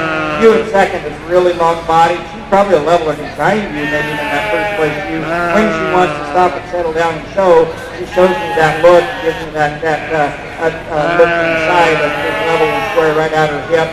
She's just a little shallower around her rib cage. Get her up behind her, she narrows up a little bit, probably to use on both sides of her. And her fleece isn't quite as high quality as the one ahead of her, or even the one behind her, I don't think at this point. But she does have enough extension and there's enough more correct on her feet and legs that I use her over the ewe in third. Ewe in third's a little different, kind of a crossbred ewe here. She's a little lower to the ground. Again, I like her rib shape. I think she's going to be an easy keep and easy doing ewe. She's not quite as correct in her hip and hind leg as some.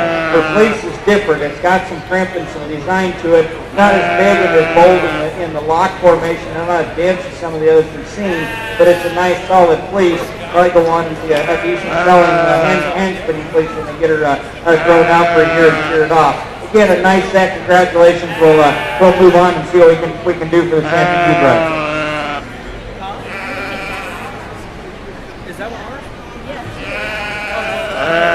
Results of class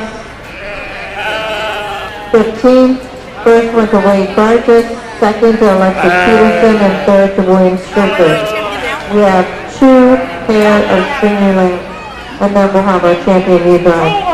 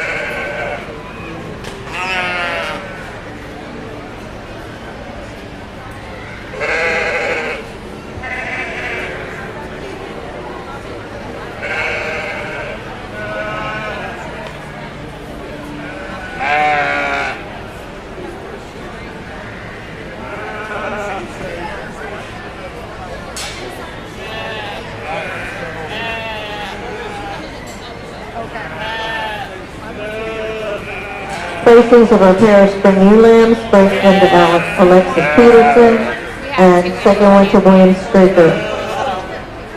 We'll now have our champion ewe drive.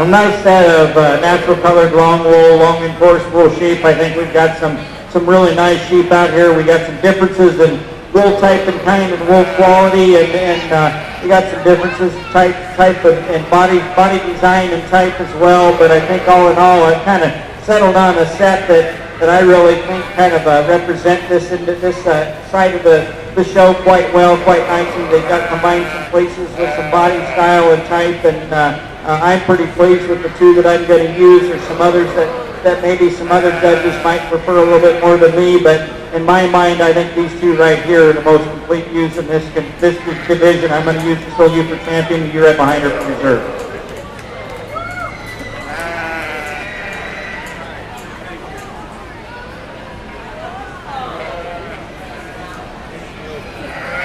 The early spring U was 6 and reserve was both exhibited by Alexis Peterson. We now have Class 20, pair of both sexes.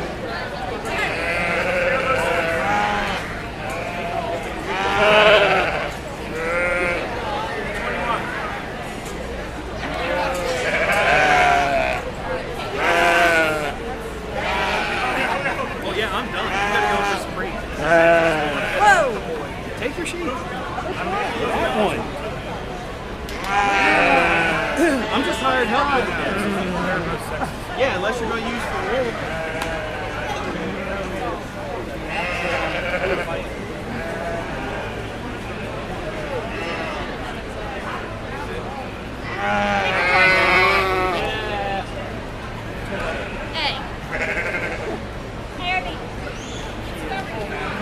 Go in with Tulip.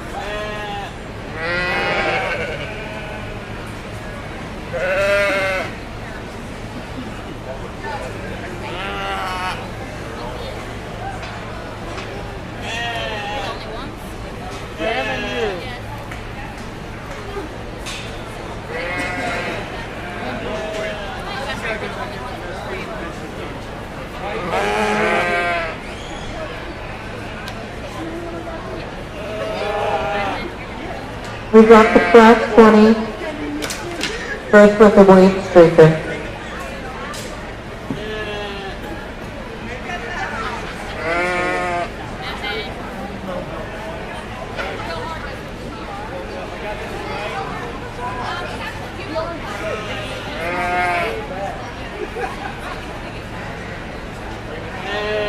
Yeah, I know. Come on. Everybody's waiting on you. We have 10 up to war.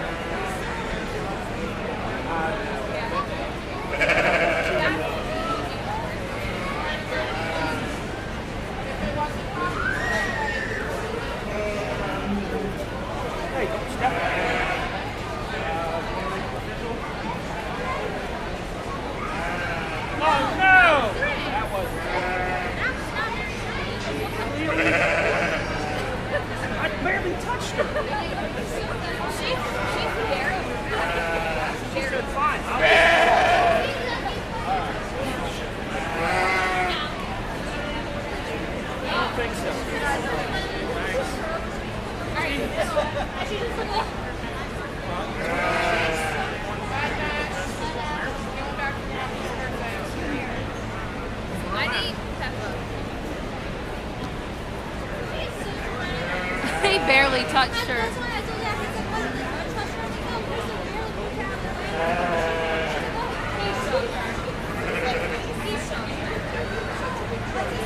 Okay, results of 10 of 4 and Exhibitor's Young Flock with William Straker.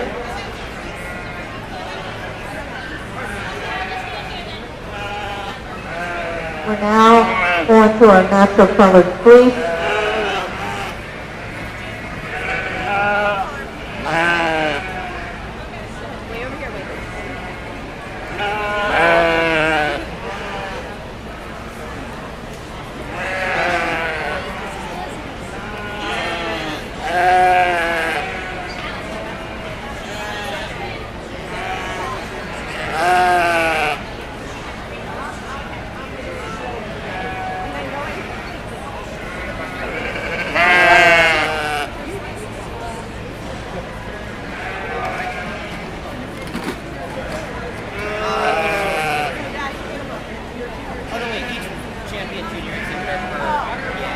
Thank you.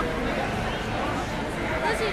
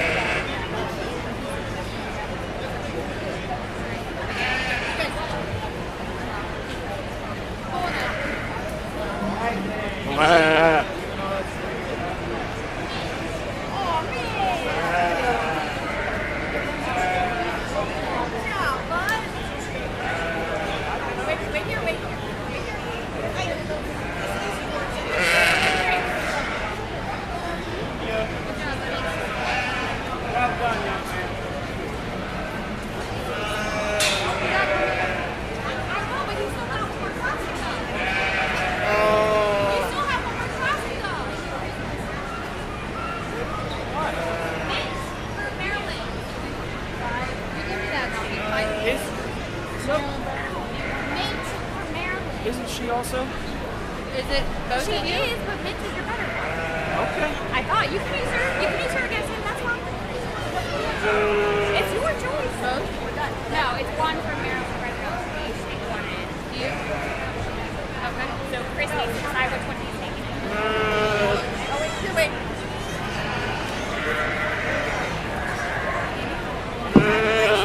Okay, now we need a Maryland bread and combination. I'm only expecting 2.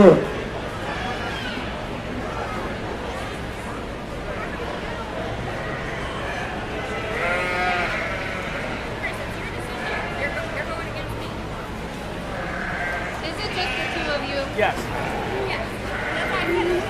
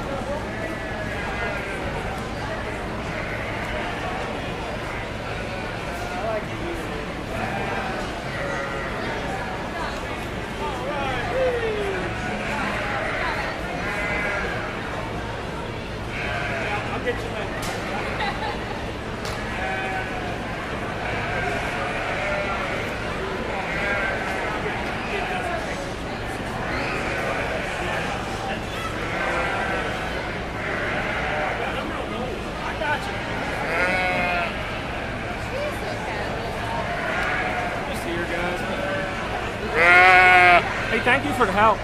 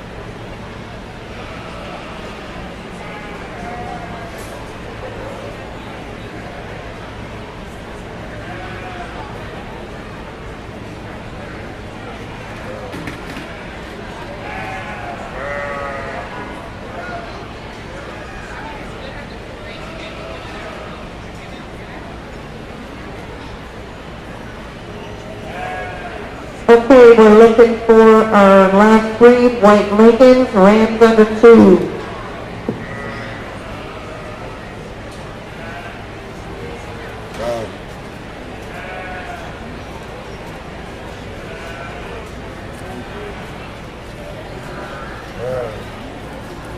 If you need help, let me know.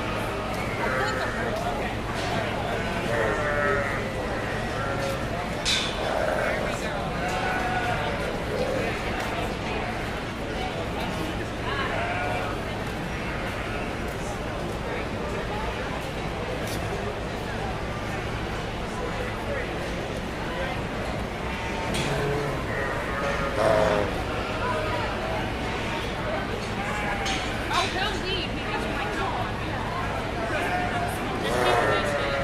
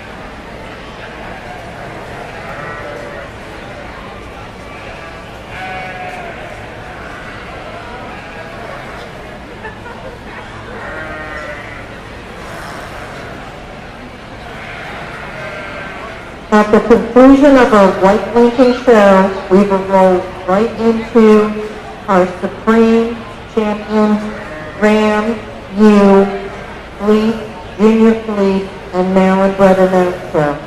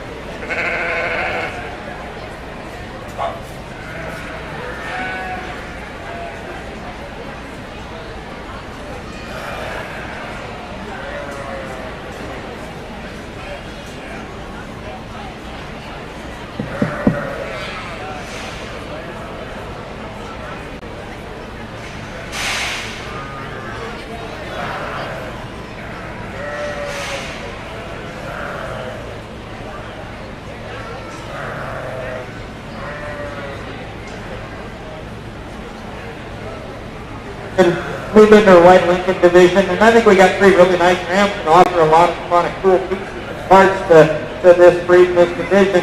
We're going to start off with, to me, the most fault-free ram of the three. He's not the biggest handed and the thickest made ram. He's not the most muscular ram, but I think he's extremely correct on his feet and legs. He gets out and moves off his front end, and the back end tracks right square behind him like he should. I like the fleece on this ram in terms of the crimp and character standpoint. That crimp is right for the Lincoln breed. I think it's right shoulder to bricks all the way. Could be longer, could be heavier, but he's been shorn recently. He's shorter fleece than some of the other rams in here. But what fleece is there, I really like. I think this ram just kind of right at the top. The second place ram is one that when he first walked in, I thought this was one I could tie into. I like him from his rib back to his hip and hind leg. He's really square hip, square on his rear leg. He tracks wide behind. He's got some width and thickness to him. His fleece is longer and maybe a touch heavier, but I don't like the print quite as well as I do on that first place buck. And I want to change his mouth set. Just a little over on that bottom jaw, just a little overshot. I think that is an issue structurally. We can change that about him. We can easily switch that top pair. Third place ram is another sound enough ram. He is a little straighter in his shoulder, makes him buck over just a little bit on those front knees. We can change that about him. I think he's a little shorter bodied than the other two rams. He's not as thick and wide and have as much dimension and muscle as the second place ram. And his fleece is just not quite as attractive to me. It's a little more devoid of crimp. It's a little plainer and more refined in its rock formation. Not quite as uniform from end to end as the two rams above him. Nice ram to round out the three, though. Good set of Lincoln bucks to start off the White Lincoln show. Congratulations.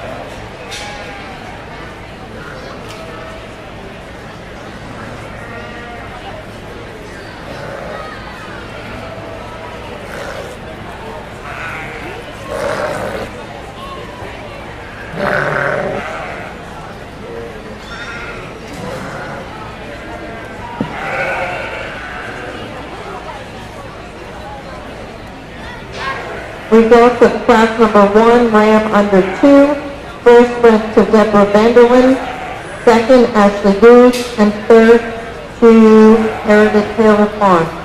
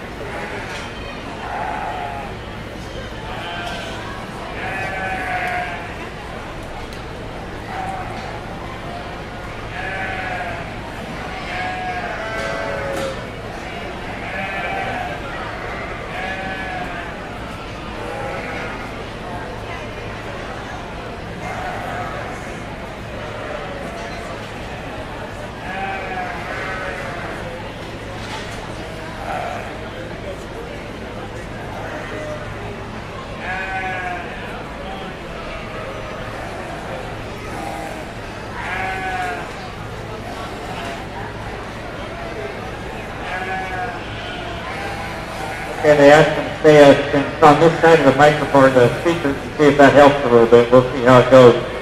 Three really nice rams here, but there are some things that I kind of hesitate a little bit on. This first place lamb, he is walking a little bit with a limp on that right front foot, but I'm pretty sure it's an injury and not necessarily a structural thing. But when you evaluate his skeletal design, he's tipped back right in his shoulder. He's good on his angles. He's good with his hip and his hind leg set. I think if he was feeling good and had caught that foot on something, I think he'd get out and move just fine. I would say I like his fleece from a grip standpoint in terms of uniformity, but I just would like to see those locks a little bit bolder and that curl a little bit coarser, a little bit heavier. I think I could say that about all three rams, to be honest with you.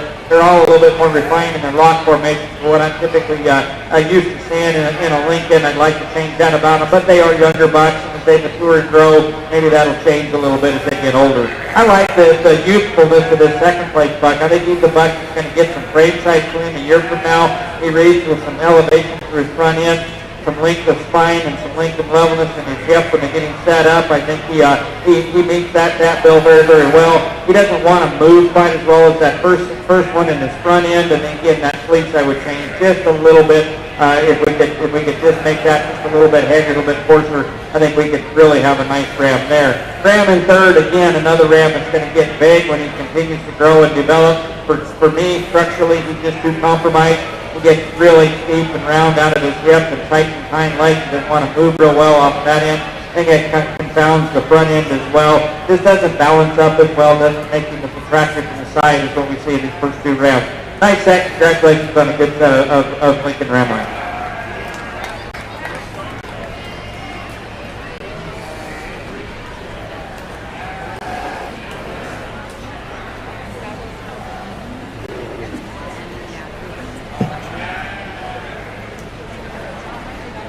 Winners of Class 4. First went to Deborah Moore of Heritage Hill. Second went to Deborah Vanderwood, Locust Grove Farm. And third went to Deborah Vanderwood, Locust Grove. Now in the ring, Class 5, Late Spring Ram Lamb. 4 entries.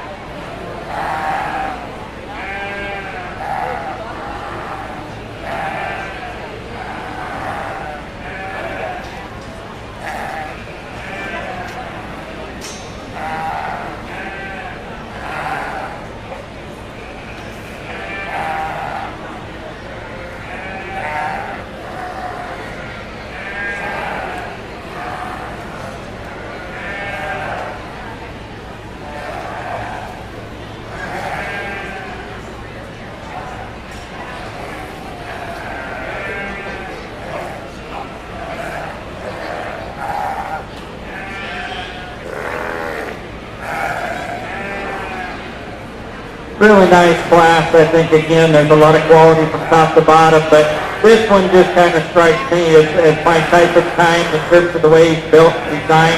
Very level, very correct, long body, level top. He's got a big top and a big hip. He's wide on his traction behind. His fleece, again, is very uniform from shoulder to bridge. If I could change it at all, I'd still make that lock formation a little bit bigger and bolder, make that curl just a little bit bolder as well. Maybe just forcing him up a little bit just to make him have that pop and that really, really good heavy Lincoln character. Somewhat what the second place Ram has is an advantage over back to that first place buck, but I really, really like that first place Ram quite a bit. Ram in second is much like him in terms of the way he's built through his loin, back to his hip and hind leg. Again, he's got that dual purpose, neat design to him. He's just not quite as good as his front end. He's a little straighter shouldered, a little more open at the top of his shoulders than that first place buck is.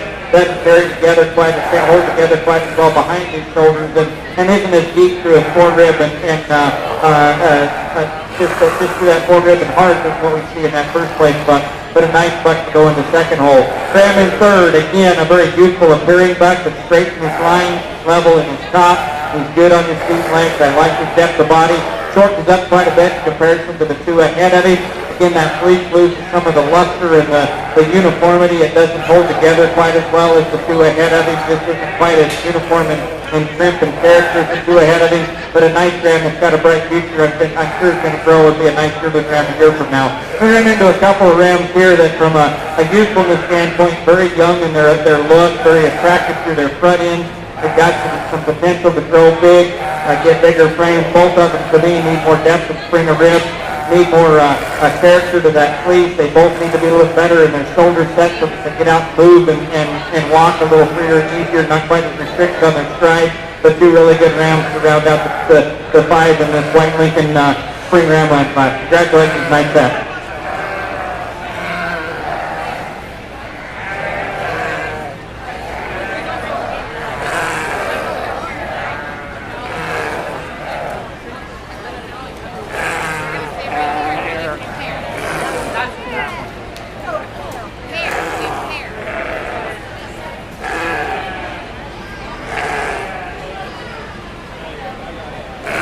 Results of class number 5. First went to Heritage Hill. Second went to Ashley Good. Third went to Deborah Vanderlyn. Fourth to Ashley Good. And fifth to Deborah Moore, Heritage Hill. In the ring now, a pair of rams.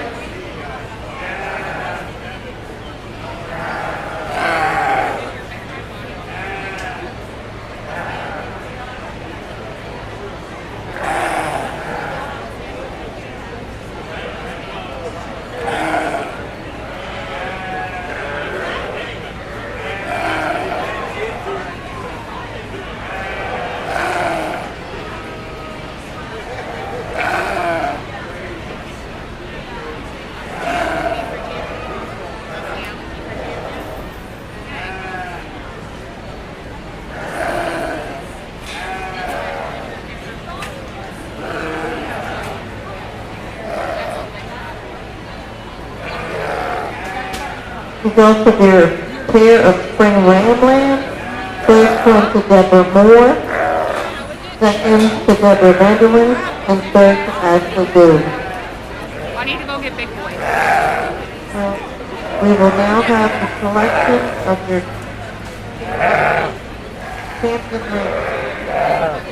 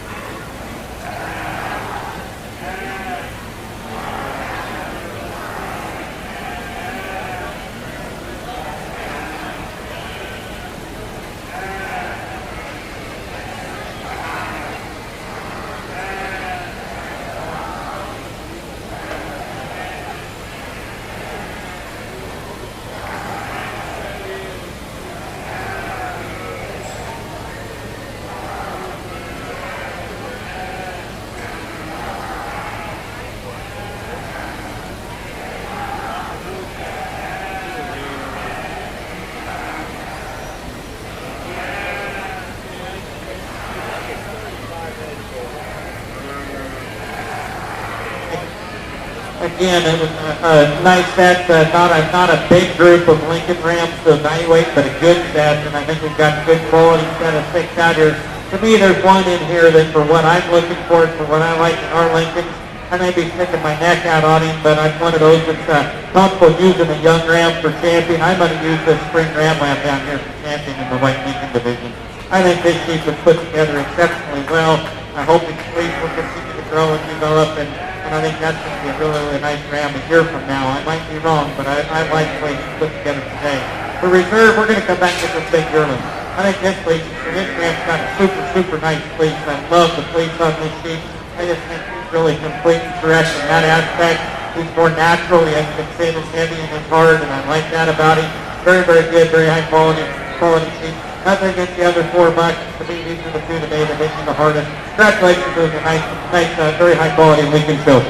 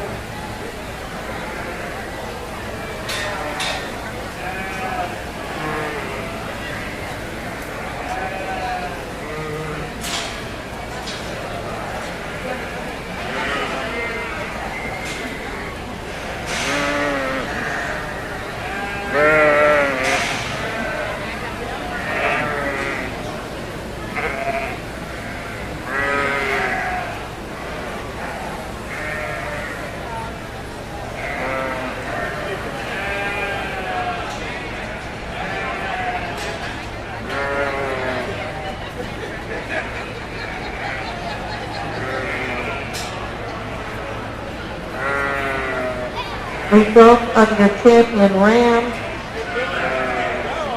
was exhibited by Heritage Hills Farm, and it was your late spring Ram, and your reserve champion was exhibited by Deborah Vanderwink out of the senior class.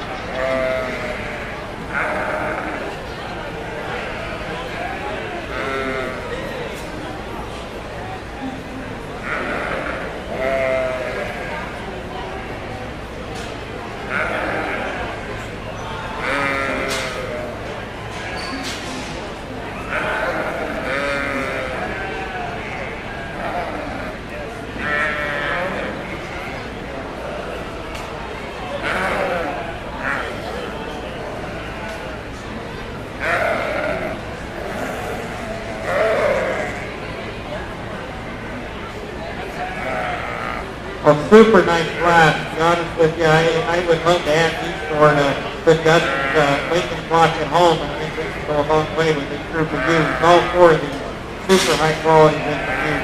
First one just kind of puts it all together the best for me. She's not the ESC in anything Fleece-wise, but I think she is a levelist, nice design, structural soundness. She's good in the shoulders, she's good in the front back legs, she's around the maybe she takes exceptionally well. And I think she's got a solid fleece. It's not the most, not the coarsest or the heaviest or any of that kind of stuff, but it's just very good, very solid, very complete kind of fleece on a very, very good ewe. Ewe in second's a bigger frame ewe, more extended, front end, more elevated, top and shoulders. Second probably longer hips as well. I like the fleece on this ewe in terms of that trim and that character, that big bold lock that it carries. It's not the heaviest fleece, not the densest fleece in the class. It actually goes to the one right below her, but I think I like that Lincoln character, that Lincoln trim, that Lincoln lock formation on her quite well. I like to change the hip structure just a little bit to get around that first place view. She wants to be a little bit steeper in her hips, just to tighten up the technique on her hind legs to compare to the ewe that beat her. The ewe in third actually maybe is a little bit better in her hips and hind legs. And as I said, she's got the dense fleece, she's got the straight fleece, she's still got some more oil in it. And I think it's just going to steer people around. I like the trips and tips of that fleece. She just shortens up quite a bit. She's a little heavier to her front end, ahead of her, but a nice view to land in third hole. Ewe in fourth, again, there's not a lot wrong with her. She just doesn't excel at anything. I think the biggest thing about her is her fleece is probably the lowest quality for me today. It's the most devoid of crimp and character. It's got a little bit more break in terms of how that character carries or print carries from shoulder to bridge. We can make her a little bit more uniform. We can move her up. But she's a sound enough. She gets a little deeper fronted, deeper chested than those ahead of her. But she moves around the ring good enough. Just need to change her fleece a little bit to get her up higher in this class today. Again, four really nice views. I can see these views scrambled in place in a lot of different directions. Congratulations to each of you.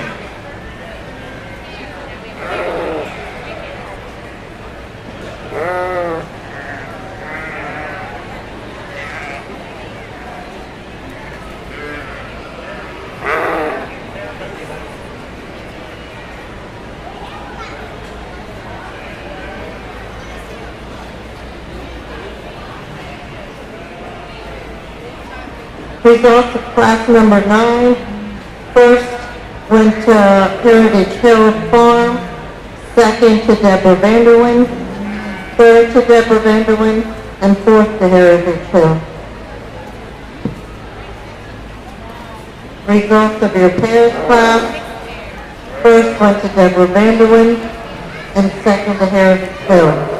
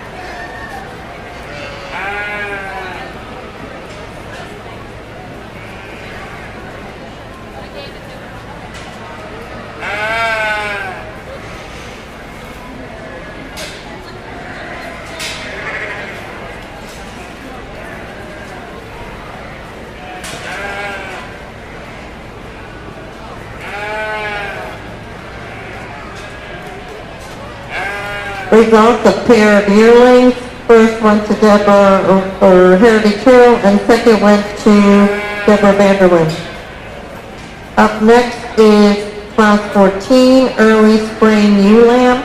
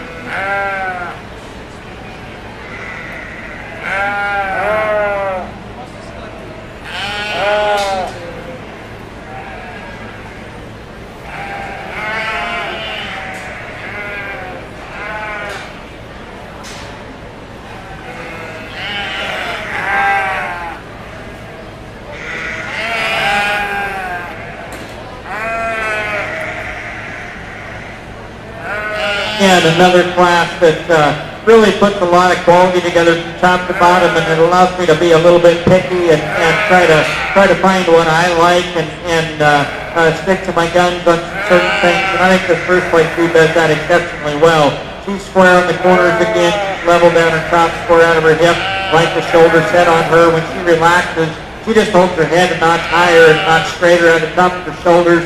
When she moves around the ring, she elevates that head higher than you in second. And I think she's got the heaviest fleece in this group as well. She's got that big, bold crimp and lock formation. It could be even a little bit bigger lock formation on this shoe, but I think she's still got that advantage in this class over the ewes below her. I like that about her. Ewe in second, she's a longer body, probably more feminine fronted ewe. She's extended as well, but she's just a little bit straighter in her shoulder. She doesn't want to relax and show quite as well for the Exhibitor. Fleece isn't quite as dense and as heavy there on the side as what I see in that first place ewe, but a ewe that's got a super future, probably going to be a really great big yearling ewe. Same can be said for the next ewe. She's got that elevation through her neck and shoulder. She's really feminine about her front end. She's level down her top. She could be leveler out of her hip and track a little bit straighter on her rear legs maybe, but I think that's a nice ewe there as well. Very soft fleece, a fleece that again just doesn't have that big bold block formation that I'd like to see typical of a Lincoln, but it's still very uniform, very high quality fleece. Round out the class with a ewe that again has a very soft handling fleece, a fleece that's very uniform from shoulder to bridge. Her problem is she wants a little shallower and rounder in the rib shape than the ewe ahead of her. She really wants to roll and drop her tail head off of her hip, kind of bring her hind legs up underneath herself on occasion. We could change those things about her. We could move her up as well. Again, 4 nice ewe lambs. Let's give them a round of applause. Congratulations.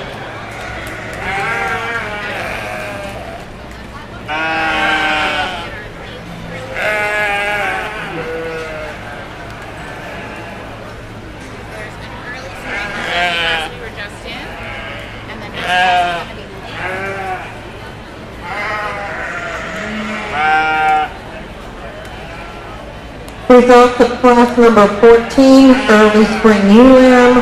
First and second went to Heritage Hill Farm. Third to Deborah Vanderwin. Sorry, I'm getting tongue-tied. And fourth went to Ashley Good.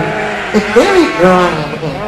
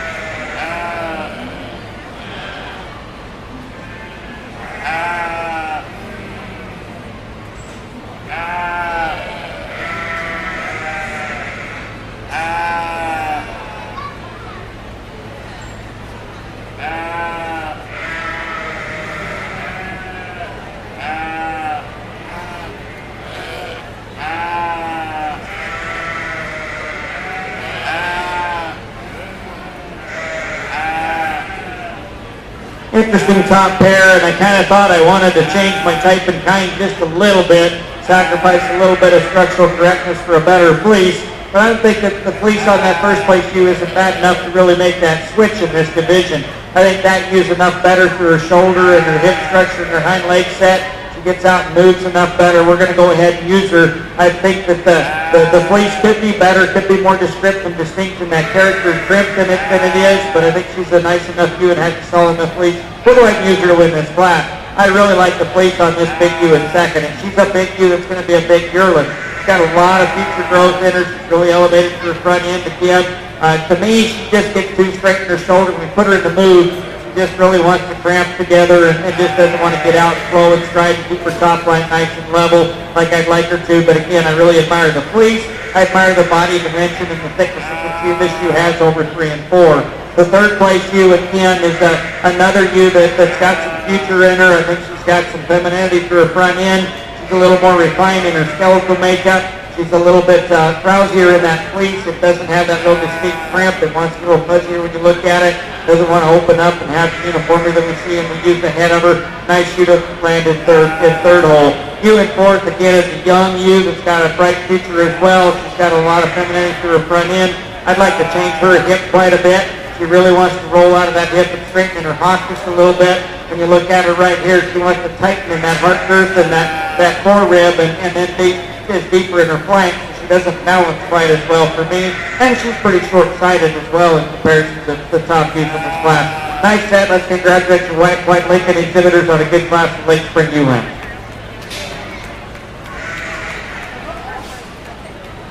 Results of class number 15, late spring UM. First went to Heritage Hill Farm. Second to Deborah Vanderwyn. Third to Deborah Vanderwyn. And fourth to Heritage Hill Farm. Next, pair of spring UM.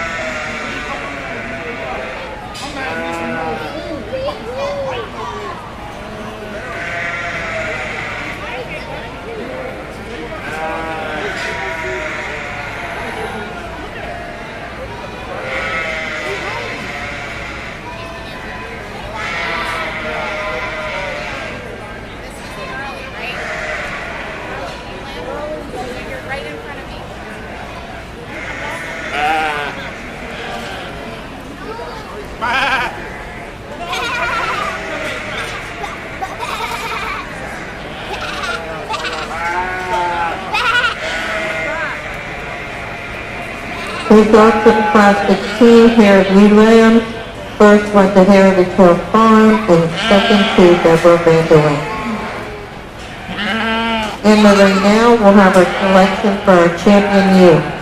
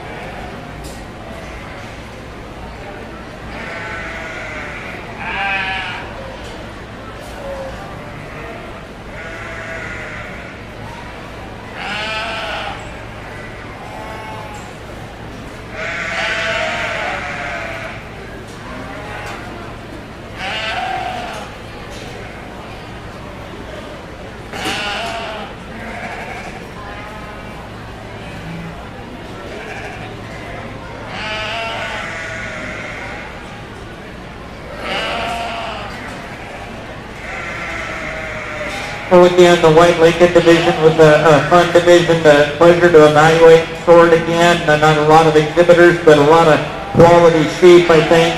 And when we get these 6 back out here, they all do a certain thing a little different maybe from each class for what the breeders are going to want them to do. But I think that all in all, there's 6 really, really nice females out here. I think a champion reserve, it comes down to, I think they're all going to come out of these first 3 E's here on this side. I really like the type and kind and design of this little ewe lamb. Again, she's very correct on her feet length. She's good down her top. Maybe not quite as flashy in her fleece as several of the other ewes out here. I think that's maybe the one thing that I'd improve on her is just give her a little bit better, higher quality fleece. The ewe lamb here in the middle, again, a very complete, very correct kind of ewe that I do like the fleece on her. And if I can change her in comparison to the 2 on either side of her, give her just a little bit more depth of body, a little shallower rib. Maybe she's a little bit steeper in her hip too, but that's being ever so critical on a really, really nice shoe. Then we got a big attractive yearling ewe here that again, I like the fleece on this shoe awful well. A tremendous amount of thickness and width to her. Got really a lot of body on her. She's maybe a little shorter fronted than some if you're going to go to the next show. There are going to be some that are going to be a lot classier through their front end than she is, but I like that kind of sheep. It's got some mass and body and some maternal look to her with that kind of fleece quality. I'm going to go ahead and use the yearling for champion and come back to this little ewe lamb here in the middle for reserve, just because I think they combine the body and the fleece quality to a high degree. Congratulations on a nice set. Congratulations. Good job, guys.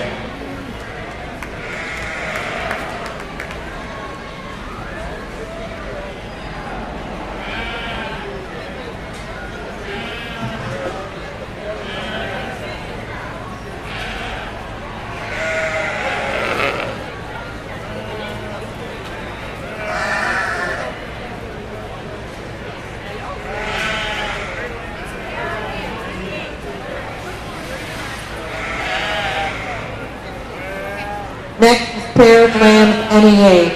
Your champion and reserve ewes were exhibited by Heritage Hill Farm.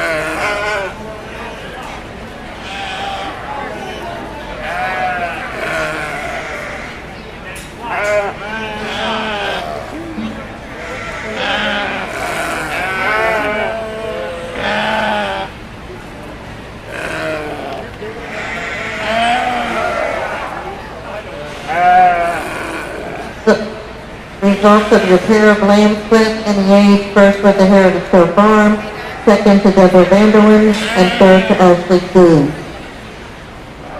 We now have 10 of 4.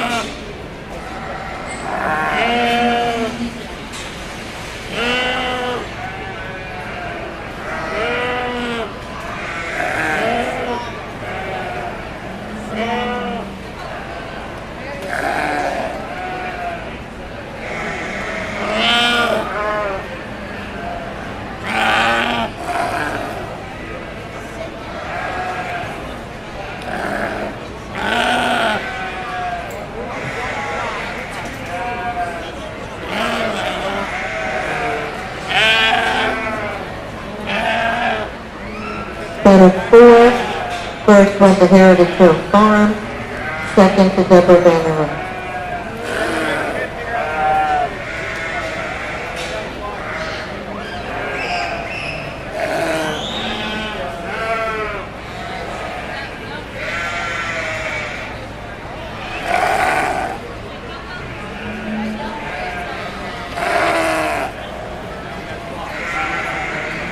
And our last class is the flock before our White Lincoln Fleece nomination.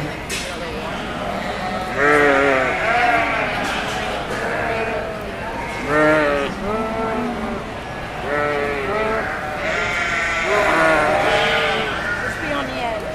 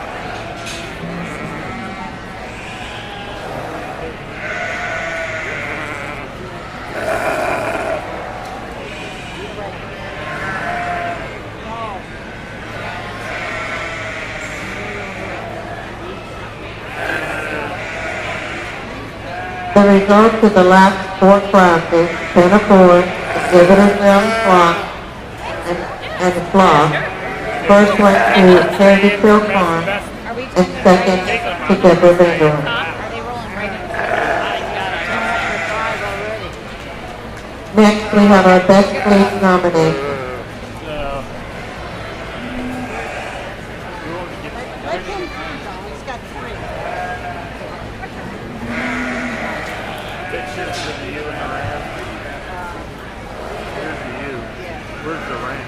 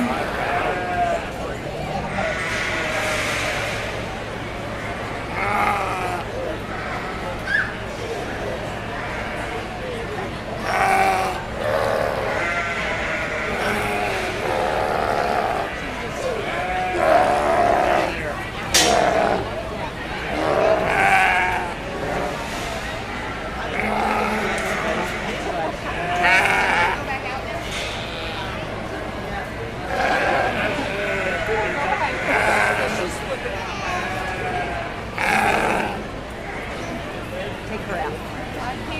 She can go back in. Okay.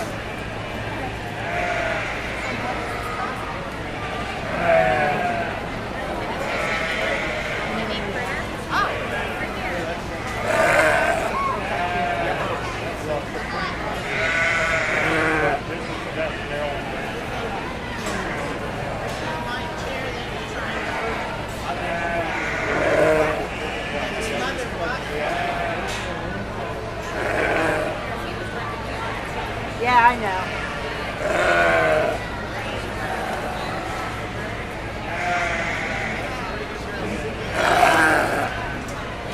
Our Best Fleece exhibitor is Deborah Vanderland, and our Lone Maryland exhibitor for Brendan is Heritage Hill Farm, and Heritage Hill Farm is also our premier exhibitor.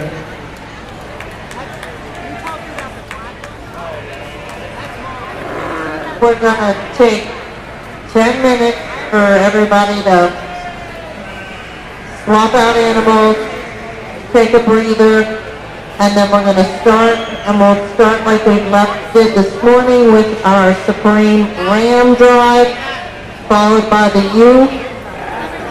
At the conclusion of the show, we'll have like a 10-minute fast and quick exhibitor meeting, and then I'm done up here.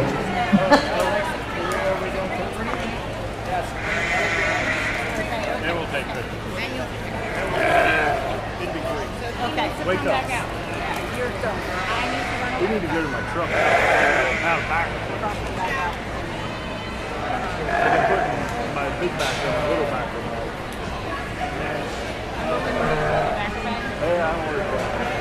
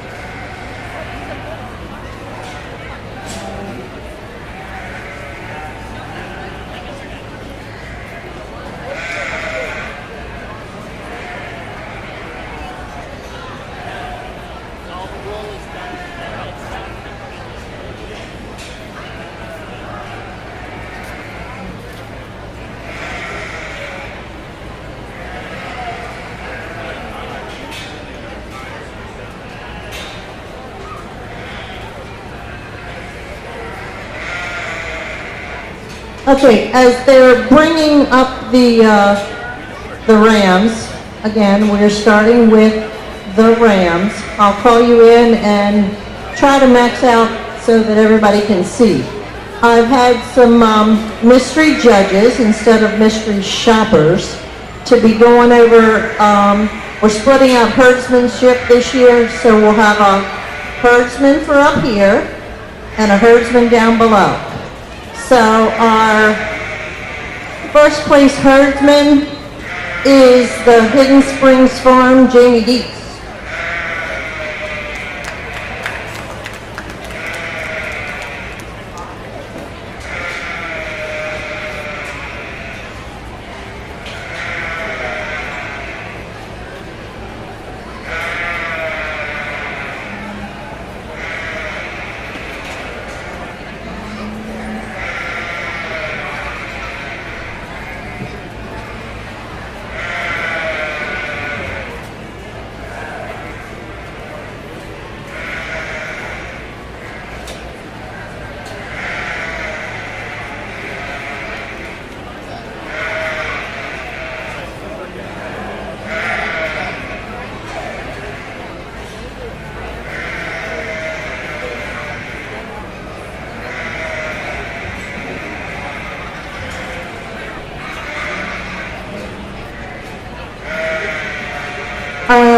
Second was Misty Rose Farm. Third is Old Line Ovines. Fourth is Two Pete's Farm. And fifth is Overlook Manor. So we just have ribbons for everybody.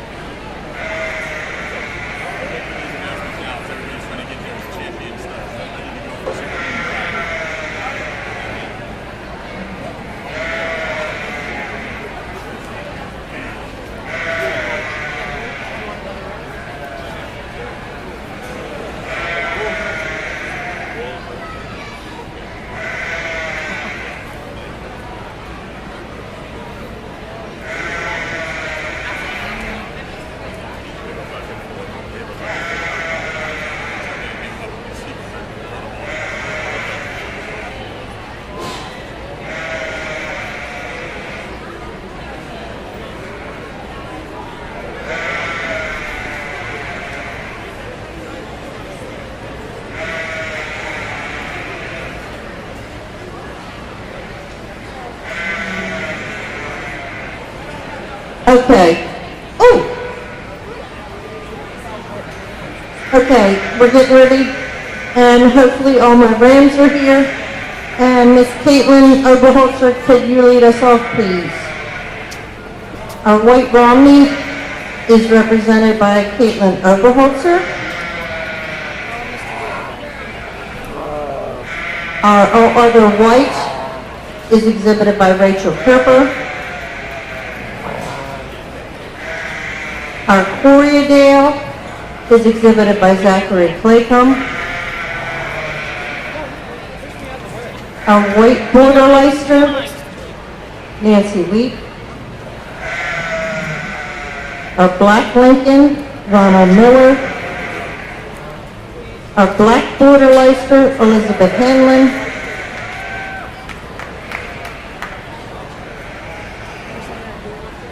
Our Natural Colored Fine Medium, Annette Lovell.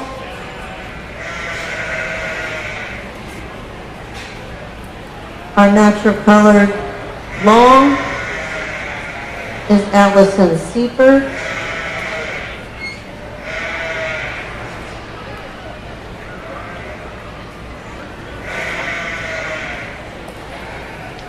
And our White Lincoln, who just got out of the ring, is exhibited by Heritage Hill Farm.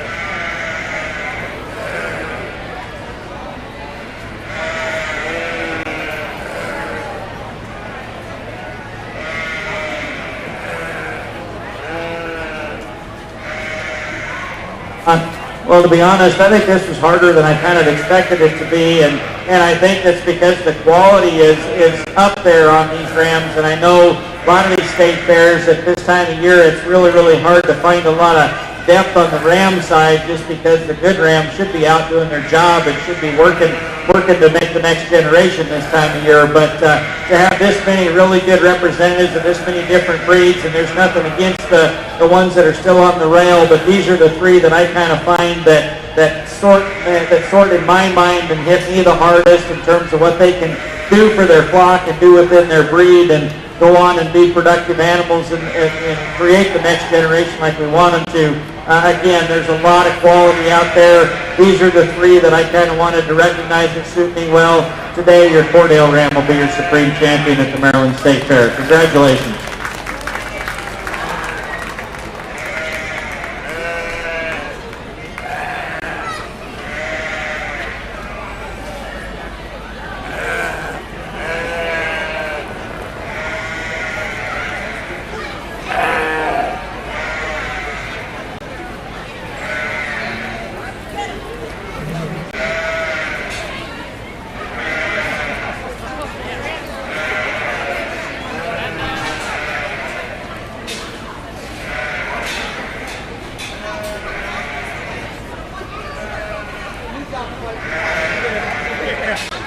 Supreme Champion Ram goes to Zachary Clayholm with his Coriadale.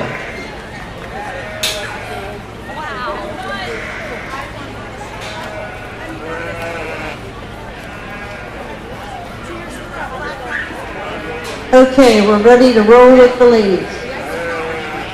We need Sarah and Tim Fleeners, White Romney,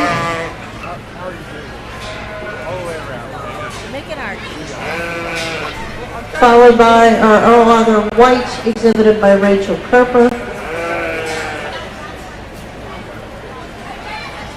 She's swapping out.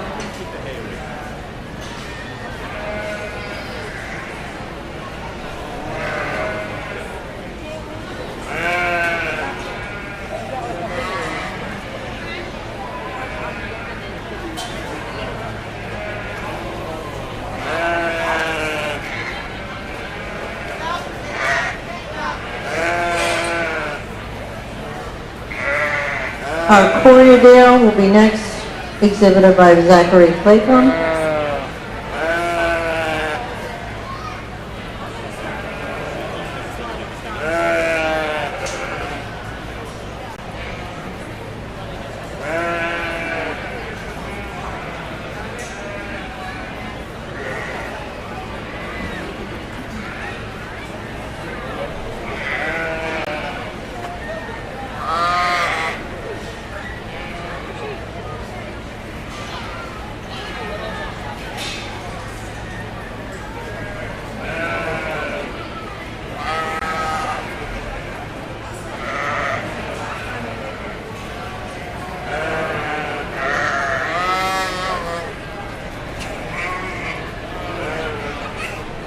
Next we have our White Border Leister by Christian Wheat.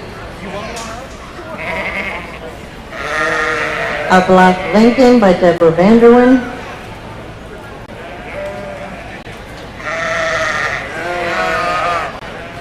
Our Black Border Leister by Elizabeth Hanlon. Our Natural Colored Fine Medium, Becky Ridgway. Our Natural Colored Long, Alexis Peterson. And our last to enter is our White Lincoln, exhibited by Heritage Hill Farm.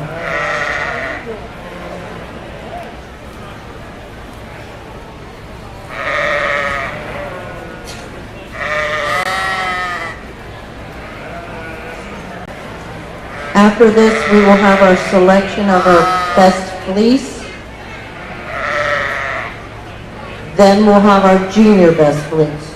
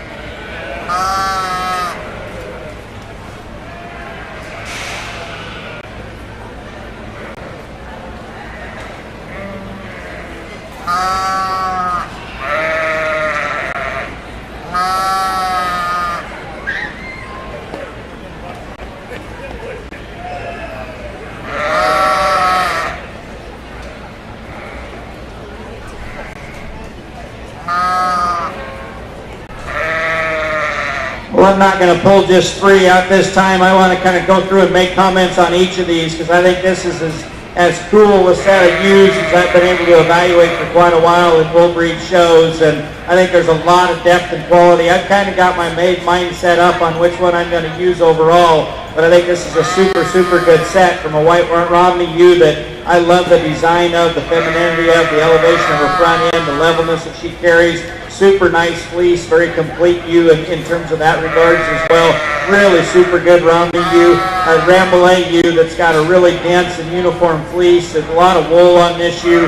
She's big bodied, she's growthy, she's still sound in her structure for as big as she is. We got a more moderately framed Cordell ewe here that I know at the next level is probably going to get outsized by quite a bit, but I'd be hard pressed to see one that carries themselves together much more correct than she does, with a really cool, sound, complete kind of a fleece as well. I actually kind of like the fleece on her a little bit better than the ram, I think, just as in terms of a softness and handle standpoint, uniformity standpoint. Love the attitude on this Border Leicester ewe. She just walks out here and holds her head high, looks straight forward, got those ears perked forward. She says, just come out and tells you to look at me. I think I'm pretty good, and I think she is good. She's a good fleeced ewe with a tremendous amount of rib shape, a big square hip, really level, very correct kind of a ewe. We got a big Lincoln ewe that, again, I admire for her at maternal traits in terms of rib shape, volume, and mass. Big hip, big top, and beautiful fleece on her for a Lincoln. I'm not going to call her a black Lincoln. She's more of a natural color, but I think she's got a super good fleece on her. Black Border Leicester here, natural colored Border Leicester again, and just kind of walks out here with that correct attitude. She walks with her toes pointing the right direction on all 4 corners, puts them down right where they need to be. She's big, she's square down her hip, big down her top, tremendous amount of rib shape, and I like the fleece on her as well. Big natural colored ewe that I'm sure is going to be competitive. You know, we'll see. Be curious to see how many of these show up in Louisville in a few weeks, but I think this one is probably going to be competitive in that age division, in that class. Super good fleece ewe, really correct kind of ewe. Tremendous amount of future on this ewe. She's got to just keep growing and keep getting better. We got a little black Romney ewe here that I liked in class and still like out here. She just is completely correct in her design, long, level, really good fleece. And then we got a big stout, correct kind of a Lincoln ewe here with a beautiful fleece as well. So, like I said, I think I've got it in my mind who I think is the most correct and most complete kind of sheep out here that I want to see how she does at the next level. I may be sticking my neck out a little bit. We're going to use this black Romney ewe for Supreme Champion. Congratulations.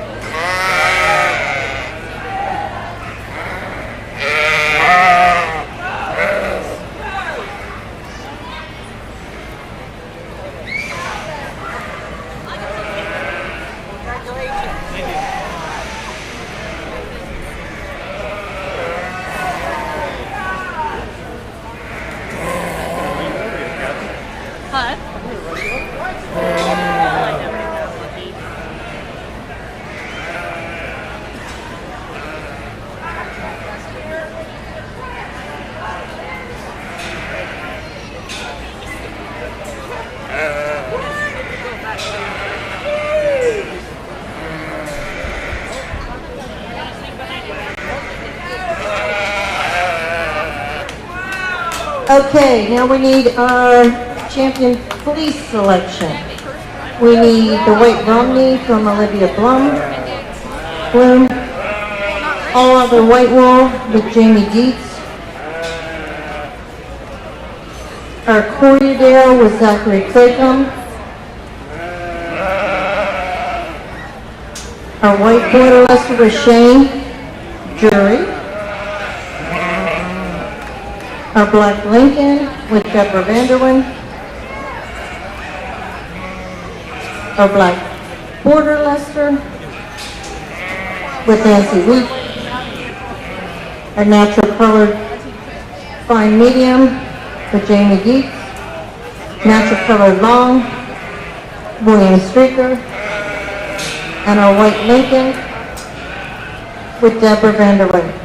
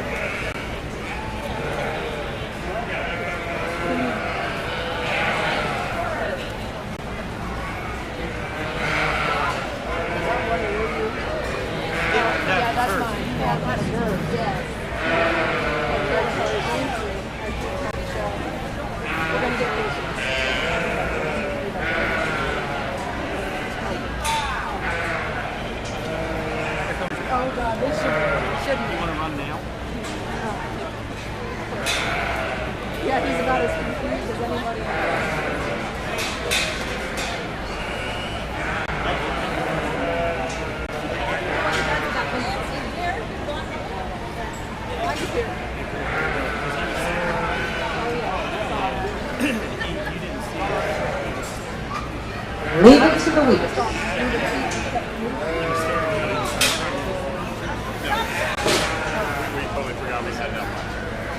thought you were trying to get through. I was like, No. He's trying to hang it up there without falling on the fence. One more's coming, Don.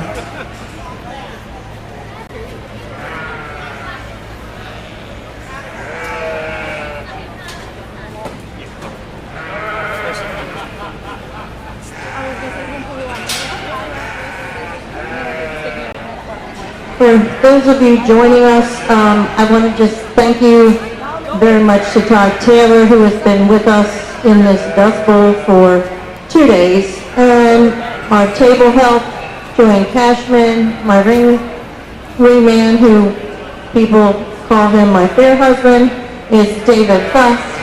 Jim Reynolds was here earlier, and we had a whole host of lamb and wool ambassadors. Just a little bit of info about Todd, for those who missed it earlier. Todd Taylor's been the shepherd of University of Wisconsin, Madison-Arlington Research Station sheep program for the past 24 years.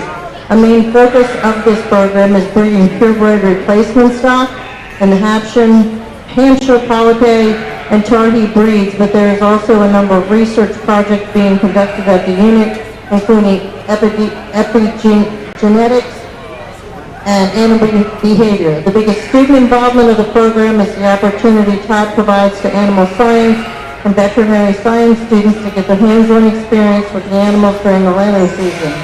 This program allows students to come out to groups and get the chance to see actual births of lambs, as well as they get to interact with those newborns as they help them get bonded with mom and make sure critical first nutrition is found.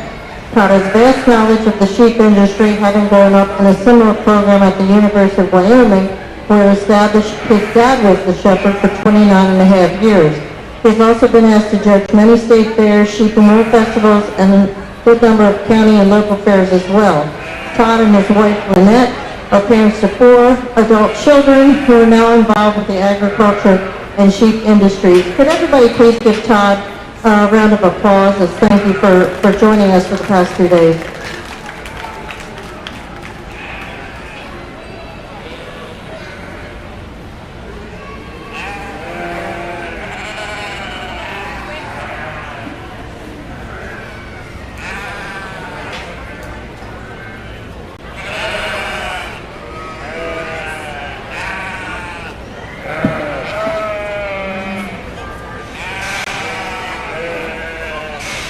I think this may have been more difficult than some of the other spring drives that I've had to go through, but I pulled 4 out that from a fleece quality standpoint I really like, but they're different. We've got a Romney here that really got a big, bold lock formation, a lot of good crimp.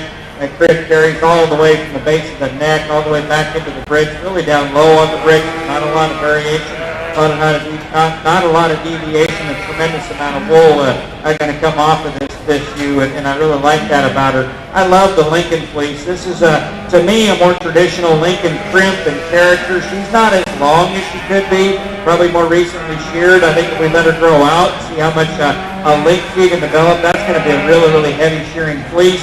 Again, if she came out of the natural color division, but or the black Lincoln division, but I think she's more of a natural color. She's not real dark, and that's okay.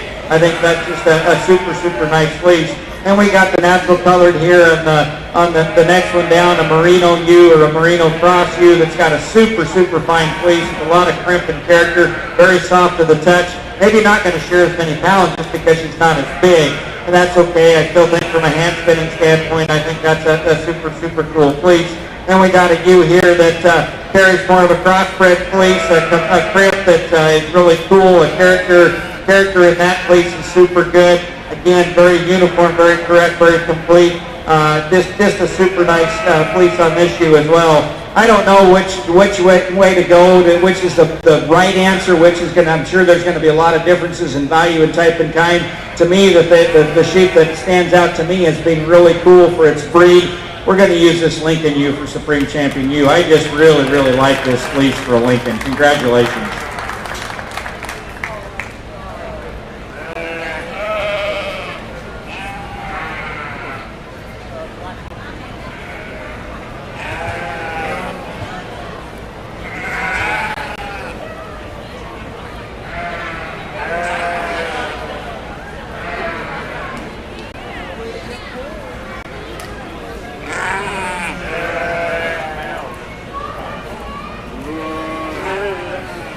Okay, here we go again.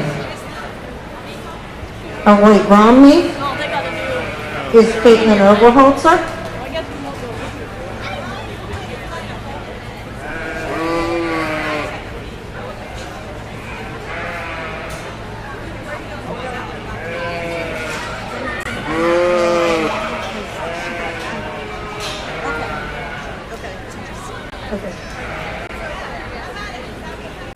Shane, round 2. Go ahead.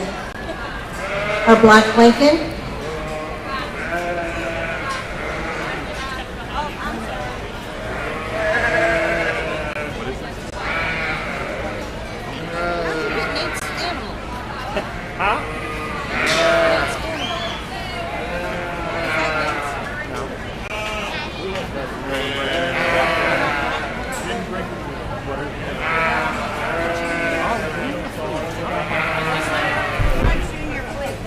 I'm looking for my junior fleeces, and I'm looking for my black Lincoln exhibited by Nate Crum. He's already in there.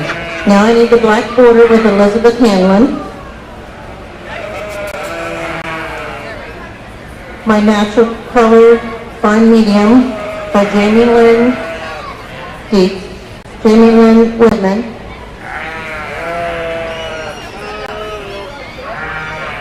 Then I need Wade Gorgeous with his natural color ball.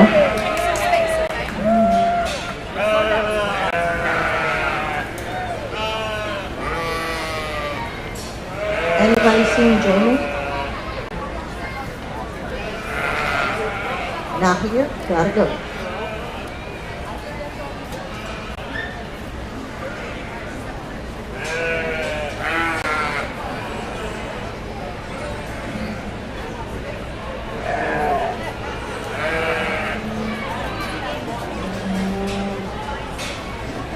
After this, we'll have our Maryland bread and egg.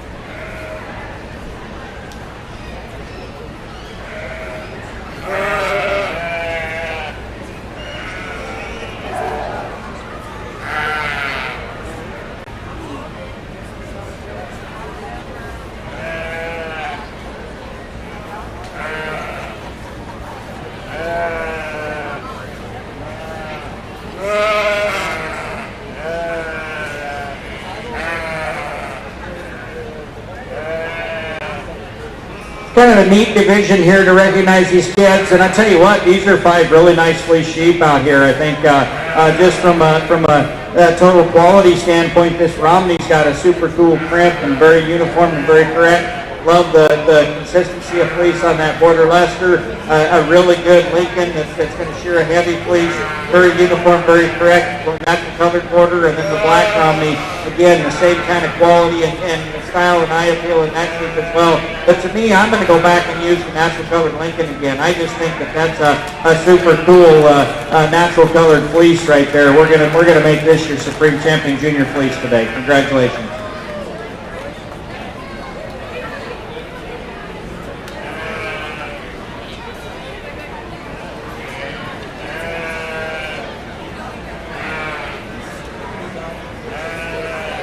Okay, the last shebang of the day are our Maryland bred and owned animals. We're looking for a white Romney from Olivia Bloom, an all other white from Emma Shaw, a white border Leicester from Trennan Latham, now gone, a black Lincoln,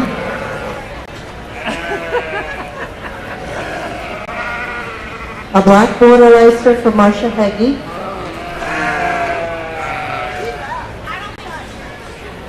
she's not here, so sorry, natural colored fine medium with Becky Ridgway, natural colored long with William Streaker, and a white Lincoln from Debbie Moore.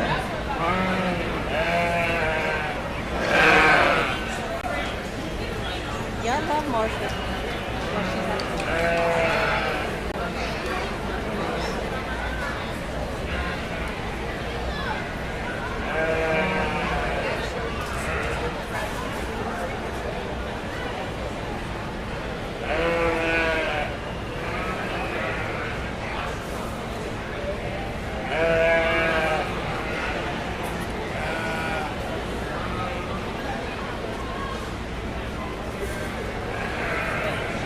Your best fleece,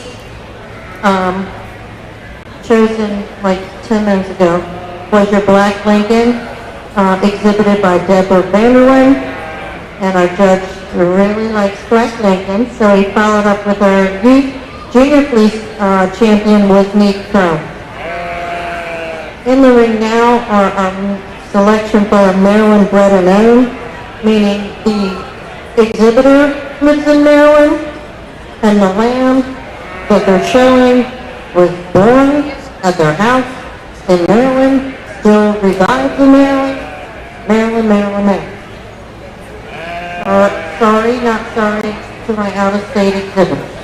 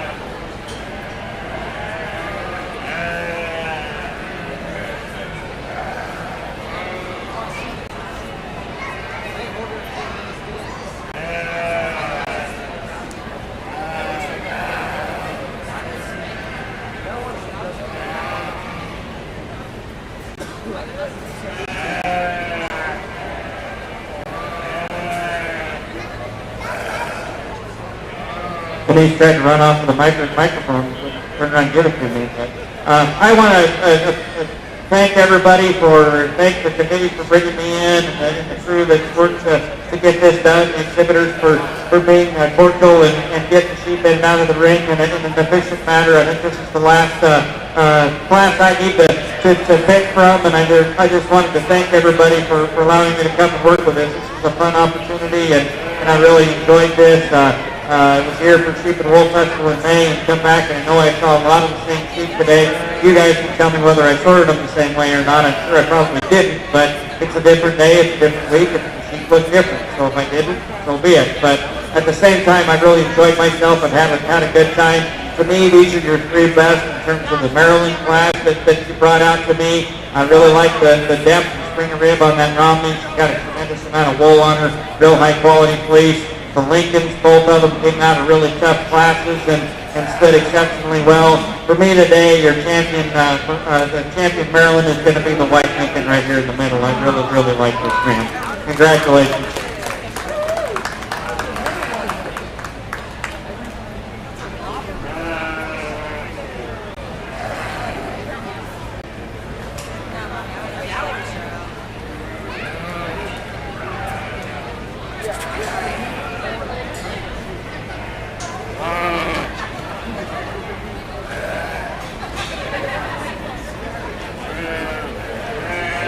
The first Maryland bred and owned overall winner went to Deborah Moore, Heritageville Farm, right with the white Lincoln.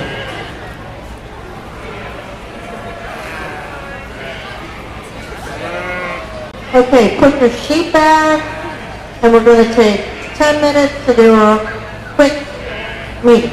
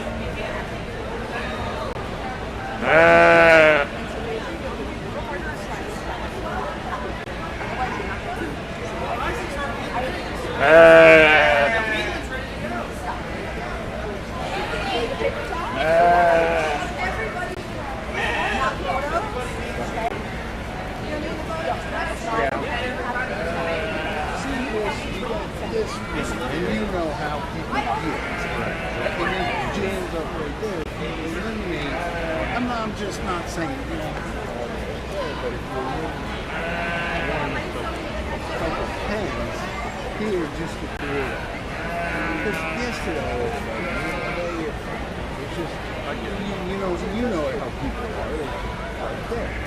You good? Yeah, my sheet popped up. I know. Is there blood on my face? Oh, good. But I mean, even if, it's just if you got rid of these four pads. We don't want to say anything to journalists. Oh, I already did. It's too crowded. Put me in charge. I'm going to have a curve here. Highway. You want the job? No. No. Dave wants to get the shit done.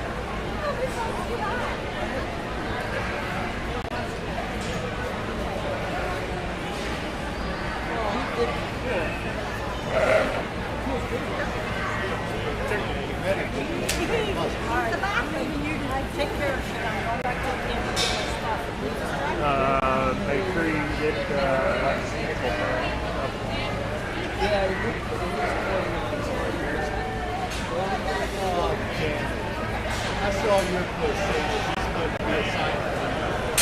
Well, because I Well, no, farm show, like a couple days before farm show posted it back in. Farm show posted it, a bunch of news. News that we got paid $20 for every fitting stand on top of it. Yeah. And then they have like rat out clause, like if you see something illegal, say something. As well, barn wash, yeah. So you're supposed to send it to the neighbor if you're doing something illegal. And then they want, then they get charged. And then they're charging the beef guys for the tie-out stuff. You don't ever beef person ties out every beef to the anyway. Which is what they do. I mean, it's just Plus, these guys have to pay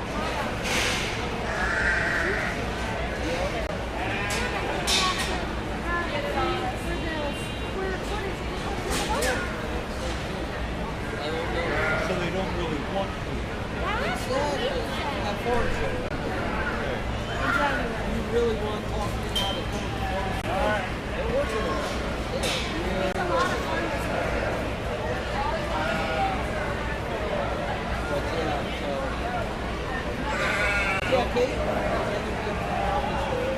Okay, I'm ready to start this meeting with whoever's sitting here, and I don't know if it's going to be terrible. I laughed and I go, I don't know where to stand.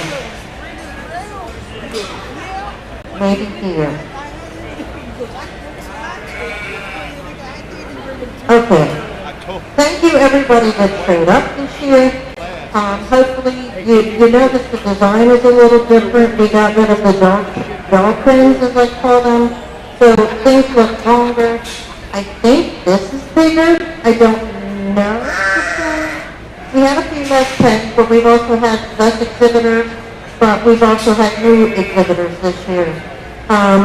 We've obviously had the new breed added, the Corriedale, who I think did quite well. They've promised to come back next year.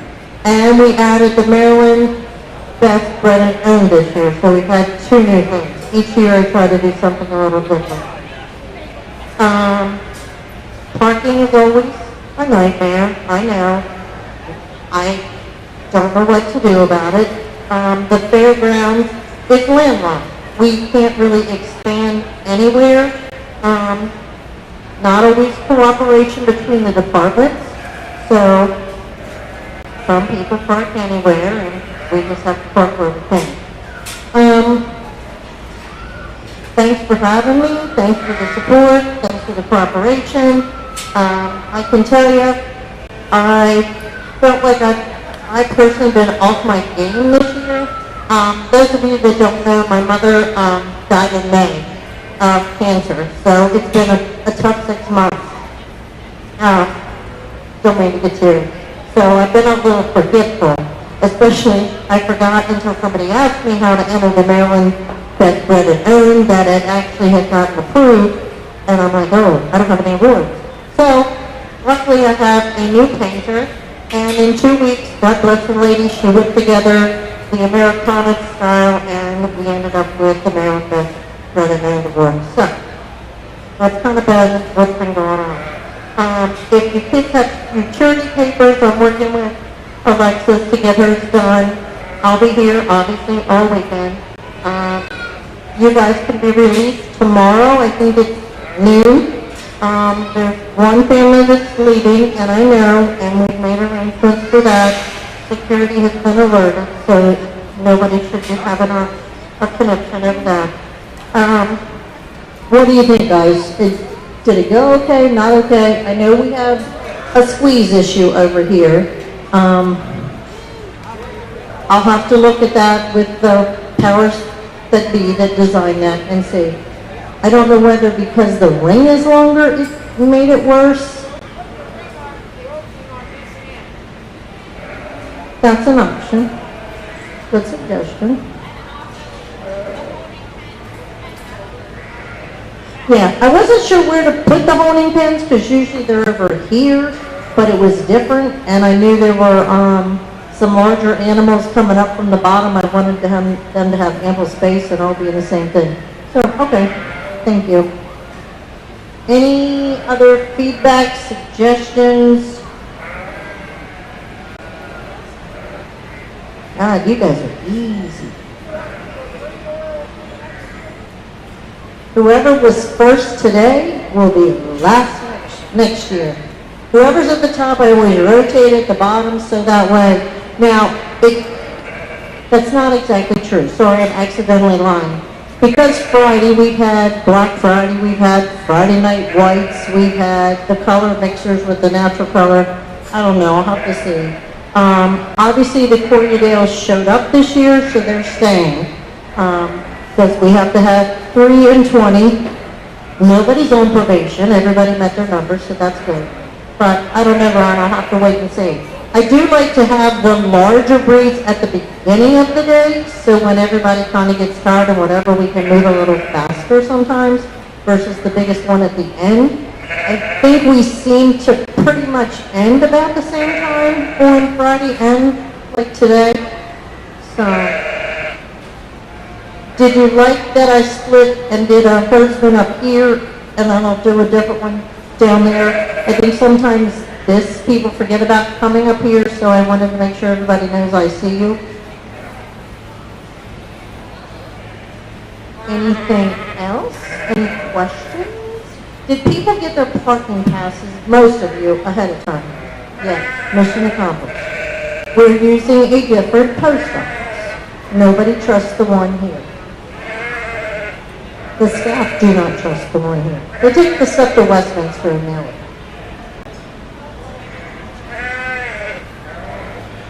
Anything else?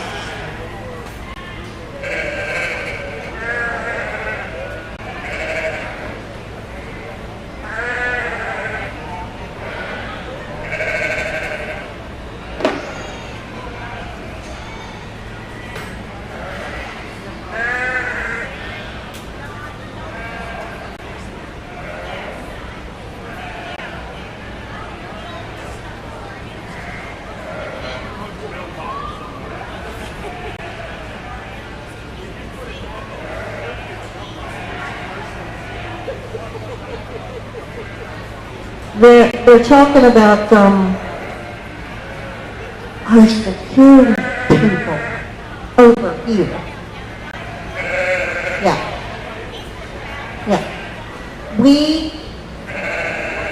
I know who you're talking about, and you're absolutely right. That's why I try to play very nice with the security people, because they can be very helpful or make our life terribly miserable. I can talk to security, because I've already done that about who gets assigned down there, and we can make requests about who sits on that thing. One of the problems is the fact that we have, you guys are in this corner, we only have one access. Now I can say on Thursday, I think it was, we were able to get 2 trailers side by side here, and they tandem in and tandem out, and it worked great. But there were no extra horse trailers, and the ones that were here were completely up against the horse barns, so it was smooth, and cattle trailers were not up here either.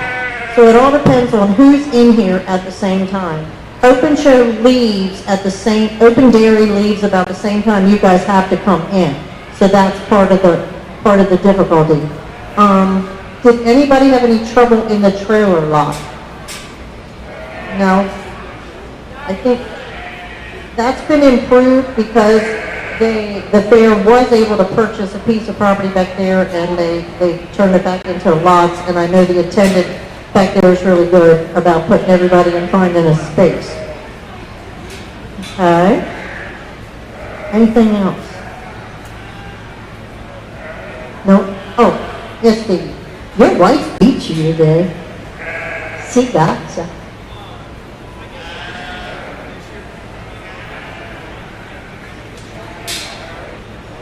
Because, you know why? Because in spite of my great efforts to exactly tell people that row, show them a diagram, somebody is map dyslexic. But yes, sorry. Okay. Okay, you like it in the back. Mm-hmm.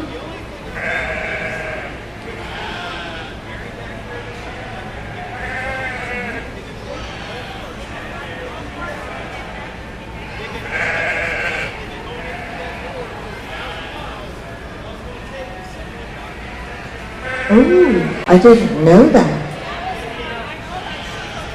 Okay.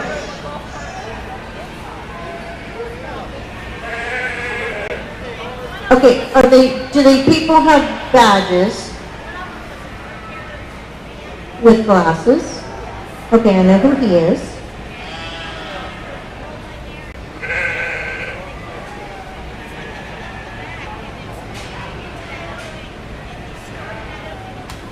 Okay. Well, it's just not appropriate, period. I don't care who's back there.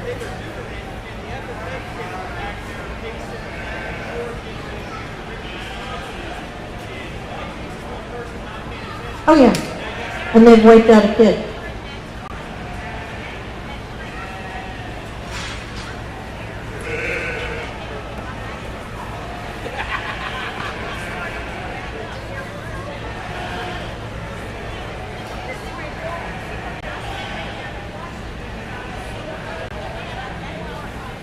Okay, I'll address that this evening. If that's a safety issue, I will be right on that. Yeah, I mean, I pull in, but I stop right here at the corner because we're not supposed, I mean, yeah, well, there's not supposed to be golf carts where any high pedestrian traffic. That's why I drive all around the back. Yeah, okay. I know who it is. I will address it with security. They may lose their keys. Well, that one I know. He has one of these. Yeah. For example, yeah. Well, you have a kid too. So you look at things different. Safety, safety, safety. Got it. Okay, I'm on that. Anything else? No? Okay. Most of you have my email or my phone number, and of course I'll be down the hill for 2 days. Don't be offended if I don't come see you off, but I start at 9 a.m. with meets. And we, by the way, if you guys didn't know, we sorted 295 head in the last day and a half. So that was pretty good. And so we'll have more than that in the next 2 days down the hill. So numbers are down. There's only 119 of you. Well, registered, not everybody came. And so, you know, I have my suspicions. That's a couple reasons why.